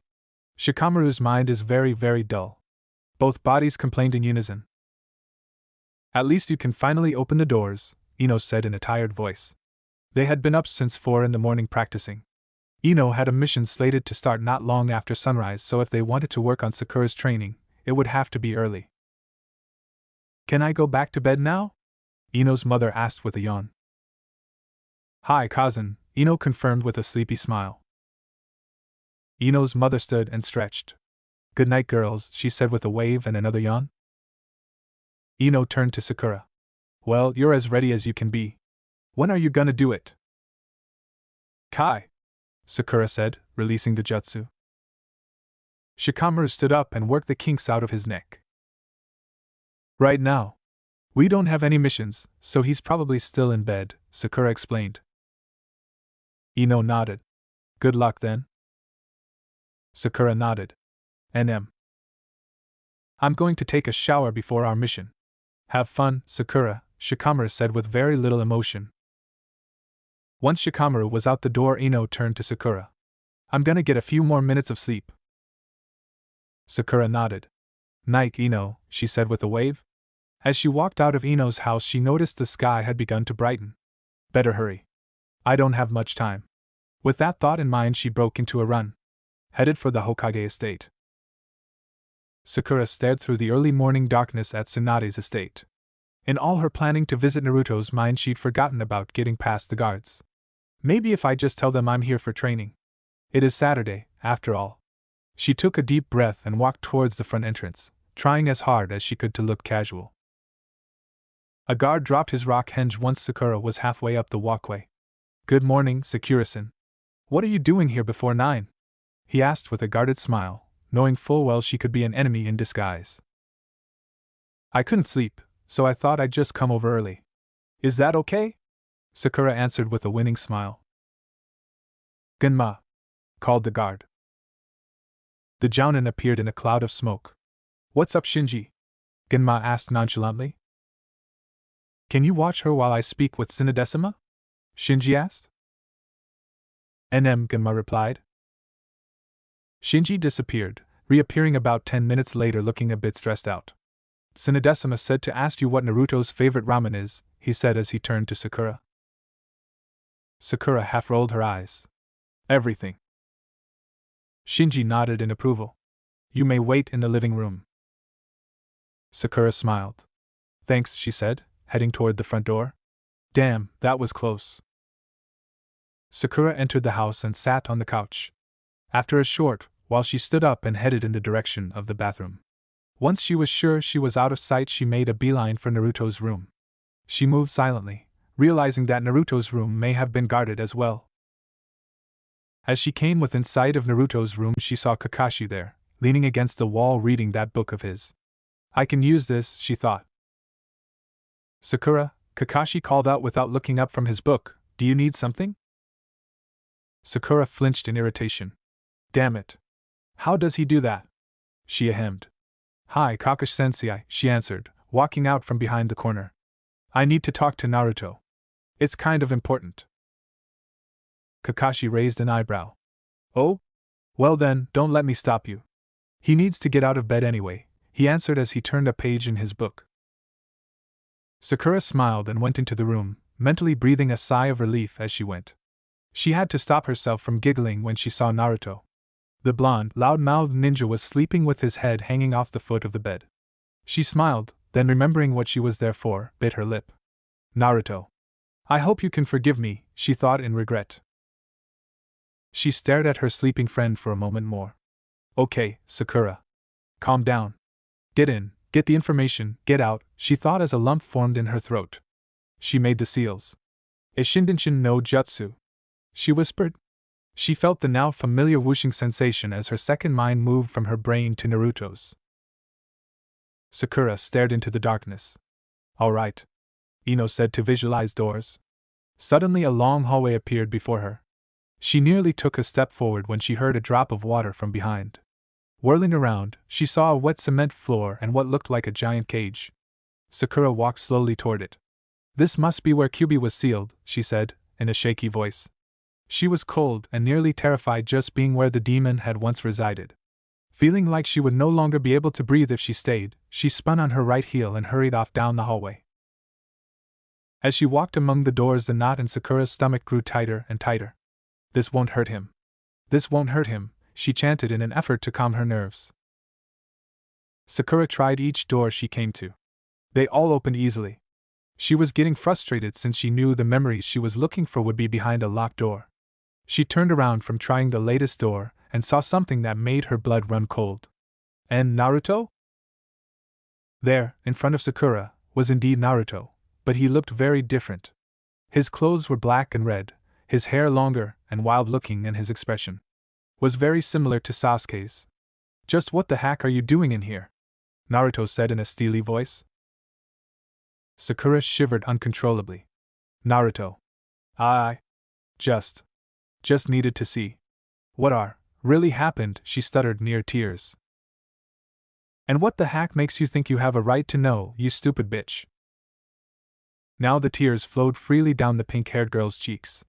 Naruto, what's going on? You're not like this. This can't be you, she choked. Of course it's me, Naruto snapped. Who the heck do you think it is? But your hair. And your clothes. Sakura's eyes snapped wide. I get it. This is just a piece of his personality. He doesn't actually know I'm here, she thought with an exhale of relief. You've gone deaf? Anger, Naruto yelled impatiently. Sakura took a deep breath. I don't have time for you, she said as she held back her tears and walked away. Naruto's face creased in anger. He charged Sakura, slammed her against a wall, and raised a kunai to her throat. Just who do you think you are? He hissed. You sure as hell had enough time to come in here and screw with my head. Sakura was in trouble and she knew it. No. If Naruto kills me in here, my mind will go into shock, she thought in panic. Remembering her training with Tsunade, she gathered a massive amount of chakra into her fist. She hauled back, slugged him as hard as she could, opened one of the doors, shoved him inside and slammed it shut. She just managed to slap a seal tag on the door before feeling a huge force hit it from the other side. Again and again the door shuddered from the force of anger Naruto's hits. Just wait till I get out of here, you bitch. You are hacking dead, he raged. Trying desperately to block out the voice of anger Naruto, Sakura continued down the hall. If the knot in her stomach had been bad before, now it was positively squeezing the breath out of her. She tried another door, but it wouldn't open. Finally, she breathed. She used her chakra lock pick and opened the door to the memory. When she opened it, she saw something she didn't expect. What appeared to be a 4-year-old Naruto was running up to a young male chunin with a drawing of a rabbit and some flowers. He stood in front of the chunin and proudly held up his masterpiece. Look what I made for you, Miroku-nisin. Sakura watched with a sick feeling in her stomach as Miroku slapped the drawing out of Naruto's small hands. Get away from me, you piece of shit. I'm only watching you because Sandai-sama ordered me to. He yelled angrily as he stalked over to the window so he could ignore the stunned boy. Sakura covered her mouth and began to cry as Naruto's expression crumpled. Tears began to flow down his cheeks. After a brief moment, the small boy fell to the floor, wailing with as much pain as a human voice could muster. Sakura rushed through the door and ran to Naruto, but as she tried to hug him, her arms passed right through. So all she could do was watch him. Soon she couldn't take it anymore and ran from the room. After shutting the door, she slumped to the floor of the hall and sobbed. Naruto. Kakashi glanced up at the clock on the wall. She's been in there quite a while. And it's awfully quiet. His eyes widened. They wouldn't. He shook his head and mentally slapped himself. You've been reading that book too much, Kakashi. After a short pause, he looked at the door again. Still. I should check on them. He hemmed. Sakura, Naruto. Is everything all right? Yes. Naruto and Sakura said in unison. Kakashi frowned a little, but shrugged and went back to his reading. Sakura breathed a sigh of relief. Thank God. I thought he was gonna come in here, she said as she tried another door. She unlocked it, and saw a memory of herself making fun of Naruto before they became a team. Wincing, she quickly left the room. She pulled on the next door. No luck. Only 2 more doors down, she found another lock to pick. There seem to be more locked doors the further I go. Sakura paused a moment before opening the next locked door. She was beginning to dread what was behind these memory barriers. She sighed and pushed the door open. Sakura? Tentatively, Sakura turned around at the weak-sounding voice. And the bottom dropped out of her stomach. In front of her was what appeared to be another aspect of Naruto's personality. This Naruto's hair was the normal length, but had patches cut out of it in several spots. His clothes were ripped and dirty, and he had numerous cuts and bruises on the exposed parts of his body. It's not Naruto, it's not Naruto, she chanted. You must be his despair, she said as she began to walk away, determined not to get into another conversation with someone who wasn't really Naruto. Despair. Naruto grabbed Sakura's wrist. Sakura. Why are you here? It doesn't make sense. Don't you hate me? He asked. Sakura closed her eyes in emotional pain. Of course not, she answered, turning around. You're my best friend, she said, giving him a hug. Despair. Naruto looked confused. But I don't have any friends, he said with a hollow tone. Yes, you do. Me, Sasuke, Lee, Hinata. No, Despair. Naruto said, cutting her off. That's not right. I'm alone. He smiled in a way that frightened Sakura. Look what I found, he said, pulling a small silver object from his pocket. Sakura's eyes widened. A box cutter? Wah. What are you gonna do with that? Despair. Naruto smiled grimly. With one quick motion, he slashed his left wrist. Sakura's body trembled and her mouth opened, but her scream wouldn't come out. She could only stare at the blood pouring from the open wound. Her eyes filled with tears as he slashed the other wrist. Despair. Naruto raised his wrists to eye level, staring at the blood. There's so much. Isn't there? He said sadly. Sakura's scream found its voice as Despair. Naruto raised the box cutter to his throat and ripped it across his jugular. She turned and ran from the scene as fast as her legs would carry her. As Sakura became smaller and smaller in his vision, Despair. Naruto sighed, watching his wrists close back up. It didn't work. It never works, he said with disappointment. By now, Sakura was extremely jumpy. She almost didn't want to open the next locked door she found, but she used her chakra pick anyway. The sounds of fighting filled her ears as Naruto and Sasuke came into focus.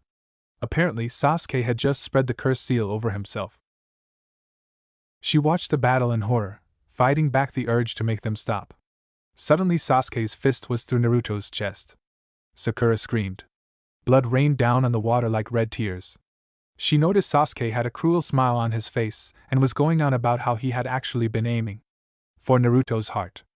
No, she said as she stumbled backward and fell to the ground. No!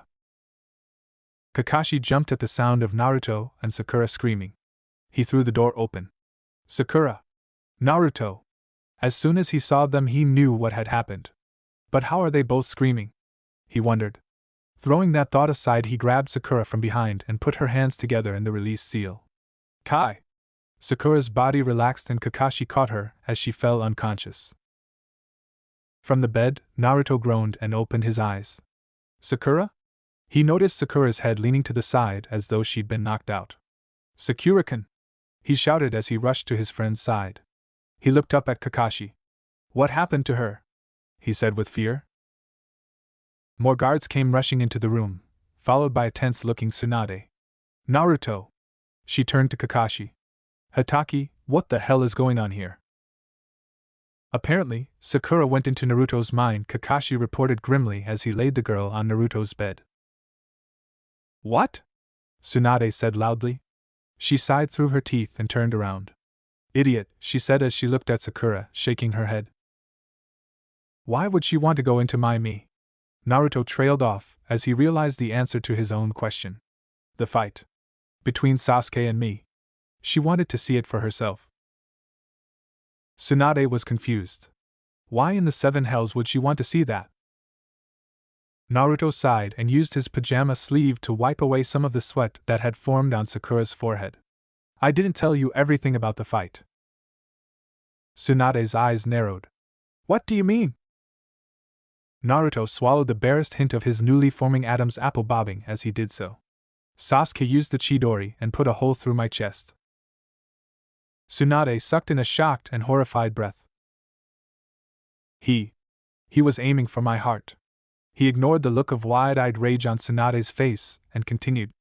I managed to block it just before it hit, and it went through my lung instead. Sakura found out that he put a hole through my chest. I told her it was an accident. He glanced at Sakura. But I guess she didn't buy it. And she decided to go into your mind because she knew you would never tell her the whole truth, Tsunade finished for him. She sighed heavily and slid her palm over her forehead. I'll take her to the hospital. Naruto, come with me, she commanded as she scooped up the unconscious Sakura. As they jumped over the rooftops in the early morning light, Naruto's stomach churned as he thought of the many different memories he prayed Sakura hadn't seen. I wish I'd paid more attention when Iruka-sensei told us about memory blocking, he thought. Tsunade no Bakken? Yes? Will she be alright? Tsunade sighed. She should be. As long as she screamed because of the memory you told me about, and not something worse. What do you mean? Worse? Something in your mind may have made her mind think she died, Tsunade said grimly. Naruto gasped in horror as the two ninja landed in front of the main doors of the hospital. Naruto was sleeping in a chair, which was balanced on two legs with the back against the wall and dangerously close to falling. On the bed next to him, Sakura slept soundly. There was a knock on the door to the room. Gravity won as Naruto was startled from his light sleep and he unceremoniously fell to the floor in a heap. Ow! The door opened and Hinata walked through. She made a small, distressed gasp at seeing her crush on the floor. Naruto-kun! She exclaimed as she ran over to the boy and offered him her hand. Naruto froze for a second before taking Hinata's small hand in his own. Suddenly the temperature of the room seemed to climb a few degrees. Even though she was in her jacket outfit today, the memory of her in her new clothes was still there. Hinata-kun, thanks, he said nervously. How is she? Hinata asked as she removed her jacket and placed it on the nightstand. Naruto's heart beat a bit faster now that Hinata was in just her shirt and capris. I don't know, he answered dejectedly. Bachan says if something really bad happened to her in there, that she might not wake up. A gasp escaped Hinata's lips as her hand flew to her mouth. After a moment of stunned silence, she put a comforting hand on Naruto's shoulder. It's not your fault. Naruto's expression clouded over. Isn't it? He put his head in his hands. If I'd cared about learning how to lock my bad memories, she wouldn't have found anything that could do this to her. Naruto-kun. Hinata answered softly. Before she knew what she was doing, she wrapped her arms around him. Naruto was surprised at the sudden close contact, but made no move to break it. He simply relaxed his body and stayed there, letting the world around them melt away, if only for a little while. It had been nearly 2 weeks since Sakura had fallen unconscious and Naruto had been there nearly all day, every day. Sasuke stopped in for an hour or so daily, as did Hinata. Lee had wanted to be on constant vigil, but his current mission had kept him away. Tsunade came in at the end of visitors' hours to make Naruto go home. Naruto snored loudly as Tsunade carried him home on her back. She glared backwards at the latest bellow of noise to assault her ears. This kid could give Jiraiya a run for his money, she said to no one. Naruto blinked his eyes rapidly as he awoke and wasn't all that surprised to find himself being carried home. Hey Bachan, he greeted with a yawn. Hey brat, Tsunade replied, and then was quiet for a few moments. I've been doing some thinking. After Sakura wakes up, I want to announce your adoption. Naruto was instantly more alert. Do you think that's a good idea? I also plan to tell them about the death of Kyubi. Why the hell Sarutobi let the villagers think you were anything more than human is beyond me. I intend to set the record straight.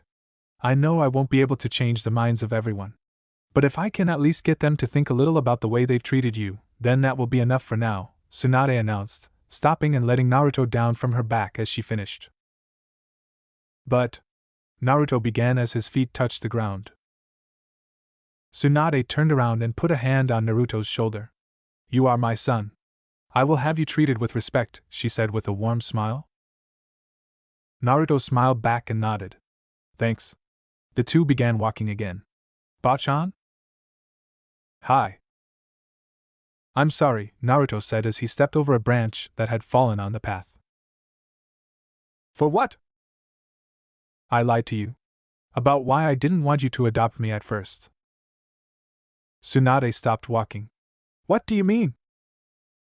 I wasn't afraid of you messing up being Hokage to keep me safe. What was it then? I thought you'd treat me like a kid. I didn't want a bunch of new rules. Tsunade sighed.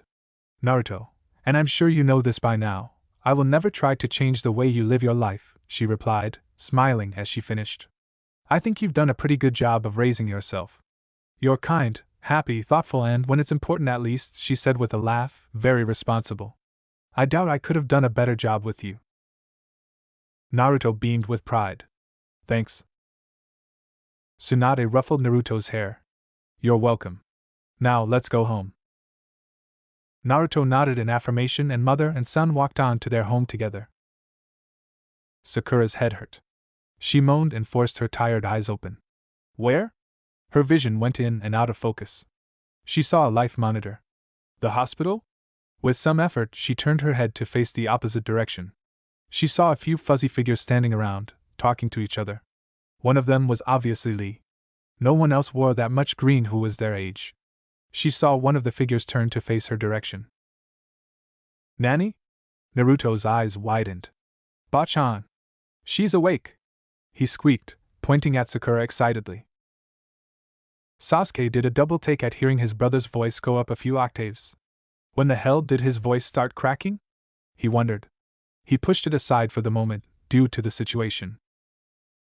Naruto, Sakura thought with a small amount of fear. Naruto and Lee rushed over to Sakura's side. Sakura. Can you hear me? Naruto asked in desperation. Sakura swallowed. Her throat was extremely dry. Water. She croaked.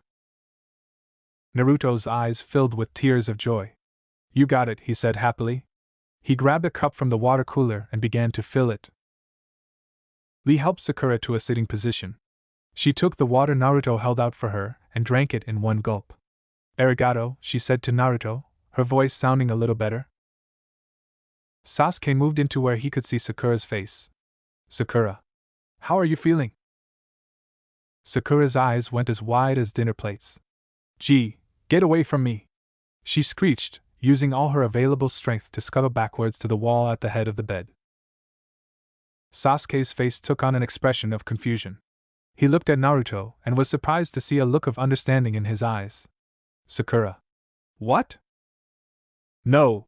Sakura screeched again, covering her face with her arms. No. No. Oh, she begged, breaking down into sobs. Naruto sat down on the bed and wrapped his arms around Sakura in an attempt to calm her down. Sakura-kun, he's not gonna hurt you. Sakura rocked a bit as she cried. And Naruto. I'm so sorry. I wanted to know what really. SHHHHH. I know. I don't care about that now.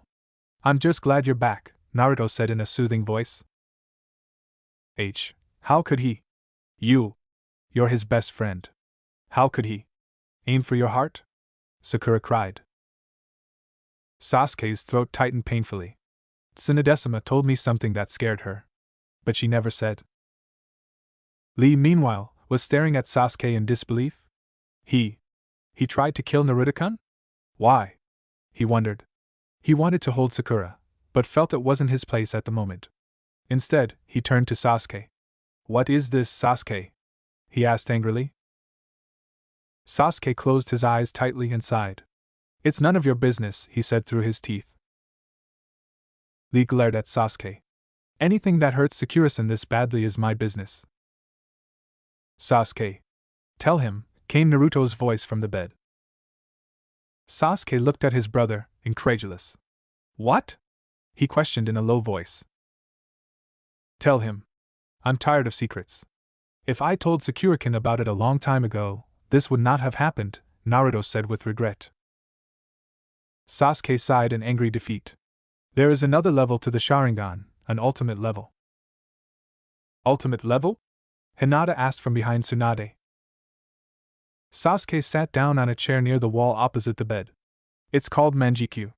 It allows a person to use genjutsu so powerful, they can kill someone inside their own mind. Everyone's eyes widened. Sakura was even interested enough to slow her crying and listen a little. The only way to awaken the Manjikyu is to kill your closest friend, Sasuke said in a pained voice. Everyone in the room sucked in a breath, eyes wide with disbelief. Lee spoke with disgust. You tried to kill the person you care most about. For power? According to Itachi, what causes the Manjikyu to form is the pain of extreme loss. Loss caused by your own hands. Sasuke looked at Naruto.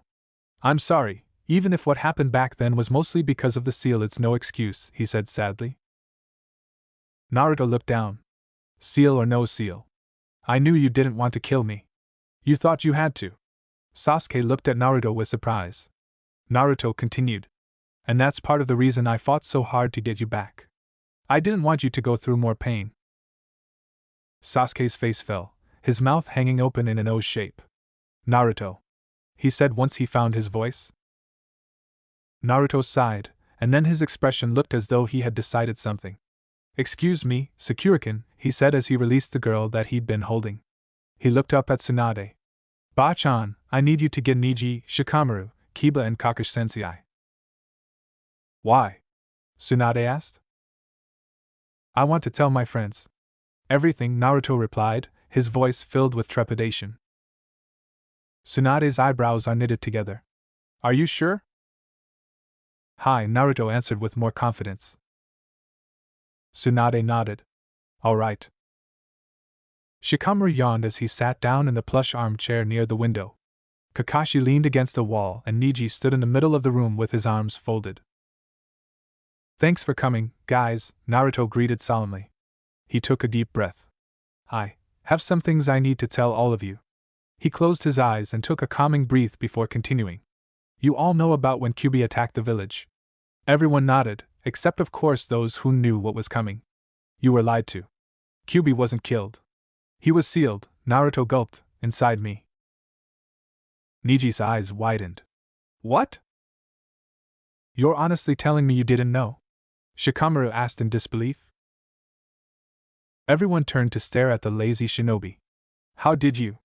Niji inquired. It wasn't that hard to figure out. You can't kill not directly anyway. You have to seal it inside a living being. One with a chakra system advanced enough to hold it. A human is the only logical choice. The older a chakra system is, the more likely it will reject such a large and inhuman chakra, so the person creating the seal would need a newborn baby for the container. Naruto was the only person our age that all the adults in the village seemed to hate. He shrugged. Simple, really? Everyone stared slack-jawed at Shikamaru. After a moment, Tsunade hemmed. Go ahead, Naruto. Naruto nodded, somewhat amazed that not a single person had turned on him, even for an instant. 2 months ago, when Orochimaru took me, I was cut open. He peeled my skin back so Kyuubi couldn't heal me. Niji gritted his teeth and Hinata looked a little nauseous from the memory. Sasuke pushed my wound together, and Kyuubi was able to seal it, but it used too much of his chakra. He died, Naruto said as though he were sorry the Nine Tails was dead. Even Shikamaru showed surprise. But that shouldn't have been enough to kill a that powerful. Tsunade folded her arms. Not by itself, no. I've been researching the Orochimaru used on Naruto. They are designed to remove seals, but they also have the side effect of corrupting the flow of chakra in the being residing within the seal. Essentially, Kyuubi's own chakra poisoned him. The combination of that and using an enormous amount of power to heal Naruto apparently proved fatal. Shikamaru frowned in thought. Makes sense. Kyuubi left me a going-away present, Naruto said as he began to mold some chakra. Everyone watched in amazement at Naruto's new chakra color. However, Tsunade, Sasuke, Sakura and Hinata were confused. The chakra wasn't yellow. It was a swirling mix of red and blue. What the hell? Tsunade questioned. Naruto opened his eyes when Tsunade spoke. He noticed the new colors and stared at them. What happened? Niji turned to Tsunade. What is it? It was yellow just yesterday. Not to mention it shouldn't be possible for it to be two colors at once, Tsunade replied with a frown. What does it mean, Tsunadesima? Hinata asked. Tsunade frowned and thought. I don't know. I'll research it when I get home. She let out a puff of air. Naruto, I believe you have a few more things to say? Naruto nodded. Naruto scratched the side of his face in embarrassment. Tsunadenobaken adopted me, he said with a smile. Congratulations, Naruto, Niji said after the momentary shock wore off.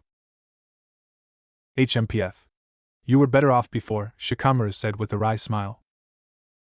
Tsunade stalked over to Shikamaru, holding up a fist. What did you say? She said dangerously. Shikamaru cringed. It was nothing, he replied, waving his hands protectively in front of his face. Geez, how troublesome, he thought as Tsunade walked back to her previous position. Anyway, I also found out who my parents were a few weeks ago, Naruto said quietly. Except for Tsunade's, all eyes were suddenly fixed on Naruto. Naruto-kun, that's wonderful! Hinata cried cheerfully. Who are they? Have you met them yet? Sakura asked eagerly. Naruto's face fell. They died when I was born, he answered, his voice sad. Hinata made a tiny gasp. Oh, Naruto-kun, she said as she bit her lower lip. It's okay, Naruto said, giving Hinata a small smile. What were their names? Sakura asked gently. My dad's name was Minato. Naruto began before being cut off by a strange choking sound that came from Kakashi. Kakashi looked as though he'd seen a ghost. What is it, sensei? Sasuke asked with concern. Kakashi's beloved book simply fell from his hands as he stood and walked slowly toward his blonde-haired student. When he got to the bed, he reached out a shaking hand and touched the side of Naruto's face. I always thought you looked like him, he said in a choked voice. Sakura was confused. Sensei? Kakashi pushed his forehead protector up and away from his sharing an eye. But how? Sandaime told us you were dead. Naruto was shocked to see Kakashi's eyes filled with tears. It was a lie. He did it to protect me, Naruto informed him. So you really are Yandaime's son? Kakashi said as though he wasn't still sure he believed it. Immediately following Kakashi's question, everyone in the room stared, positively bug-eyed, at Naruto. You're the son of the fourth? Lee asked in shock and awe. Naruto nodded. Yeah. Kakashi gripped Naruto's shoulder affectionately. It's like a part of him is back from the dead, he said, hurriedly wiping his tears away with his other hand. Suddenly his expression turned dangerous. Jiraiya. I already took care of it, Hatake, Tsunade said with a hand on Kakashi's shoulder. Naruto looked at Tsunade in confusion. What did Ero-sennin do? Kakashi stared at Tsunade in disbelief. He doesn't know? Tsunade shook her head. I want Jiraiya to tell him himself. Tell me what? Naruto questioned, growing impatient. Ask Jiraiya? I want him to be the one who sees your reaction to it, Tsunade said icily. Naruto growled a sigh. Dr. Tokiha came into the room. He saw Sakura sitting up and smiled broadly. She's awake, he said cheerfully. Sakura smiled and nodded. Well then, how about you all clear out of here so I can check her over? Dr. Tokiha requested. Bye everyone, Sakura said with a wave. Sakura's visitors returned her goodbye and walked out the door, except for Naruto and Lee. Naruto smiled at Sakura. Glad you're okay, he said with a grin. Sakura smiled. Thanks. Later, Naruto said with a mock salute. Once Naruto was out the door, Lee turned to the girl he loved. I don't know what I would have done if I could never see that smile again, he said as he lovingly touched her cheek. Sakura paused for a moment, unsure of what to say. Lee-kun. It's all right, Lee said softly. I know you don't feel the same, he said with a small smile. I'll see you later. As he turned around to leave, he felt Sakura's hand grab his. Leakin. I can't make any promises, Sakura said gently, but don't give up on me yet. Sakura-san? Lee questioned, trying desperately to quell the bit of hope that was entering his heart. Just give me some time to think, Sakura explained. Oh, okay, Lee said in mild confusion. He looked at the door. Well then, I have to get back to my training. Ja, he said nervously. Ja. Leakin. Lee smiled and left the room. Sakura stared out the window, watching some kids playing ninja tag. It was so simple back then, she thought. An image of Sasuke entered her mind, but his adorable smirk was quickly replaced by the murderous grin he had worn in Naruto's memories, making Sakura wince. Sasuke-kun, I can't love you anymore. But I'm not sure I know how to move on. All right, Miss Harino. Let's see if you're ready to go home, said Dr. Tokiha. Sakura nodded. All right. As Dr. Tokiha began the usual stages of a routine physical, Sakura's mind wandered to the memory of Naruto telling everyone about Kyuubi. I'm so glad everyone took it so well. He's already been through so much. Of course, she knew exactly what had gone through Niji and Lee's minds. She had had the same thoughts when she had been told the truth. Tsunade moved to sit behind her desk. There is something you must know before you go on this mission. What I'm about to tell you is not to leave this room. Understood? Hi, Hokuji-sama, Sasuke replied. The Kyuubi that attacked Konoha 14 years ago was not destroyed as you were told. It was sealed inside Naruto, Tsunade explained. What? Sakura and Hinata squeaked in unison. Sakura's breathing became slow and quiet as she absorbed what she'd just been told. After a moment, she noticed Sasuke didn't seem at all surprised. Sasuke-kun, you knew? She asked in wide-eyed disbelief. Hi. Naruto told me, after he stopped me from going to Orochimaru, Sasuke said, his eyes looking at the floor. Why didn't he tell me? Sakura asked, her voice rising a bit in pitch. I saw him use the 9 tails when we fought. I asked him what it was and he told me. I think he didn't tell you because he was afraid of how you'd react, Sasuke said, raising his eyes to Sakura's. Sakura bit her lower lip. Tsunade hemmed and the teens turned their attention back to her. We have received intelligence reports that Orochimaru plans to extract Kyuubi from Naruto and transfer it to himself. This would not only increase Orochimaru's power, but also kill Naruto in the process, she said gravely. And, no, Hinata said loudly. You 3 will be accompanied by Kakashi and a team of Umbu. They will act as a distraction while you get Naruto out, said Tsunade. But we're not enough to take on Orochimaru, Sakura exclaimed. We're hoping that the distraction will be enough that you won't have to, Tsunade explained. Now, as for the reason you were told about Kyuubi. Should Orochimaru make even the slightest miscalculation when attempting the needed seal transfer, you may wind up facing the Kyuubi itself. Sakura shuddered at the memory as Dr. Tokiha removed the blood pressure cuff. Well, Sakura, I think you can go home tomorrow morning. For now, why don't you try to get some sleep? Hi. Thank you, Sakura replied. Dr. Tokiha smiled and left the room. Sakura laid down, her skin relishing in the smoothness of the cool pillow. As she closed her tired eyes, one thought came to her mind. And for some reason, she found it comforting. I really do like Leakin. With that thought, she drifted off into a restless sleep. Naruto paced up and down the floor in Tsunade's office. His stomach was positively bursting with butterflies as he sighed for the millionth time. Naruto, you're getting on my nerves, Tsunade grumbled. Naruto had been pacing for the better part of a half hour. Just then Shikamaru poked his head into the room. Excuse me, Tsunade-sama. We're ready, he informed her. Naruto stopped pacing and turned a few shades of green. Tsunade saw this and gave him a hug. It'll be okay, she said warmly. She released him and stood up. Now remember, wait here until I send for you. Naruto took a deep breath and nodded, silently reminding himself that it was not possible for his heart to burst through his chest. Tsunade walked out the door and headed for the roof of the Hokage Tower. As she went to open the door at the top of the stairs, she herself took a deep breath, then turned the knob and stepped out into the bright afternoon sunshine. The murmuring in the crowd ceased almost immediately when Tsunade appeared at the edge of the roof. The fabric on the sides of her Hokage headgear fluttered in the gentle breeze as she watched the crowd for a moment, hoping to discern the general mood. Well, it's now or never, she thought. Thank you, everyone, for coming out here on such short notice. I have some announcements to make, and I'm sure at least one of them will make you all very happy. She paused for a short moment before continuing. To the children gathered here today, it is time for you to know that Kyubi was not killed in the battle 14 years ago. It was sealed inside a human container by the 4th Hokage. And that container was Naruto.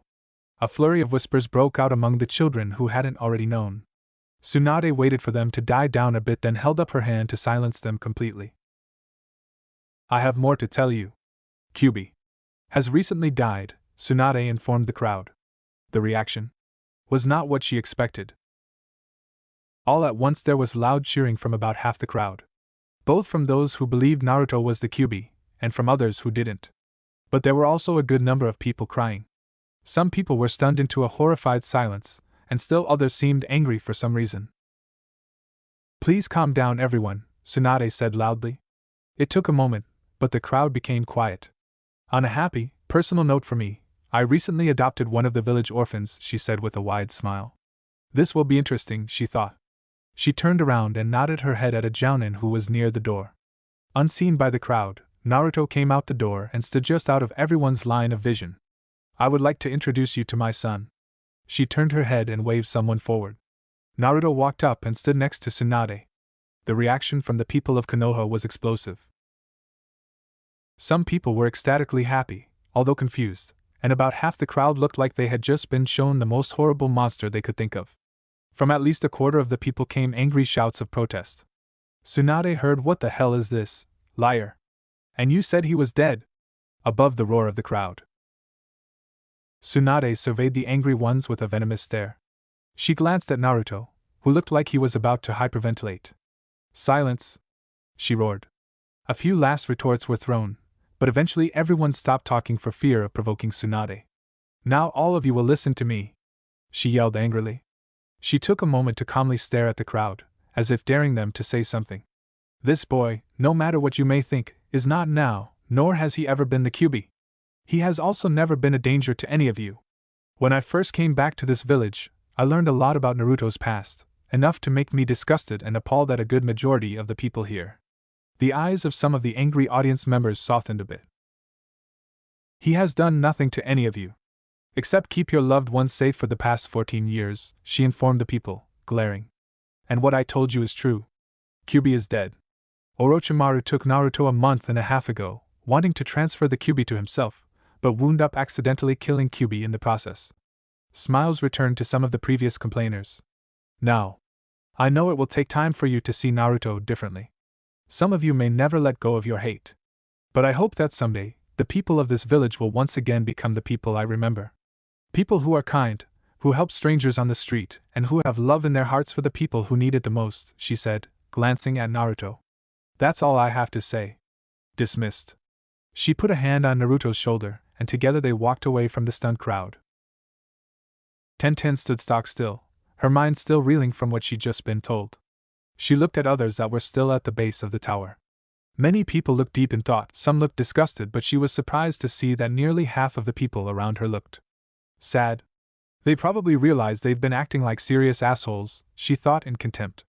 She looked up at a clock on one of the surrounding buildings. Better go train. With a final glance at the Hokage Tower, she disappeared in a puff of smoke, earning complaints from the people closest to where she had been. Tenten walked onto her favorite training field and was disappointed to find someone already using it. It was even worse that that person happened to be someone she thought of as extremely gorgeous. She didn't have a crush on him, but she couldn't help blushing when she was in his presence. She watched as he blew a tree to shreds with Chidori and felt her heart skip a beat. God, I love strong men, she thought with a playfully predatory smile as she walked towards him. Hi, Sasuke-kun. Sasuke blinked back his exhaustion and turned to face the one who had interrupted him. Sorry, but I'm busy at the moment, Tenten, he said respectfully. Truthfully, she was the only kunoichi he respected. She didn't swoon whenever she saw him like the others, and she was strong. He may have changed a bit since the waterfall battle, but he still had little patience with weak people. Tenten looked around the training field. Several trees had been mutilated. Wow! She thought. Oh. Mind if I wait here? Sasuke frowned as he thought for a moment. Do as you like, he answered. Tenten nodded and sat down on a log a safe distance away. Sasuke pulled out a few kunai and flung them at a tree he had previously prepped with tiny targets. As she twirled a kunai on her right index finger, Tenten watched his technique with a frown. Only 94% accuracy, she thought. Sasuke threw another kunai, and Tenten winced. Gah! He was off by half an inch. She thought as she fidgeted by twirling her kunai faster. With each throw Sasuke made that wasn't completely dead center, she found it harder and harder to stay sitting. Finally, she flung her hands forward in frustration, accidentally throwing the kunai in the process. It whizzed by Sasuke's right ear and landed perfectly in the middle of the target he had been aiming for. What the hell? Thought Sasuke, who had been blocking her view of the target at that moment. She did that without being able to see the target. How? He turned to see Tenten standing stick straight with a nervous grimace on her face. Sorry. It was a reflex, she explained, scratching an itch on her finger that had been the product of friction from spinning the kunai for so long. Sasuke cocked an eyebrow and looked back at the tree. One hell of a reflex, he said with mild interest in his voice. Tenten smiled. She thought for a moment. Want some tips? Sasuke frowned. You can't teach better aim. Only practice can do that. Tenten scratched the back of her neck. Actually. Your technique is wrong. Excuse me? Sasuke replied indignantly. You need more snap to your wrist when you throw. You arc it too much, Tenten replied carefully. Sasuke's frown deepened. I don't need help, he said firmly. An 8-year-old Sasuke gritted his teeth in frustration. He had missed his target by a whole 2 inches. He heard a cough behind him and groaned inwardly. Itachi stood about 6 feet away. He had his arms folded and was shaking his head. You need to relax more, Sasuke. If you would help me practice, I'd be better by now, Sasuke retorted. Itachi remarked as he shook his head and walked away. Damn him. Why won't he teach me? He thought angrily as he watched his brother walk away. Sasuke made a short, irritated hiss through his teeth at the memory. Tenten saw Sasuke's expression, but decided not to comment on it. She closed her eyes in defeat and sighed. Have it your way then. I'm gonna go find somewhere to train. Watching you is gonna drive me nuts, she replied with a small laugh. Sasuke watched her go. Once he was sure she was a good distance away, he turned to the target and threw a kunai, snapping his wrist just a little more than usual. The kunai hit dead center. He folded his arms. He remarked with an intrigued expression. 3 weeks later, Naruto sat on the ground in the middle of the Hokage training field, waiting for Jiraiya. When he gets there, tell him I said to tell you the truth, Tsunade said firmly. Naruto frowned and sighed. What did she mean by the truth? He wondered. It was at that moment that the person he'd been waiting for appeared on the back of a medium-sized summoned frog. He looked around for a moment before turning to Naruto. Where's Tsunade? She said she wanted to see me. Actually. She said she wanted me to talk to you, Naruto said with a bit of confusion. She told me she wants you to tell me the truth. Jiraiya stiffened, realizing he'd been tricked. Damn you, Tsunade, he growled in his mind. He sighed loudly and sat down next to the boy, cupping his chin in his right hand as he thought of what to say. What I'm about to tell you may make you hate me for the rest of your life, he said sadly. Hate you? Naruto echoed in confusion. Jiraiya put up a hand in order to ask Naruto to be quiet. As you know, Minato was my student. He was like a younger brother to me. On the day he became Hokage, I couldn't have been prouder. By that time he'd already married your mother. She was one of the most amazing kunoichi I've ever seen, younger than me, but already the captain of my Umbu squad. He paused, taking a moment to calm his emotions a bit. On the night Kyubi attacked, she was 8 months pregnant with you. As she was getting ready to join the fight, I arrived at the Hokage residence with a message from Minato. He wanted her to stay out of it, but… Pause, she wouldn't hear of it. She loved Konoha so much. When I tried to block her from leaving, she threw me into a wall. I ran out the door as soon as I could think straight. By the time I got to the field, she had already… He wiped away some unshed tears. She was mortally wounded. There was nothing anyone could do. Her injuries caused her to go into labor. I was the one who delivered you. Naruto's eyes widened in shock. Why, you… delivered me? Naruto stammered. He suddenly felt like he'd been handed yet another family member. He smiled widely. Jiraiya saw Naruto's happy smile and became sick to his stomach. Naruto. The seriousness in his voice made Naruto's smile falter a bit. That's not all of it. You see, there were only 3 people who knew you hadn't died at birth. Minato, Sandaime, and me. He finished with as much regret as human eyes could hold. This news shattered Naruto's feelings of family toward the aging Sannin like the most delicate of crystals. You knew? Naruto yelled, his fists balled so tightly that his nails drew blood. He stood, moved in front of Jiraiya and punched him in the face, knocking him over. Why? He screamed, years of loneliness and pain all coming to the surface in an instant. Why didn't you take me with you? I couldn't. I had no idea how to raise a baby, Jiraiya said with nothing but sadness in his voice as the tears welled up again. Naruto's whisker marks became a bit more defined as his breath came in angry puffs through his teeth.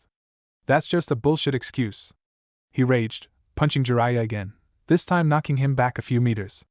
Tears began to fall from his cerulean blue eyes. You could have gotten books, he screamed, backhanding Jiraiya. You didn't want me. The tears flowed down Naruto's face in force now, and by this point his voice was cracking frequently. If you had, you would have found a way. Jiraiya's hatred of himself grew with each angry syllable. He knew Naruto was no match for him, but he didn't care. He knew each punch Naruto threw was well-deserved, and so he simply let the boy punish him. It wasn't until Naruto created 20 or so bunshins of himself that Jiraiya began to wonder if he shouldn't try to stop him. Naruto! Shut up! I hate you! With that last word, Naruto's voice dropped in pitch. In his new, deeper voice, he screamed out his attack. You! 8 of the bunshins slid in and kicked Jiraiya into the air. Zoo! A second group was thrown into the air by the first group. Jiraiya was propelled even higher by the second barrage of kicks. 10 more clones used the tops of the surrounding trees as launching points and shot themselves at him. They kicked the surprised man to a deadly height. Ki! Naruto screamed as he led the final group of clones in for the finishing move. Naruto Renden! With tears streaming down his face, Jiraiya watched as 6 Naruto feet came down from the sky above him and drilled into his torso. Blood sprayed from his mouth as his body shot toward the ground. Jiraiya's head was spinning and he was barely able to think as he summoned Gamabunta. The great frog appeared and Jiraiya landed with a thud on his head. Gamabunta rotated his eyes upward just before Naruto landed in a crouching position near Jiraiya. What the hell is going on here, brat? He asked as Jiraiya stumbled to his feet. Naruto didn't hear Gamabunta. His eyes turned red as he ran over to Jiraiya with a kunai in hand. Jiraiya barely managed to shield his face with his arms as Naruto brought down the weapon. Gamabunta frowned and used his tongue to pluck Naruto off of his head, then transferred him to one of his large, webbed hands. Oi, brat! Gamabunta said with irritation as he maneuvered Naruto so he could see his face. I asked you a question? He demanded firmly. Naruto thrashed around violently in an effort to escape as he yelled curses at the giant frog. Let me the hack go! I'm gonna kill that piece of shit! Gamabunta decided he wasn't going to get any answers out of Naruto in his current mental state. Jiraiya, explain this. Jiraiya took a moment to tie off the cut on his arm with some medical wrap before answering. It's personal. Let's just say I deserved what I got, he said sadly as he closed his eyes in emotional pain. Naruto kept struggling and making animalistic screams at the top of his lungs. Greayawa. Jiraiya watched him with the heaviest of hearts. He sighed heavily, reached into his hip pouch and pulled out a small jar of green powder. He poured a small amount into his hand and blew it at his former student and friend. Naruto's eyes rolled back into his head, and he hung limp in Gamabunta's grasp. Jiraiya replaced the top of the jar and returned it to its hiding place. He should wake up in about an hour. He turned his back to Naruto's sleeping form. I won't be back. Could you tell him when he wakes up that I'm sorry, he said in a choked voice. Gamabunta frowned in thought. Hi, he agreed. Jiraiya nodded numbly and jumped away into the forest. He hadn't known this much pain since the death of his prized student and friend. He felt like he'd lost him all over again. After a few minutes of running, he stopped on a very wide tree branch. His hand covered his eyes as he slid down the trunk into a sitting position. His sobs of despair were heard only by the creatures of the forest. And the wind. Gamabunta stared at the boy that was lying on the ground impatiently. Damn it, brat. Wake up already, he grumbled. Suddenly he had an idea. He took a long drag on his pipe and blew it into Naruto's face. After a second, Naruto began coughing. His eyes opened and he sat up, gasping for air. He looked up at Gamabunta. What the hell was that for? He asked bitterly as he folded his legs Indian style. Gamabunta cocked an eye ridge. You were sleeping too long, he said bluntly. Naruto rested his face in his right hand and sighed heavily through the splayed fingers. Where's Ero-sennin? He left, kid. He said to tell you he won't be coming back. And that he's sorry, Gamabunta replied gently. Naruto's lips shook slightly as his eyes filled with tears. Now that the object of his anger wasn't within punching distance, his pain took over. He lowered his head and dropped his hands to the ground. He then alternated between sobbing loudly and punching the ground in angered frustration. Naruto's pitiful crying made Gamabunta suddenly unsure of what to do. He wasn't good at comforting people. He had always left the comfort of his children to his mate. Just as he was about to attempt putting a webbed finger on the boy's shoulder, he saw Tsunade running towards them from the other side of the field. He looked up at the sky. Thank you, he thought. I saw you from my office window, Tsunade said through sucking in lungfuls of air. She looked at Naruto. What happened? Jiraiya. Gamabunta answered, hoping she'd know what that meant, since he sure as hell didn't. Tsunade's expression fell. Oh, she remarked softly. She swallowed and knelt down next to her son.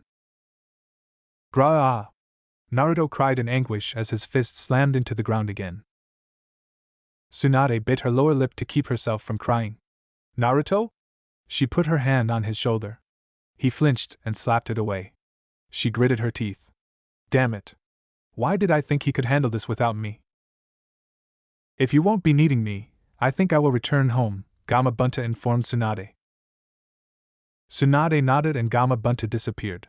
She turned her attention to Naruto, who had gone back to crying, and watched him for a brief moment before surrounding the distraught boy with her arms. Naruto's body tensed when he realized Tsunade was hugging him. He put all his strength into trying to escape, but she refused to let go. Leave me alone, damn it! He choked out in frustration. Her eyes opened when she felt Naruto go slack in her arms. He looked so small, Tsunade thought as she began to stroke his hair in a motherly fashion. Sure, sh. I'm here. Tsunade's maternal words stirred something in Naruto. It was the second time she had said something like that. He suddenly wished with all his heart that he'd had this comfort when he was younger. He barely thought about it before he said it. Ka-san, he cried. Nothing could have described the feeling of her adopted son saying that word to her. She held him ever closer. Naruto, she said warmly, I'm here. I'm here. It was then that she realized just how much she loved being a mother. I'm here. For as long as you need me. As Tsunade, Hinata, Sasuke and Sakura rounded the corner, and the Hokage estate came into view, they saw the person they were looking for. Sakura stared at Naruto, who was lying on the roof. How long has he been up there? Tsunade sighed. About 6 hours now. And nothing I say makes a difference. She paused for a moment. He won't even come down for ramen, she said with a frown. Nanny? Sakura said sharply. That is serious, Sasuke remarked. I was hoping maybe you kids could snap him out of it, Tsunade explained with a pleased to this expression. Hinata nodded. We'll do our best. Tsunade smiled. Thanks, she replied. She's really gotten more confident since Naruto began to notice her. The teens nodded and headed off to the roof. Naruto lay on his back, staring up at the sky. He just didn't want to do anything. He had been betrayed and could think of nothing else. He heard them when they landed on the roof, but he didn't acknowledge their presence. Naruto-kun? Hinata said once they reached him. No answer came. Naruto, we were gonna go to a movie. Wanna come? Sakura asked, making sure she stayed at least 5 feet away from Sasuke. Again, no answer. Both girls looked at Sasuke as if to say your turn. He sighed in defeat. Come on, Dobe. We'll treat you to some ramen, he offered. Still nothing. Finally, Naruto sighed. He still didn't turn his head, but he did speak. Look. I know you guys are trying to help, but I really want to be alone right now. Are you sure, Naruto-kun? Hinata asked tentatively. His voice changed. He sounds amazing, she thought as heat rose to her cheeks. Yeah, Naruto said with a sigh. Sakura chewed her lower lip.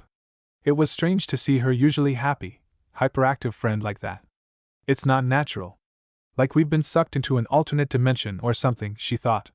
Well, if you want to talk, she offered. Naruto replied solemnly. Sasuke turned and began to walk away. Sakura waited a few seconds to be sure they wouldn't wind up walking together on the way back to the main road, then also started walking. Hinata stayed where she was. Are you coming? Sakura asked. You two go ahead. I'm going to stay here, Hinata answered softly. Sakura smiled slightly. Okay. She put a hand on Hinata's shoulder. Good luck, she whispered. Hinata nodded appreciatively and the other two left. Naruto-kun? I thought I said I wanted to be alone, Naruto replied, still not looking anywhere but the sky. Hinata swallowed, wondering what on earth had possessed her to be so bold. I know. I won't say anything, but do you mind if I just sit with you? Naruto sighed, realizing he probably wasn't going to win this one. Whatever. Thank you, Hinata said before sitting down. She turned her head to look at her crush. I wish I knew what to say to make you stop hurting, she thought sadly. Naruto tried not to think of the girl sitting next to him, but was failing miserably. Damn it. If I run off, she'll probably follow me. Why the heck did I tell her she could stay? After lying there in silence for nearly 15 minutes, Naruto turned his head toward Hinata. Her hair caressed her face as a gentle wind swept the rooftop, and her eyes looked to the sky as though she were searching for advice from the heavens. Naruto felt a strange peace come over him as he watched her. Somehow, and he couldn't figure out why for the life of him, her just being there was making him feel better. Nay, Hinata-kun? Naruto said quietly. Hinata made a surprised sound and turned to Naruto. Yes, Naruto-kun? She said gently, worried that if she said something wrong that Naruto might go back to not talking. How much did Haho tell you about what happened? Naruto asked in a somewhat flat tone. Not much. She only said that something Jiraiya said upset you. Naruto sighed. On one hand, he liked that Tsunade had respected his privacy, but on the other, he really wasn't in the kind of mood where he wanted to have to explain about something painful.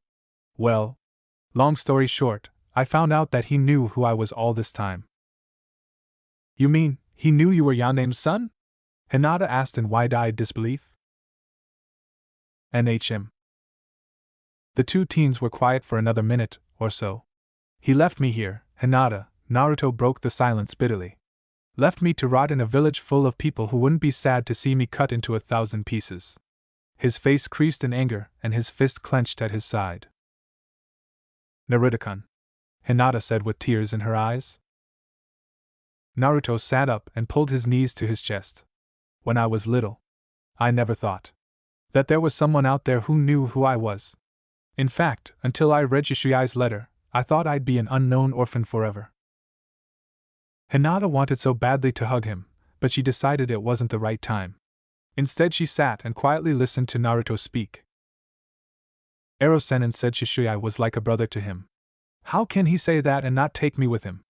Naruto growled. Arrow. Sennin? Hinata stuttered, blushing. Naruto realized she'd never heard his nickname for Jiraiya. Sorry. It's an insult I call Jiraiya. He's a massive pervert, he said with disgust. Hinata suddenly found the tiles on the roof very interesting. Oh, she said in a tiny voice. Naruto's face flushed a bit at Hinata's embarrassment. It went away quickly though. Maybe he was scared. Hinata offered, playing with one of the sections of hair framing her face. Huh? Naruto questioned. He didn't get what she was talking about right away due to getting off track a moment before. Jiraiya-sama. Maybe he didn't think could raise you right. He could have gotten books. It isn't that hard, Naruto replied bitterly. It was all I could think of. Sorry, Hinata said sadly. It's not your fault. I know. It's just. I hate that I can't think of anything to make you feel better, Hinata said with a sniff. Naruto closed his eyes, sighed, and reopened them. Hinata-kun, he said as he gave her a hug. Thank you? Hinata gulped nervously, but returned the hug. Anytime, Naruto-kun. She released Naruto. Would you like to get some ramen? My treat, she said with a sweet smile and her fingers tented. Naruto noticed her tending her fingers, but it seemed different somehow. Almost coy. She's so cute. He blushed a little and blinked back his thoughts as he considered her offer for a moment. Sure, he answered.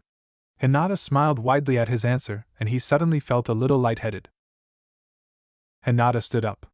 Let's go then, she said, offering Naruto her hand. I can do this. It's just his hand, she thought in an effort to calm herself. Naruto gingerly took the hand that was offered and his heart skipped a beat. What is wrong with me? Grabbing her hand never bothered me before. He stood up, using her hand as leverage and was about to let go, but his hand wouldn't obey him. Hinata noticed that Naruto hadn't let go of her hand yet and began to feel her face heat up. And Naruto-kun? Hinata's words seemed to snap his brain back to logical thought, and he quickly let go of her hand, a slight pinkish tinge on his cheeks. He cleared his throat. Sorry. I was, thinking about something, he replied. Yeah. Like how cute she is in that tank top, his subconscious teased. Shut up, Naruto said out loud without realizing it.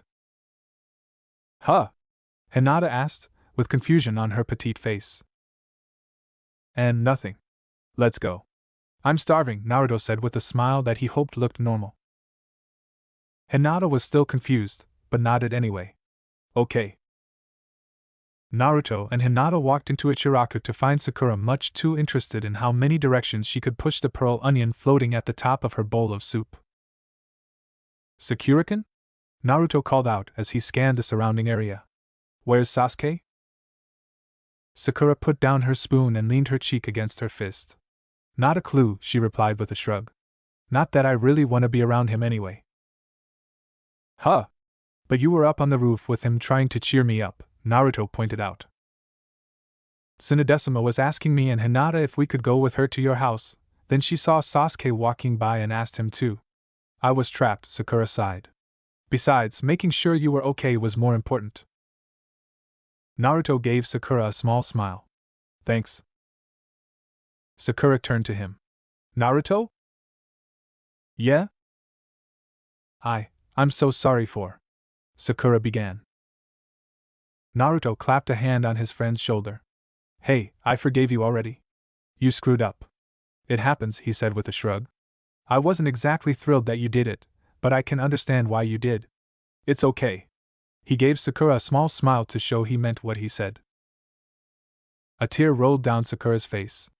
You're a good friend, Naruto. Kun, she said as she smiled and wiped away the tears. Naruto's eyes widened at the addition of Kun on the end of his name. Not a problem, he said with a broad grin. He rubbed his palms together. Now, he said, looking at Hinata, how about that ramen? Hinata giggled. Right. The next day Tsunade stood next to Sakura as she attempted to revive a fish from the brink of death. She frowned at the girl's lack of success. Focus, Sakura. You've done this already. This one's only 30 more seconds past heart failure. The green healing light surrounding Sakura's hands faded and disappeared. She let out a large puff of air. I just can't today, Tsunadesima. I'm too distracted. Do you think your enemies are going to care about your personal problems? Tsunade scolded. Sakura hung her head. No. Alright then. Now focus! Sakura nodded and went back to curing the fish. In just a few seconds it was flapping all over the table. She smiled at her success and moved out of the way for Hinata. Tsunade picked up the first fish and handed it off to Nabiki, who had been standing in wait. Take that down to the pond in the north garden. Nabiki bowed. Hi, Tsunadesima. As Nabiki walked off, Tsunade grabbed another near-death fish off a towel on the floor next to her and put it on the table. All right, Hinata. Your turn. Hinata nodded. Just then Naruto walked into the room with a huge glass of milk in the crook of one arm, a bag of cookies in the other, and one cookie sticking out of his mouth. Everyone stared at him and he just grinned, his mouth still plugged up with the cookie. Hinata couldn't help herself. She started laughing. Tsunade sighed through her nose. Naruto, you made her lose her concentration, she tried her best to say without laughing. She failed. All right. I guess we can have a cookie break, she announced with a grin. Naruto set down the milk in the bag, and then ate the rest of the cookie that was in his mouth. After he washed it down with some of the milk, he grinned again. I knew you'd see it my way. Tsunade picked up the fish and walked off into the kitchen with it, returning a moment later. That one will be dinner, she said, gesturing behind her. She picked up a cookie and dunked it, then sat down on the couch with Naruto. You're doing extremely well, Sakura. You may be more talented than Shizen, she said with a smile. Sakura smiled. Thank you, Tsunadesima. Which reminds me, you may have a chance to test out your new skills tomorrow, Tsunade informed her. Huh? Sakura questioned. I received a mission for your team today. I'll tell you the details tomorrow though, when I have all three of you here. Sakura winced at the obvious reference to Sasuke. Tsunade noticed Sakura's reaction and frowned. Does it still bother you that much? Sakura sighed. Well, it's not like I hate him or anything. In fact, I still care about him. A lot. It's just that every time he's near me I feel like I want to run. I can't help it. I just keep seeing that look in his eyes from when he... She trailed off, knowing she didn't need to finish the sentence. Well, you're going to have to put all that aside for your mission, Tsunade informed her. I know. I can do that, Sakura promised. Good girl, Tsunade replied. She turned to Hinata. I want you on this mission too. Huh? But what about Shino and Kibikun? Hinata asked with confusion. Don't worry. You're not switching teams. But I want you to get more combat experience, and Shino is on a mission with his father at the moment. I also put Kiba on a mission with Guy's team, Tsunade explained. Oh. Okay, Hinata finished with a smile. She looked over at Naruto. I'll be on a mission with Naruto-kun, she thought as she blushed nervously. Naruto noticed Hinata staring at him and felt his body heat up a bit. He swallowed and looked away, then suddenly stood up. Tsunade no bi, Kazan, I need to talk to you alone for a minute. Tsunade cocked an eyebrow. Sure. She stood up and turned to Nabiki, who had just walked in the door. Nabiki, can you bring Hinata a new fish? Nabiki slumped a bit. Man. I just came back from the pond, she mockingly whined with a small smile. Tsunade suppressed a laugh. Move. Nabiki sighed overdramatically and trudged back out the door. Tsunade smiled and turned to Naruto. Alright, let's go. Naruto nodded and headed into the dining room. When Naruto and Tsunade entered the room, they found Izumi setting the dinner table. Izumi, shoo, Tsunade commanded with an up and down waving motion of her hand. Izumi looked confused, but complied anyway. Hi, Tsunadesima. Once Izumi was out of earshot, Tsunade and Naruto sat down at one end of the table. So, what's up? Tsunade asked as she rested her chin on her interlaced fingers. Naruto sighed. I need to talk to you, About Hinataken. Tsunade's face broke into a wide smile. Ah, I see. What do you want to know? What have I done? Naruto thought in mild fear. Every time I'm around her I keep thinking how cute she is, he said with a slight grimace. And the problem is, I'm still not sure how I feel about her. We've been hanging out a lot lately and I like her a lot, but, gah, I'm so confused. Tsunade laughed lightly. You're 14, kiddo. It's normal. What should I do? You know what I find interesting? Tsunade asked suddenly. Naruto looked confused. What? You claimed to love Sakura for so long and I've never seen you this flustered over her, Tsunade answered with an amused smile. At this Naruto turned red as a tomato. No, why? Naruto shook his head. Tsunade's expression lost its amusement and became more gentle. Because Sakura was just a crush. I think Hinata is more than that to you, she explained. More? Naruto asked. But I'll let you figure that out on your own. It's not something that should be told to you by another person, Tsunade said as she gave him a gentle hug. Naruto sighed heavily. I have another question. Oh? Would it be alright if I changed my last name? Tsunade looked surprised for a moment, but regained her composure quickly. I don't think that's such a good idea. Naruto frowned. Well, Namikaze is my real last name, isn't it? Tsunade nodded. Yes, but Minato gave you your mother's maiden name to protect you. I want that protection to continue. Naruto sighed in defeat. Alright. Why don't we go back now? See how Hinata is doing with her fish. Okay, Naruto agreed. Hinata barely noticed when Naruto and Tsunade re-entered the room. She was too busy concentrating. Please, she thought. Beads of sweat rolled down her forehead as she pushed the healing chakra into the fish. After a few minutes of watching the girl struggle, Tsunade interrupted. Stop, Hinata, she said. Hinata looked ashamed as she stopped the flow of chakra. I'm sorry, Tsunadesima, she said, bowing her head in shame. Tsunade walked over to Hinata. Hey, you did your best. She sighed and thought. In fact, I think we may need to change the jutsu a bit to suit the way you use your chakra. After a moment of thought, she said, Instead of blanketing the chakra, try pushing it through the. Okay, Hinata replied, activating her Byakugan and proceeded to work on the same dead fish she had before. I can't fail. Not in front of Naruto-kun. Hinata, you can't do anything more with that fish. I'll get you a new one, Tsunade said. Hinata was so intent on helping the fish that she didn't hear her sensei. The damage was all repaired, but the fish was still dead. Why isn't it working? She thought in frustration. Suddenly her eyes widened. She had an idea. Hinata, Tsunade repeated, intent on tapping the girl on the shoulder to snap her out of it. As she reached out, a white pulse of energy shot out from the fish. It started flapping. Hinata deactivated her Byakugan and smiled with pride. How? That shouldn't be possible, Tsunade asked, wide-eyed. Well, I just thought of how the hospital uses those paddles to revive people, so I put some of my body's electrical current into the chakra, Hinata explained with an embarrassed blush. This girl. Tsunade thought. Hinata, I want you to promise me that you'll never do that again, she said sternly. The smile fell from Hinata's face. Huh? She said in confusion. Hadn't she done a good job?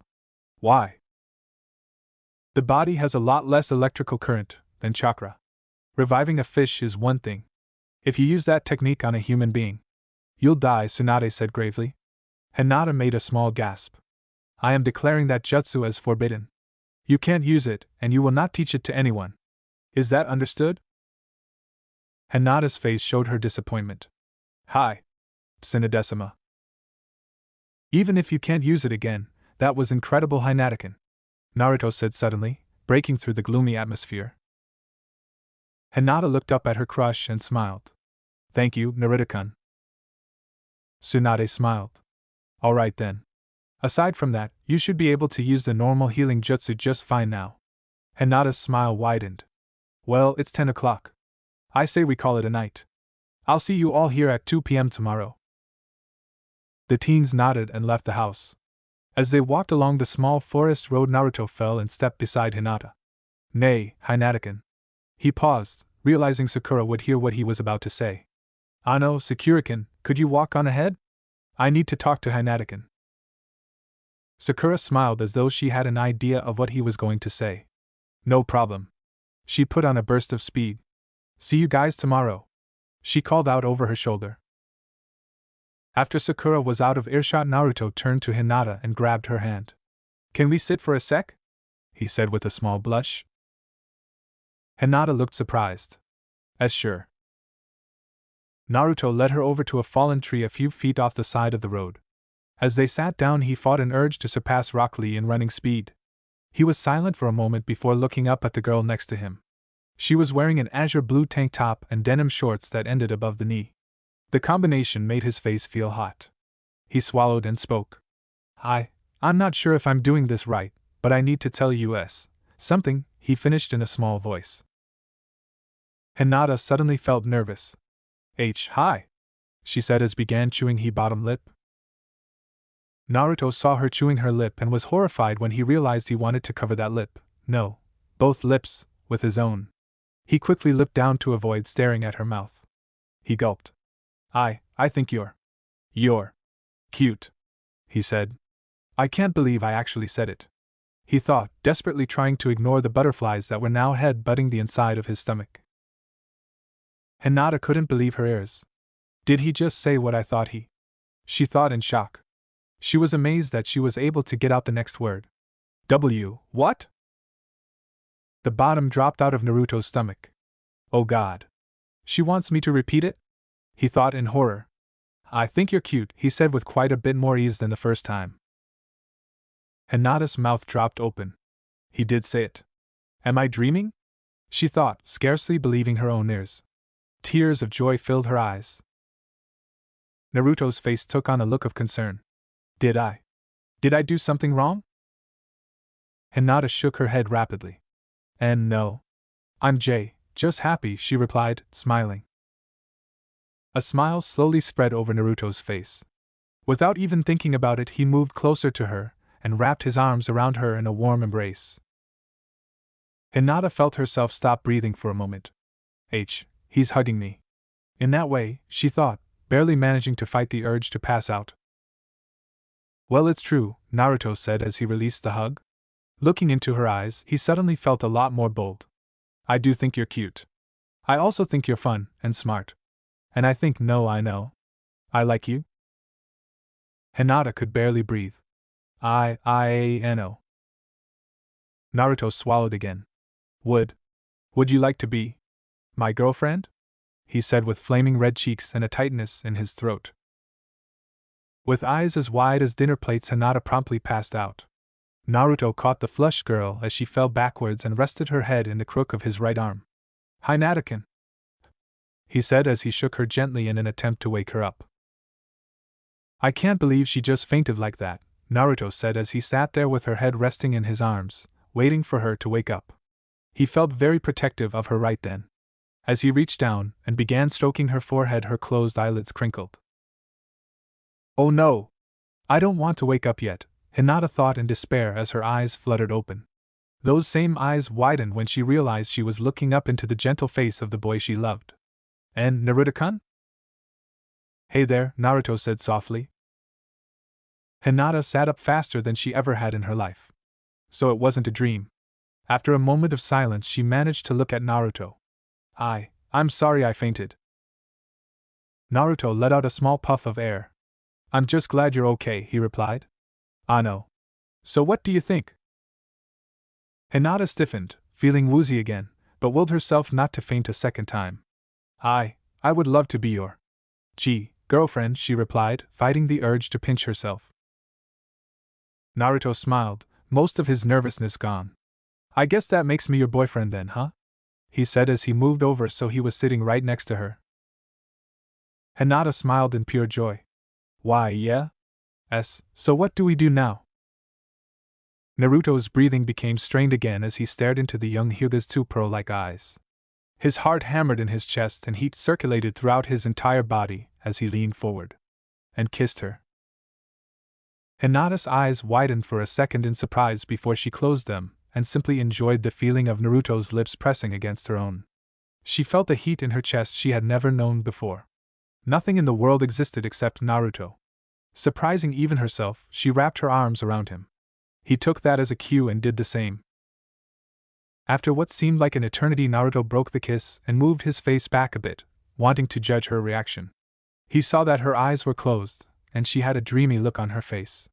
Hinata-kun? Hinata reluctantly opened her eyes. That was amazing, Naruto-kun, Hinata breathed. Naruto smiled. Yeah. It was. Naruto and Hinata stared at each other for a moment more before Naruto spoke. It's getting late. We should get going. Why, yeah, Hinata agreed reluctantly. They stood and Naruto held out a hand for his new girlfriend. She happily took it. As they walked along, they kept stealing glances at each other and smiling. Hinata had never felt more at peace in her life. She gave Naruto's hand a squeeze and leaned her head on his shoulder. The two walked like that the rest of the way home, ignoring the surprised and sometimes disgusted stares from onlookers. Only one thought was in Hinata's head as they neared her home. If this is a dream, I never want to wake up. Thanks a ton for watching, Shinobi Squad. I hope you had as much fun as I did putting this epic what if together. Make sure to smash that like button, subscribe, and hit the bell icon so you never miss a single twist in the story. Drop your thoughts, theories, or even wild ideas in the comments. I read every single one. And hey, if you're craving more awesome Naruto content, go check out the other videos on the channel. I've got plenty of heat waiting for you. Until next time, stay sharp, stay awesome, and remember, even a shadow clone needs love. Peace out, Shinobi.